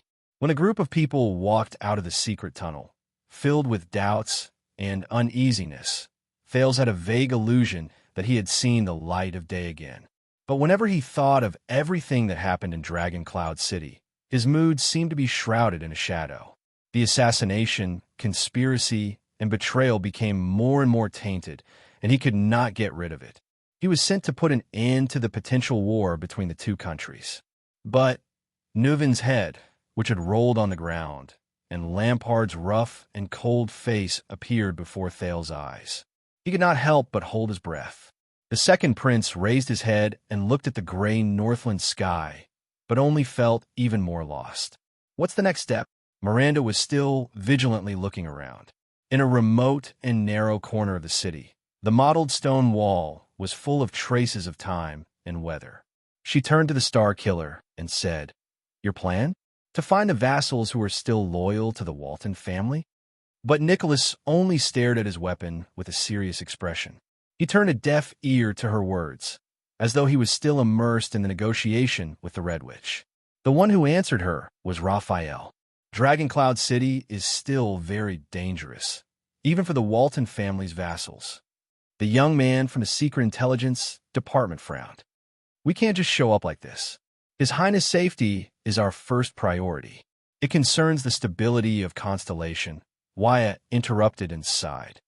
"Right now, all the Northlanders in Dragoncloud City are looking for him. In a few days, all of Extet might join in. We're such a large group of people." Thales sighed. Ralph patted his shoulder. The latter shook his head at Wyatt with a stern gaze. Wyatt did not continue, but he still glanced at the white blade guards. His face was filled with deep worry. Thales felt many gazes on him, intentionally or unintentionally. He understood what Wyatt meant. These white blade guards were Northlanders after all. Maybe they had a common enemy. Maybe their goals and interests were temporarily the same, but they were not on his side after all. Getting out of trouble and finding a chance to part ways with them. This was the safest thing to do. The common crisis made the Constellations and Northlanders temporarily work together. But after escaping danger, the tension of hostility seemed to have returned. It could be seen from their clear formation. And the reason the white blade guards are here. Thales turned his head and met Little Rascal's gaze. It was a pair of confused and nervous eyes that didn't know what to do. Thales was momentarily stunned. The silent Nicholas seemed to have finally snapped out of his daze. He raised his head, narrowed his eyes, and looked forward. "We'll think about these things after we've settled down." The Star Killer exhaled a long breath. "The people who will receive us will be here soon. Let's go to the shelter first." Thales frowned. "Shelter? From the moment we arrived, this city has had a lot of opinions about the prince." Cohen also revealed a puzzled expression. "Not to mention, after such a major incident, who can still protect us in Dragoncloud City?" Raphael shook his head, his expression deep. "For some existences, no matter how big the matter is, it's just a dispute between mortals." Thales was instantly stunned. The next moment, a sturdy figure appeared at the corner ahead. The group immediately entered a state of alert. But Nicholas waved his hand and asked them to remove their guard. "We're on the same side," the Star Killer said briefly, then glanced at the newcomer with a complicated expression. It was a burly man with a crew cut. Thales couldn't help but narrow his eyes, trying to see who it was. "That person seems a little familiar." Thales' heart skipped a beat. Shock and astonishment surged in his heart. "Merc!" The prince looked at the newcomer and could not help but call out his name in great shock and bewilderment. "Lord Merc." The newcomer's expression froze slightly. The former king's administrator of Dragoncloud City, the criminal exiled by King Nuven himself in the Hall of Heroes.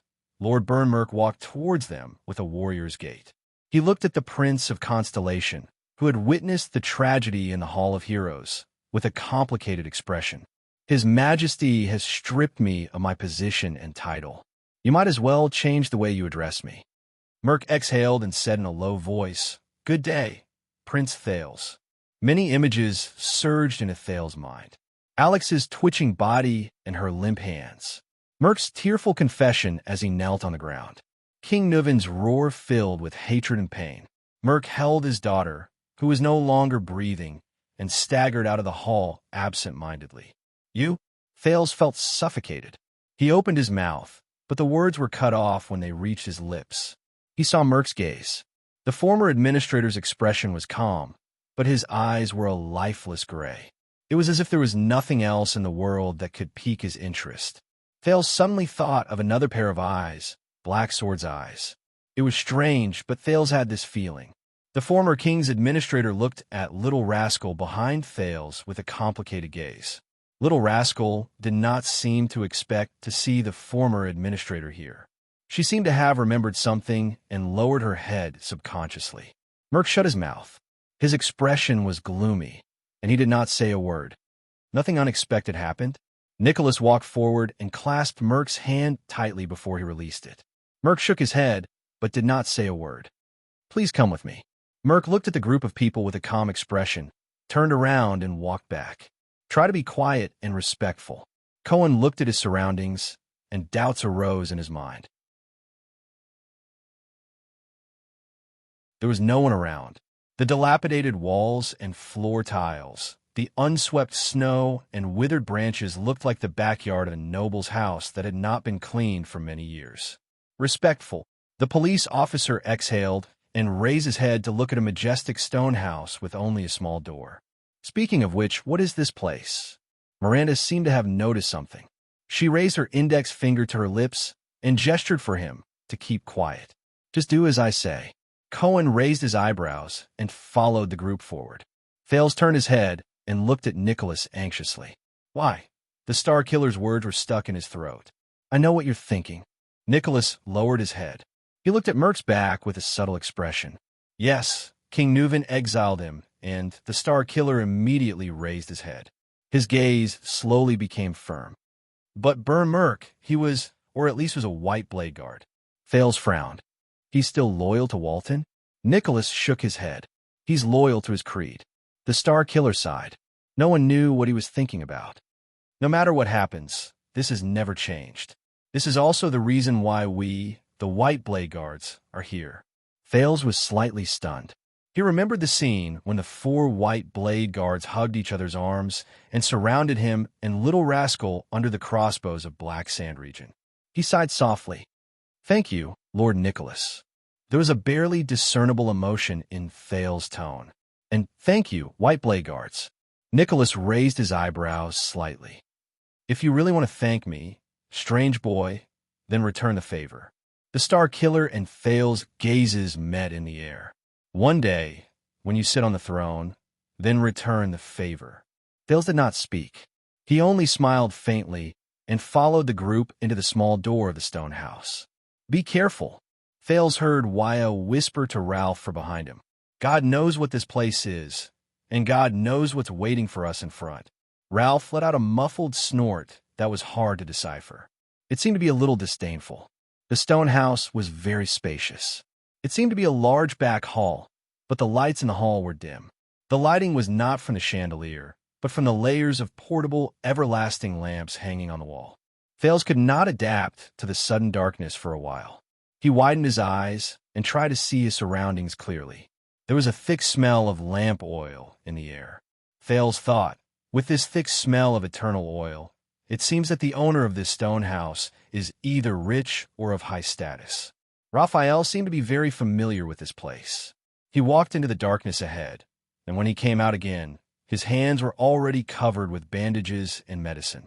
He casually tossed one of the rolls of bandages to the puzzled Cohen and carefully handed a bottle of medicine to the stunned Miranda. "Treat your wounds and recover as soon as possible." Raphael pointed at the wound on Cohen's body, which was tightened with his power of eradication. His expression was solemn. "Our battle is not over yet. This is this sanctuary? What is this place?" Wyan narrowed his eyes and looked at the stone walls and floor tiles around him. His hand was still firmly on the hilt of his sword. "Wait, I think I've seen buildings of this style before." At this moment, 2 figures appeared in the darkness ahead. "Your Highness!" A younger figure walked forward quickly. There was a smile on his face, and his voice was filled with uncontrollable excitement. "Thank you, gods, for your safe return." Thales was stunned. "You are Willow?" It was the new recruit they brought with them at Broken Dragon Fortress. The one who was almost hanged as a deserter. "Your Highness, you..." The other figure, who was slightly more mature, sighed in relief. I knew it. The veteran Jinnid stared at Thales with a complicated gaze. I knew it. Thales looked at the two familiar people in the Constellation Diplomat group and felt as if a shackle had been lifted from his heart. You. Thales looked at the group and thought of something. Where are the others? As soon as he finished speaking, another familiar voice came from the darkness ahead. Looks like everything went smoothly. Thales' heart trembled. He immediately blurted out, Portray? Under everyone's gazes, the experienced and knowledgeable vice diplomat of the Constellation Diplomat Group, Lord Nemain Portray, came before them. The thin man still held his pipe in his hand. He seemed very calm, but even though his pipe was filled with tobacco, it was not lit. Your Highness, Portray flashed a faint smile, but there was a hint of gratification in his tone. I'm very happy to see you return safely. Thales stared at his vice diplomat quietly. A few seconds later, he flashed a smile and exhaled. I'm also very happy to see you safe and sound. The prince let down his guard and said with a smile, Your Excellency. Portray nodded and turned to look at the young man from the Secret Intelligence Department. Were there any accidents in the gatehouse? The vice diplomat asked faintly. There were some accidents. Raphael's expression changed slightly, but it settled. Thales thought of something. Portray and the people from the Secret Intelligence Department. They seem to be very close. That's good. Portray looked at Nicholas and Merc and nodded slowly. Thank you for your hard work. Nicholas snorted coldly and turned to leave. Merc, on the other hand, nodded emotionlessly in response. Thales frowned. He's also very close to the White Blade Guards. Try to rest for a while. Portray did not care about the White Blade Guards' indifference. He forced himself to give the prince a meaningful smile. We still have a long journey ahead of us. Thales gave him a deep look and raised his eyebrows. At that moment, he had a lot of things to say and many questions to ask. The calamities, the dragon, Black Sword, Nuvin's death, Lampart's conspiracy, Shadow Shield, the secret room schemes, the strangeness of the Secret Intelligence Department, the secrets of the White Blade Guards. But when these words reached the tip of his tongue, they stopped abruptly and turned into an empty sigh. Thales' expression darkened. Along with nervousness and apprehension, fatigue and drowsiness attacked him again. It's not over yet, right? The prince turned his head with a complicated expression and looked at Little Rascal, who was surrounded by the White Blade Guards. He said dejectedly, This nightmare. Portray looked at him quietly and did not say a word. He could only sigh silently in his heart. It will end, the vice diplomat said flatly. A nightmare is also a dream. At this moment, a young girl dressed in a silver-white robe walked forward slowly. Her expression was solemn and respectful as she bowed slightly to the people of Constellation. Thales was slightly stunned. He saw the pattern on the girl's robe clearly, a crescent moon. The high priestess wants to see him, the girl said softly. Her voice was hollow and seemingly emotionless. Raphael raised his eyebrows. Ooh, the girl did not speak. She only quietly cast her gaze at the crowd. After a full 3 seconds, Thales realized that she was looking at him. Why? Portray frowned. His Highness, the High Priestess' request is God's will. The young girl turned to the side and raised her hand behind her in an inviting manner. Thales was immediately stunned. Perplexed, he asked the people around him, what will it be? Portray pursed his lips. He wanted to say something, but stopped. He seemed a little worried. But even without his explanation, Thales recognized this place. His eyes had already adapted to the dim light. He could barely see the walls on both sides. They were full of murals and reliefs. The direction the girl was pointing at was a huge stone statue surrounded by everlasting lamps. On the stone statue, there was a woman with an indifferent expression.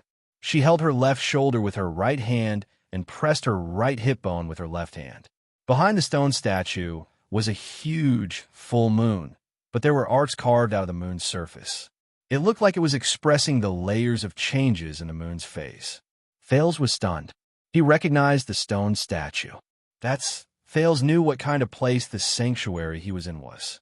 In the next second, Thale's gaze was suddenly attracted by a slim figure under the stone statue. In front of the stone statue, a masked female figure stood quietly. She wore a silver robe, and the robe was embroidered with a crescent moon and a full moon. Just like the bright moon goddess statue, Thales also recognized the woman. It was the woman Thales had met once in the Hall of Heroes. The woman who had witnessed the duel between King Nuvan and Pofrit, the high priestess of Bright Moon Temple, Julholm. She was quietly looking at Thales with a pair of beautiful, emotionless eyes behind her veil.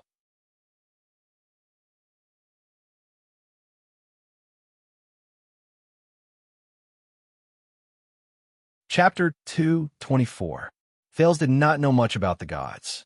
Most of it was limited to the two great temples in Eternal Star City, Sunset and Dark Night. The former's priests were compassionate but overbearing. Yes, these two could appear on the same person at the same time without contradicting each other, while the latter's believers were kind but neurotic. Yes, these two did not contradict each other. At least, this was Thales' perception. But this was his first time in Bright Moon's territory, Northland's Bright Moon Temple. Thales approached High Priestess Holm cautiously with a face full of suspicion. The statue behind the High Priestess was quite awe-inspiring when he looked at it up close, just like Raikaru's statue. On the altar, there were a few everlasting lamps surrounding the statue of the deity, slightly illuminating the dim room. The High Priestess' face was still hidden behind a veil. A pair of clear eyes stared at Thales with a strange color. Her emotions were unclear. Thales felt a little uneasy when he was stared at by those clear eyes. He turned his head subconsciously, only to see Putre, Nicholas, Merc, and the rest retreating to other rooms. Little Rascal was dragged into another room by the white blade guards, occasionally turning her head to look at him.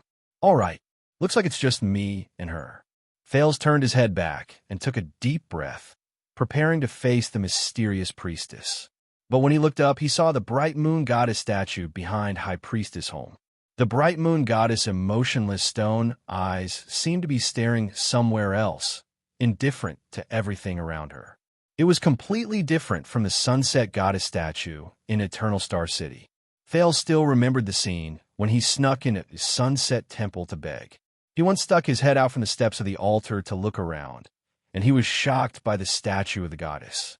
The eyes of the Sunset Goddess seemed to be vigilant all the time, closely watching every person who saw her statue.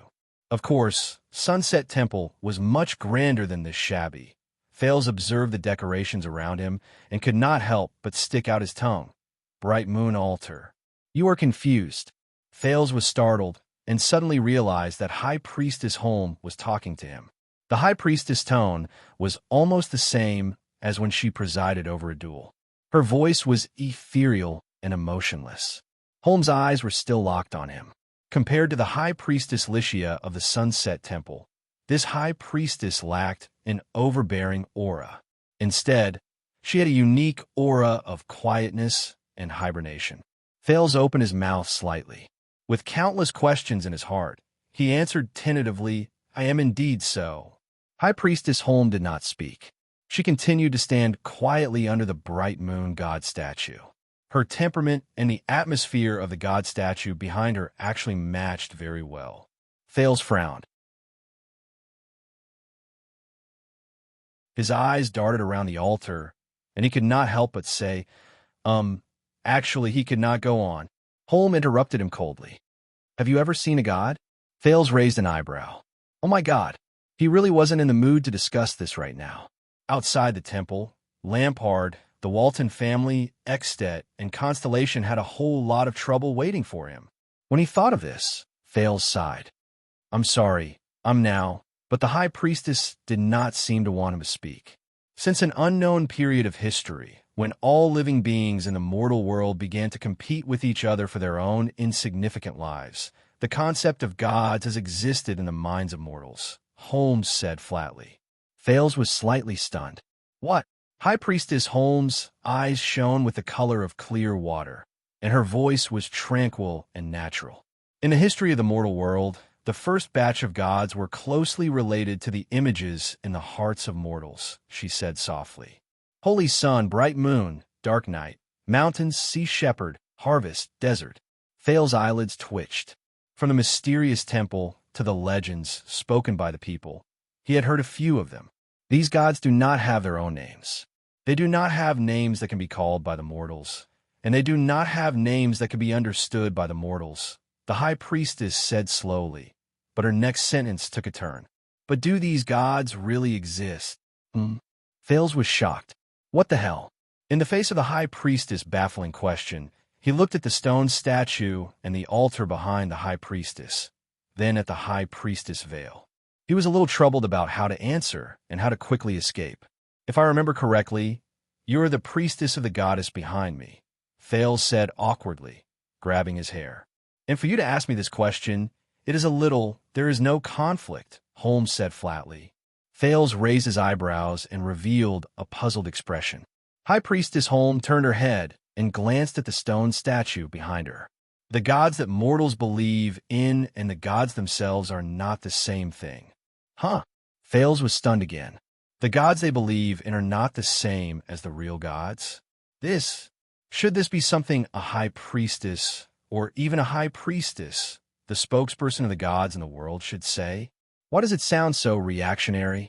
High Priestess Holmes said softly. Have you ever wondered why the bright moon behind me has the image of a human? Thales' eyebrows twitched slightly. He looked at the stone statue behind Holmes. The goddess' expression was still cold and indifferent. Why? He asked involuntarily. Holmes' veil trembled slightly. As she spoke, it vibrated. Do you know the bright god? The bright god? Thales thought of something. Wait, I've heard of this name. Holmes did not let him continue. The supreme god of light, Lo Sophia. The head priestess of the bright moon divine hall said indifferently. She was once the only true god recognized by the entire empire, the creator of the world, the supreme god among gods. It wasn't the earliest recorded god in the mortal world, but it was certainly the most widely spread god among the humans. When the war between the humans and the orcs broke out, its name was sung among the first batch of human believers of the god.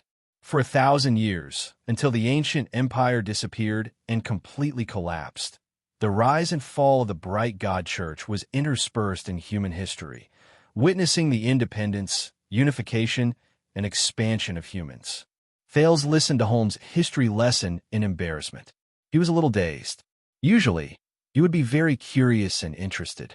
But now, God, is there a better way to politely express something like, I'm hanging up, or I'm going offline face to face? High Priestess Holmes did not seem to care about Thales' embarrassment at all. She only continued to speak. That's why humans look like gods.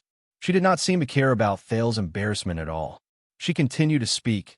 That's why humans look like gods. She lowered her head and looked at Thales. Do you believe it?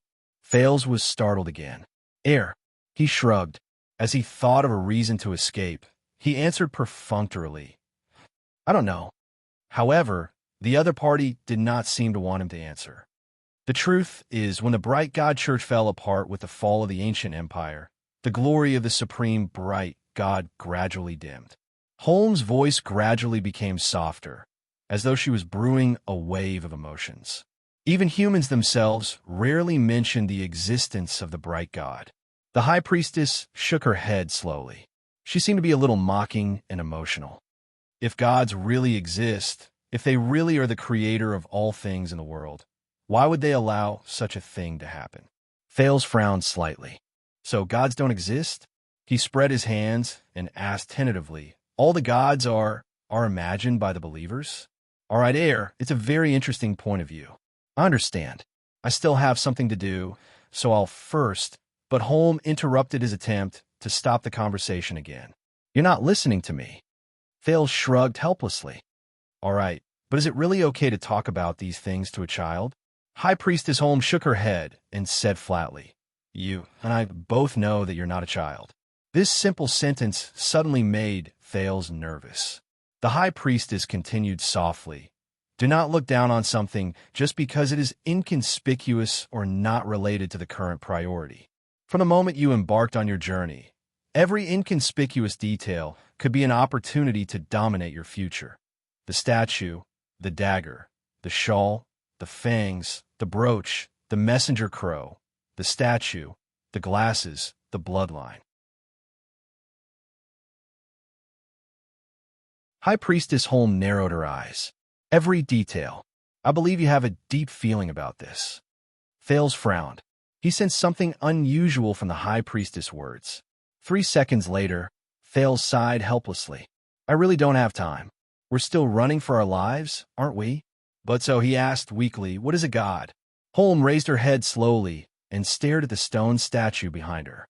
The gods that believers believe in are only their own gods. All right. If I really have to ramble on and on about these things, Thales took a deep breath.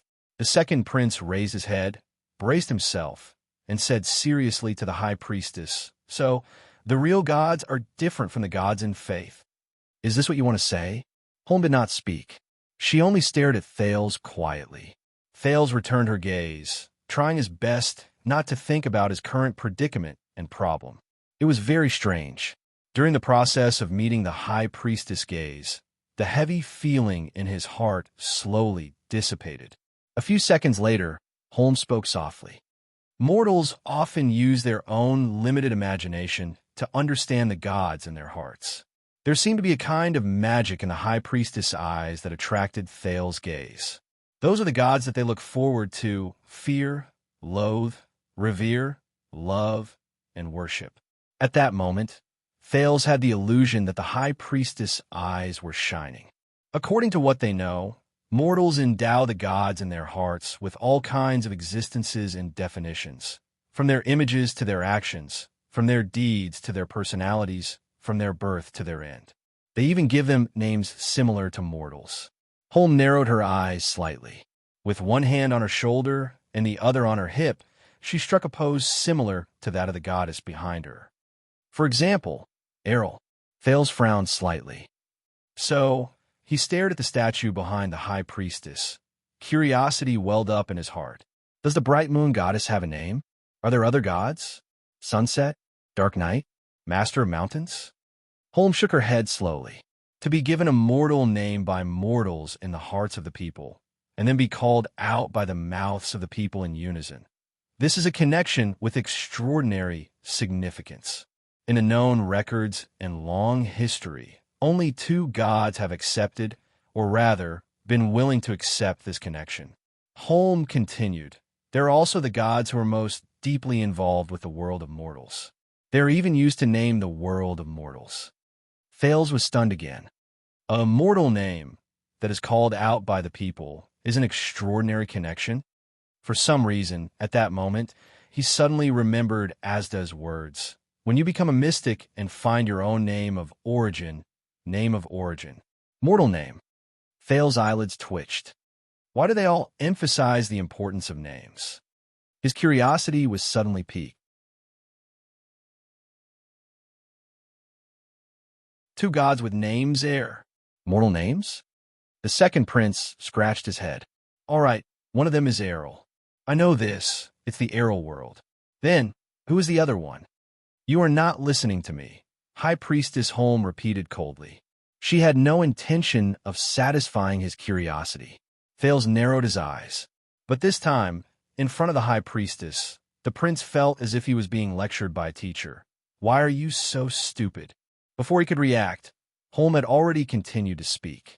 Mortals portray gods in their own image, because that is the scope of what mortals know, the High Priestess said flatly. Faith is born amidst countless feelings of love and hate. People who believe in gods gather in groups, connect with each other, resonate with each other, entrust their hearts to each other. Churches, temples, altars, and rituals are built one after another. Holm raised her hand and gestured at the temples around her. Just like that, formless faith becomes a tangible existence. The communication between the gods and mortals completed the first cycle of reincarnation. Thales furrowed his brows and listened to High Priestess Holm. Why does the bright moon goddess have such an appearance? The high priestess returned to her original topic. It is not because God created humans in her own image, but because the people who believe in her look like this. But perhaps you need to understand. High Priestess Holmes' eyes shone with fierceness. Gods are gods, and faith is faith. The former is in God, and the latter is in humans. Thales thought of something. Wait a minute, you mean? Thales pondered over the high priestess' words and said slowly, so, gods exist independently, and the gods in the believers' hearts are imagined by themselves? Holmes did not answer him directly.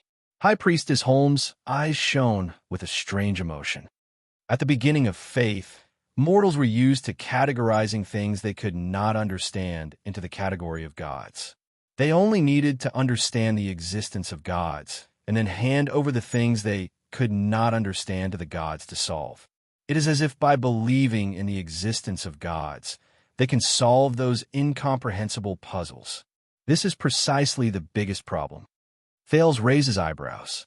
He did not quite understand her intentions. High Priestess Holmes stared straight into Thales' eyes. Gods are obviously things that mortals cannot understand. But mortals think that they understand gods. From the beginning to the end, they believe in gods with shallow thinking and rely on gods to create gods. This is where the contradiction lies. Thales exhaled and shrugged. Are you trying to say that the existence of gods surpasses the understanding of mortals? High Priestess Holmes' veil moved slightly, giving Thales the illusion that she was smiling. Or conversely, the understanding of mortals surpasses the existence of gods. High Priestess Holmes sighed softly. She closed her eyes and said slowly, mortals always judge gods with their own poor thinking. Because of their short lifespans, they imagine gods to be eternal and immortal existences. Because of their weak power, they presume gods to be existences with unparalleled power.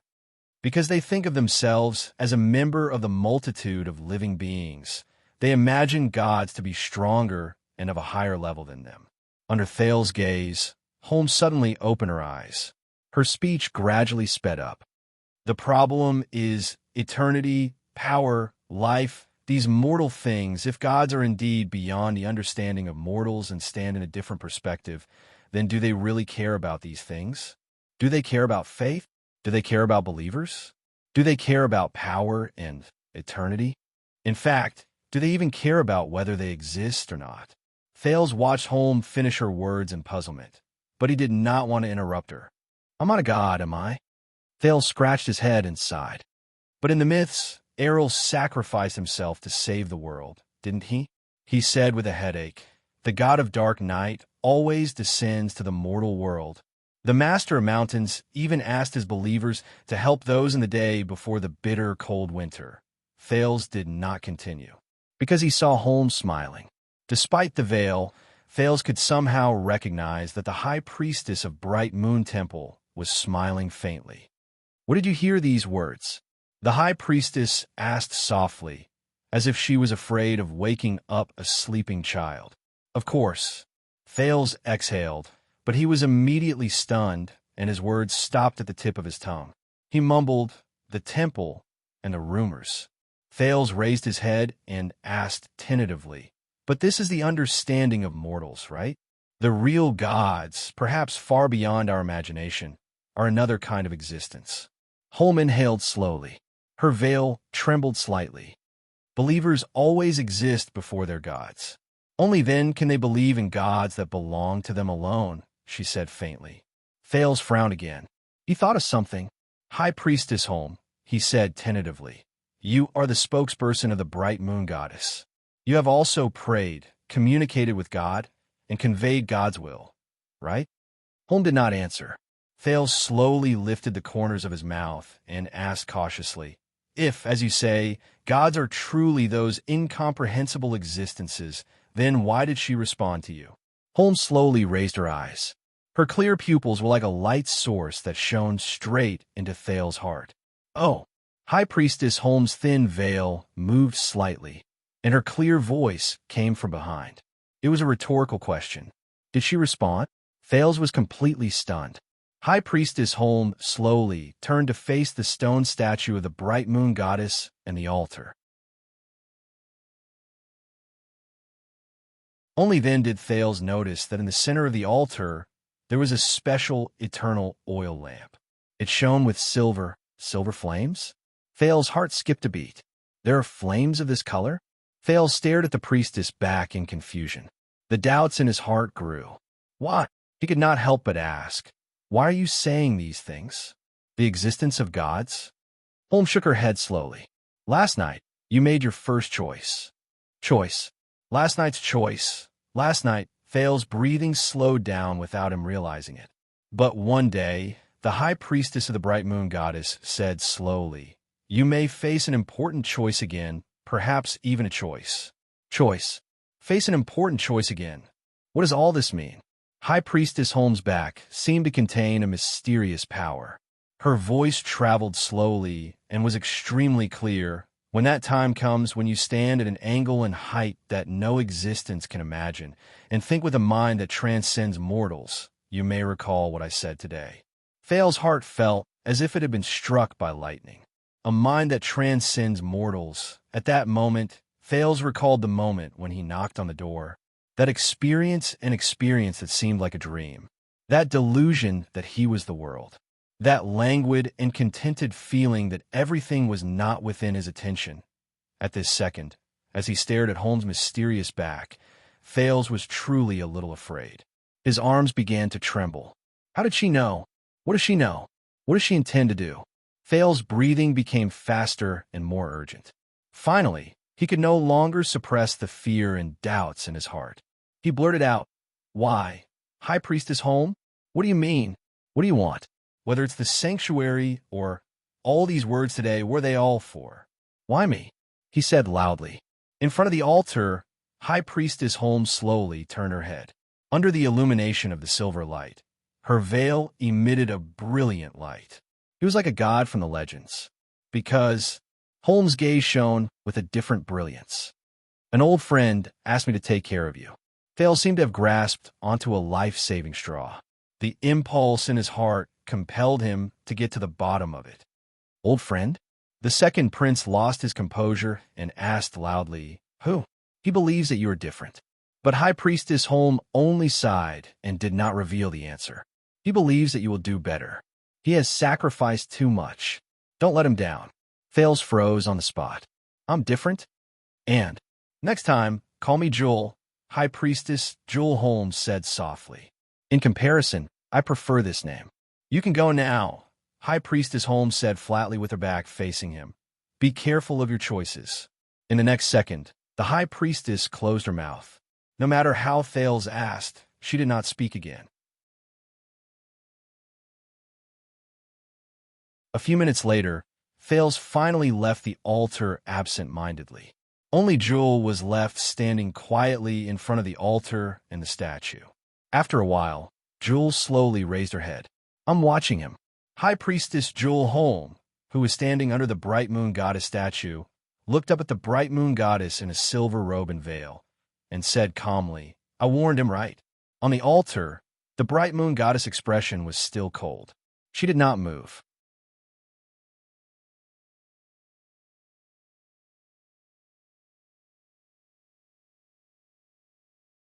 Chapter 225.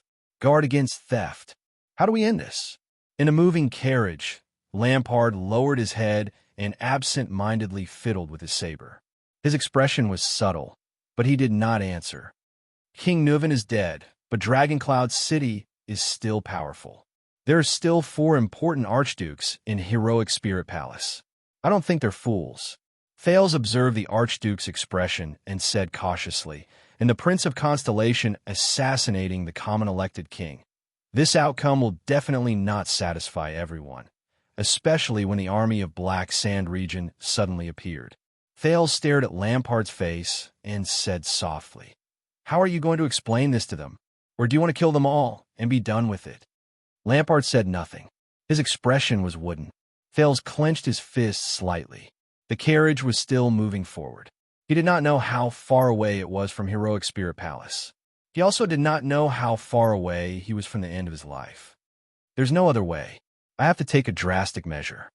Thales took a deep breath and said flatly, "If nothing goes wrong, once the news of Nuvin's death spreads, the King's Selection Congress will be held soon. Do you think you still have a chance?" As expected, Lampard's gaze moved, and he looked at him. Thales suppressed the nervousness in his heart and responded with the calmest expression. "Not to mention that you're Nuvin's enemy and have a terrible reputation for killing your brother," Thales said slowly. "The archdukes will not let you become king." Lampard's gaze was fixed on his sword. "King." The archduke raised his voice and uttered the word in a questioning tone. Then he snorted softly and repeated it sarcastically. "King, you were born in the Jadestar royal family, a descendant of the emperor, the natural, legitimate, and legal ruling family of Constellation," Lampard said faintly. "Of course you don't have such concerns, do you?" Thales' heart skipped a beat. At that moment, he seemed to have grasped something. "Concerns?" he asked naturally. Lampard ignored him. His sharp gaze was still fixed on his old sword. Since Nuvin's grandfather, they viewed Black Sand region as a thorn in their side. At that time, the Walton family had already begun to monopolize the throne of Dragoncloud City. Little Rascal blinked.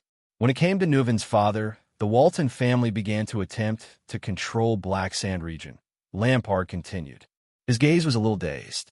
For example, recruiting the youngest son of the Archduke of Black Sand region into the White Blade Guards, or marrying his daughter, the noble princess of Ekstedt, to her father, the heir of the Archduke of Black Sand region, in the name of the king. Thales furrowed his brows slightly. He seemed to have heard a similar story during the duel between King Nuvin and Pofrit. "That's how my parents got married." Lampard sighed.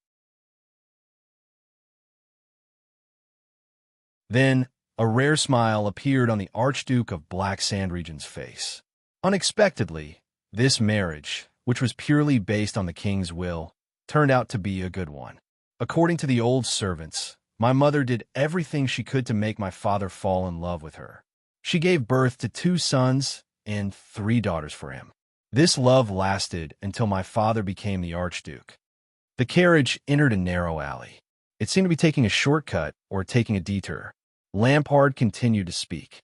"Just like that, my father resisted the corruption of Dragoncloud City with his own power, even though this corruption originated from the woman he loved the most by his side, his family and power. He hovered in this balance all his life." Thales and Little Rascal listened quietly. Such an Archduke of Black Sand region was rare. Since we were very young, Harold and I were brought back and forth between Dragoncloud City and Black Sand region by our mother. Archduke Lampard exhaled. His eyes were filled with nostalgia. "Until we came of age, until Harold took over the governance of Black Sand region." "Harold?" Thales' heart skipped a beat. The name seemed a little unfamiliar. "He is—" Lampard paused for a moment. "Harold Lampard, my eldest brother."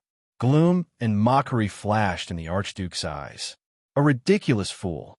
There's no one more foolish than him in the world," he said faintly. Little Rascal seemed to recall something.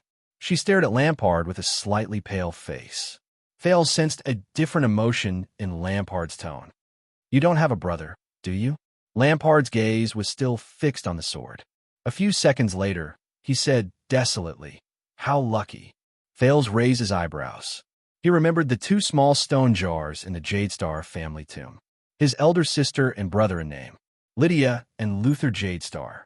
Lampard gently pulled out his saber. The Archduke's expression was complicated. His fingers gently stroked the sharp blade. "Until 12 years ago." Lampard raised his head slightly and looked at Thales.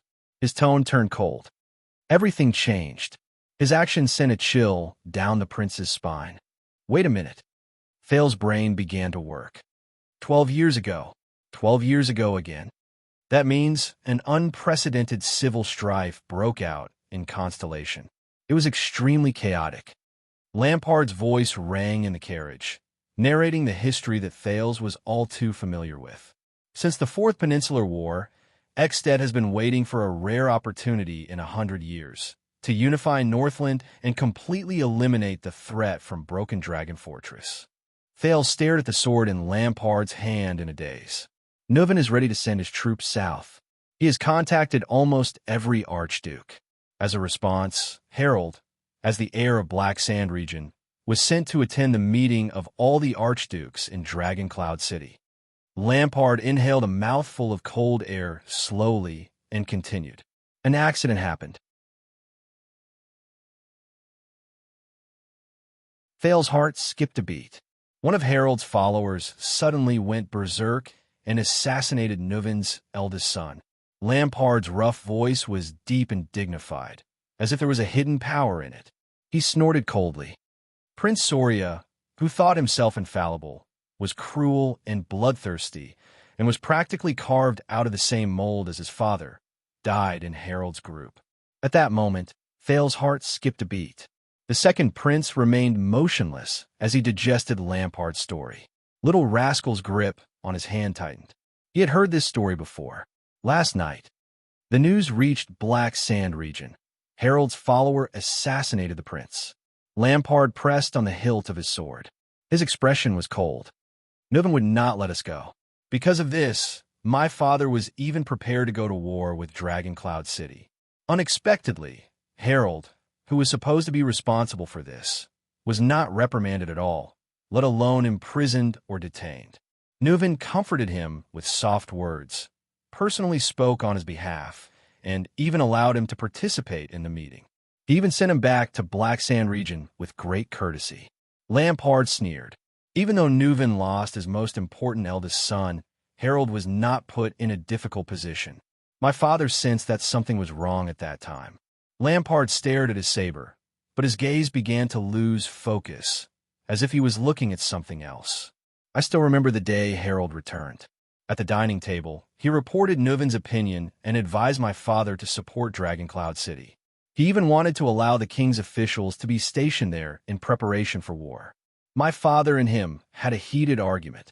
I had no choice but to stand between them so that they would not draw their swords against each other, the Archduke said slowly. It was also on that day that my father suddenly realized that Harold Lampard, the eldest son and heir he had high hopes for, had long become the staunchest supporter and subservient of Dragon Cloud City and the common elected king, just like his youngest brother, Caslin. Thales frowned deeply. Just like Beacon Illumination City. Poffert's despairing expression appeared before his eyes. Lampard turned to him expressionlessly. Thales' heart clenched. Just like Beacon Illumination City, he calmly confirmed Thales' words. My father could not accept this fact. My father felt that if this continued, when Harold inherited Black Sand region, it would only be a matter of time before we became the king's vassals. Lampard's expression was cold and threatening. Even the position of the Archduke of Black Sand region would soon become a vassal matter that Dragon Cloud City could decide with just a word. Through sincere talks, threats, scolding, lecturing, and even having me advise him, my father used every method to change Harold's mind. But it was all in vain. Little Rascal shrank behind Thales with a pale face. The terrifying Archduke of Black Sand region lowered his head. His expression was rather gloomy. Finally, my father made up his mind to take back Harold's right of inheritance. Things went haywire at that time. Lampard shook his head slowly. My father briefly mentioned this idea in front of the vassals, and he was immediately met with fierce opposition and admonishment. That's not all. From a day father insisted on stripping Harold of his inheritance rights, the harvest decreased, the finances were in trouble, and the trade routes were blocked. Strangely, the troubles in Black Sand region increased. What happened in Beacon Illumination City is now happening in Black Sand region.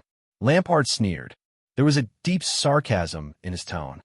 It was only when the entire Black Sand region was in an uproar that my father realized with a start that in the past 30 years, the Lampard family's bloodline was not the only thing that infiltrated Dragon Cloud City. Nuven did not just rope Harold to his side. Harold refused to yield, my father refused to compromise, and the situation in the territory worsened. The forces supporting Harold, both inside and outside the territory, were beyond my father's control. He became more and more desperate and haggard. Lampard's tone grew deeper, and the emotions in his words grew paler. Black Sand region was no match for Dragon Cloud City. Finally, on the day the king's messenger came again, my exhausted father called me to his room. Thales felt a chill run down his spine. He could not help but think of Chapman Lampard's famous, or rather infamous, or even infamous deeds. Lampard raised his head and looked at the streets of Dragon Cloud City outside the window. I still remember my father's eyes. They were filled with determination and gloom. Thales could not help but tighten his grip on little rascal behind him. He talked to me for a very, very long time. The Archduke of Black Sand Region's gaze grew colder, and his tone became calmer. I hugged his thigh and cried. I begged him with all the words I could think of. I even pulled up my sleeves and showed him the wound I got when I was hunting when I was 14. Harold dragged me out of the mouth of a snow leopard. The Archduke's words became flatter, but Thales's heart grew tighter.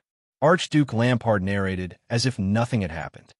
"Child, we are Lampard of the Rebellion King's bloodline," my father said. "Our clan's motto is never yield, whether it's to the outside world or to the inside world, whether it's to the emperor or to the king." The Archduke exhaled. The darkness in his eyes was incomparably deep. His tone was firm and resolute. "We will never yield." Thales listened to Lampard's words in a daze. Little rascal widened her eyes. Lampard snorted. He lowered his head and looked at the weapon in his hand. "In the end, he gave me this sword. It was an old weapon with a worn scabbard and a worn hilt. It was as if it was his most important treasure." A week later, I challenged Harold to a duel in front of everyone. My father approved it. Thales held his breath, not daring to even exhale. My mother knelt in front of the study room and cried for the whole night. My father sat in the study room with the light on for the whole night. Lampard slowly turned his saber around and caressed the emblem of an iron fist on the hilt, until my mother fainted and was sent away by the servants. There was a moment of silence in the carriage. For a time, only the sound of the wheels scraping against the ground could be heard. Thales opened his mouth with difficulty, but was interrupted by Lampard. "On the day of the duel, Harold had at least 3 chances to take my life and his brother's life," the Archduke said steadily, but his voice was a little hollow and trembling. "At least 3 times. Lampard's hand, which was caressing the hilt, stopped moving. His voice became ethereal, as if he was speaking from a very, very far away place. In the end, when I pierced his heart, I saw his face clearly," the Archduke said flatly. He was smiling. Lampard took a deep breath. With his head lowered, his expression was indecipherable. It was the same smile as the day he dragged me out of the snow leopard's mouth. Thales sighed. "This is simply," Harold pulled my collar and whispered his last words into my ear. Lampard snorted softly, as though he was telling a story from someone else's dinner. "Remember, Chapman." Lampard shook his head, and he looked at Lampard. "We will never give in." Lampard chuckled, his emotions indecipherable. Thales raised his head and stared at his sword in a daze. The sword that belonged to the Archduke of Black Sand Region, the one that killed his brother. The next day, Lampard's voice traveled into Thales' ears. Mother jumped from the highest lookout post in the castle. Thales and little rascal did not move. A wordless sorrow filled the carriage. The story of Lampard's family made him feel all sorts of emotions. Lampard took a deep breath. On the 3rd day, Neuven ordered me to go to Eternal Star City and declare war on all of Constellation. As the carriage drove past a depression, the carriage trembled slightly. A month later, at Raymond Pass, when the kingdom's wrath broke through the encirclement with the last of their courage and arrived in front of my father did not evade or raise his sword. He allowed Mu to break his neck. Lampard chuckled softly. Only later did I realize that my father was probably seeking death. Perhaps he could reunite with my mother and Harold under Hell's River. Lampard stopped talking. Thales exhaled slowly. "So, everything you did was for revenge?" Thales frowned and asked with difficulty, "Do you want Neuven to pay the price, or Dragon Cloud City to be destroyed?" Lampard sneered mockingly. He slowly leaned back and revealed his face under the light again. Hatred? That ridiculous thing? Don't compare me to a coward like Pomfret. Thales frowned. Then why are you telling me this story? The prince asked in bewilderment. Don't tell me you just want to talk to a dying man. The Archduke of Black Sand Region's gaze slowly darkened. Lampard looked at him condescendingly and shook his head slowly. His voice was low and cold, and his words were chilling. You are indeed very special, child, but your vision is still stuck at the level of those mediocre people. As for what I really want, compared to self-preservation, revenge, the death of a king, and the destruction of a territory, Lampard inhaled slowly and said in a firm tone, I want a little more. Thales stared at Lampard's face seriously, quickly trying to figure out what he was thinking. Of course. Lampard snorted softly. You were born in the Jadestar royal family and lived in the era after the virtuous king. You won't understand this kind of sorrow. The Archduke's words ended there. Lampard closed his saber and said no more. Thales was slightly stunned. The virtuous king. It was not the first time he heard this title from the Northlanders. The last time he heard it was from King Nuven. At that time, Thales did not react. But this time, Thales remembered. He subconsciously touched his chest. The virtuous king, Mindy's Jadestar III, one of the 3 kings of Constellation. A king was not respected by his bloodline, but his bloodline was honored by the king. Why? Why did King Nuven and Archduke Lampard mention this supreme king of Constellation from more than 100 years ago? What did he do? You're tuning in to the Romance Rendezvous YouTube channel. We're so grateful for your support, and don't forget to subscribe to join us on this incredible journey through captivating stories. Your generosity through donations truly makes a world of difference, as it's the primary source of revenue that allows me to expand and enhance this channel for you. Thank you from the bottom of my heart for being a part of this adventure.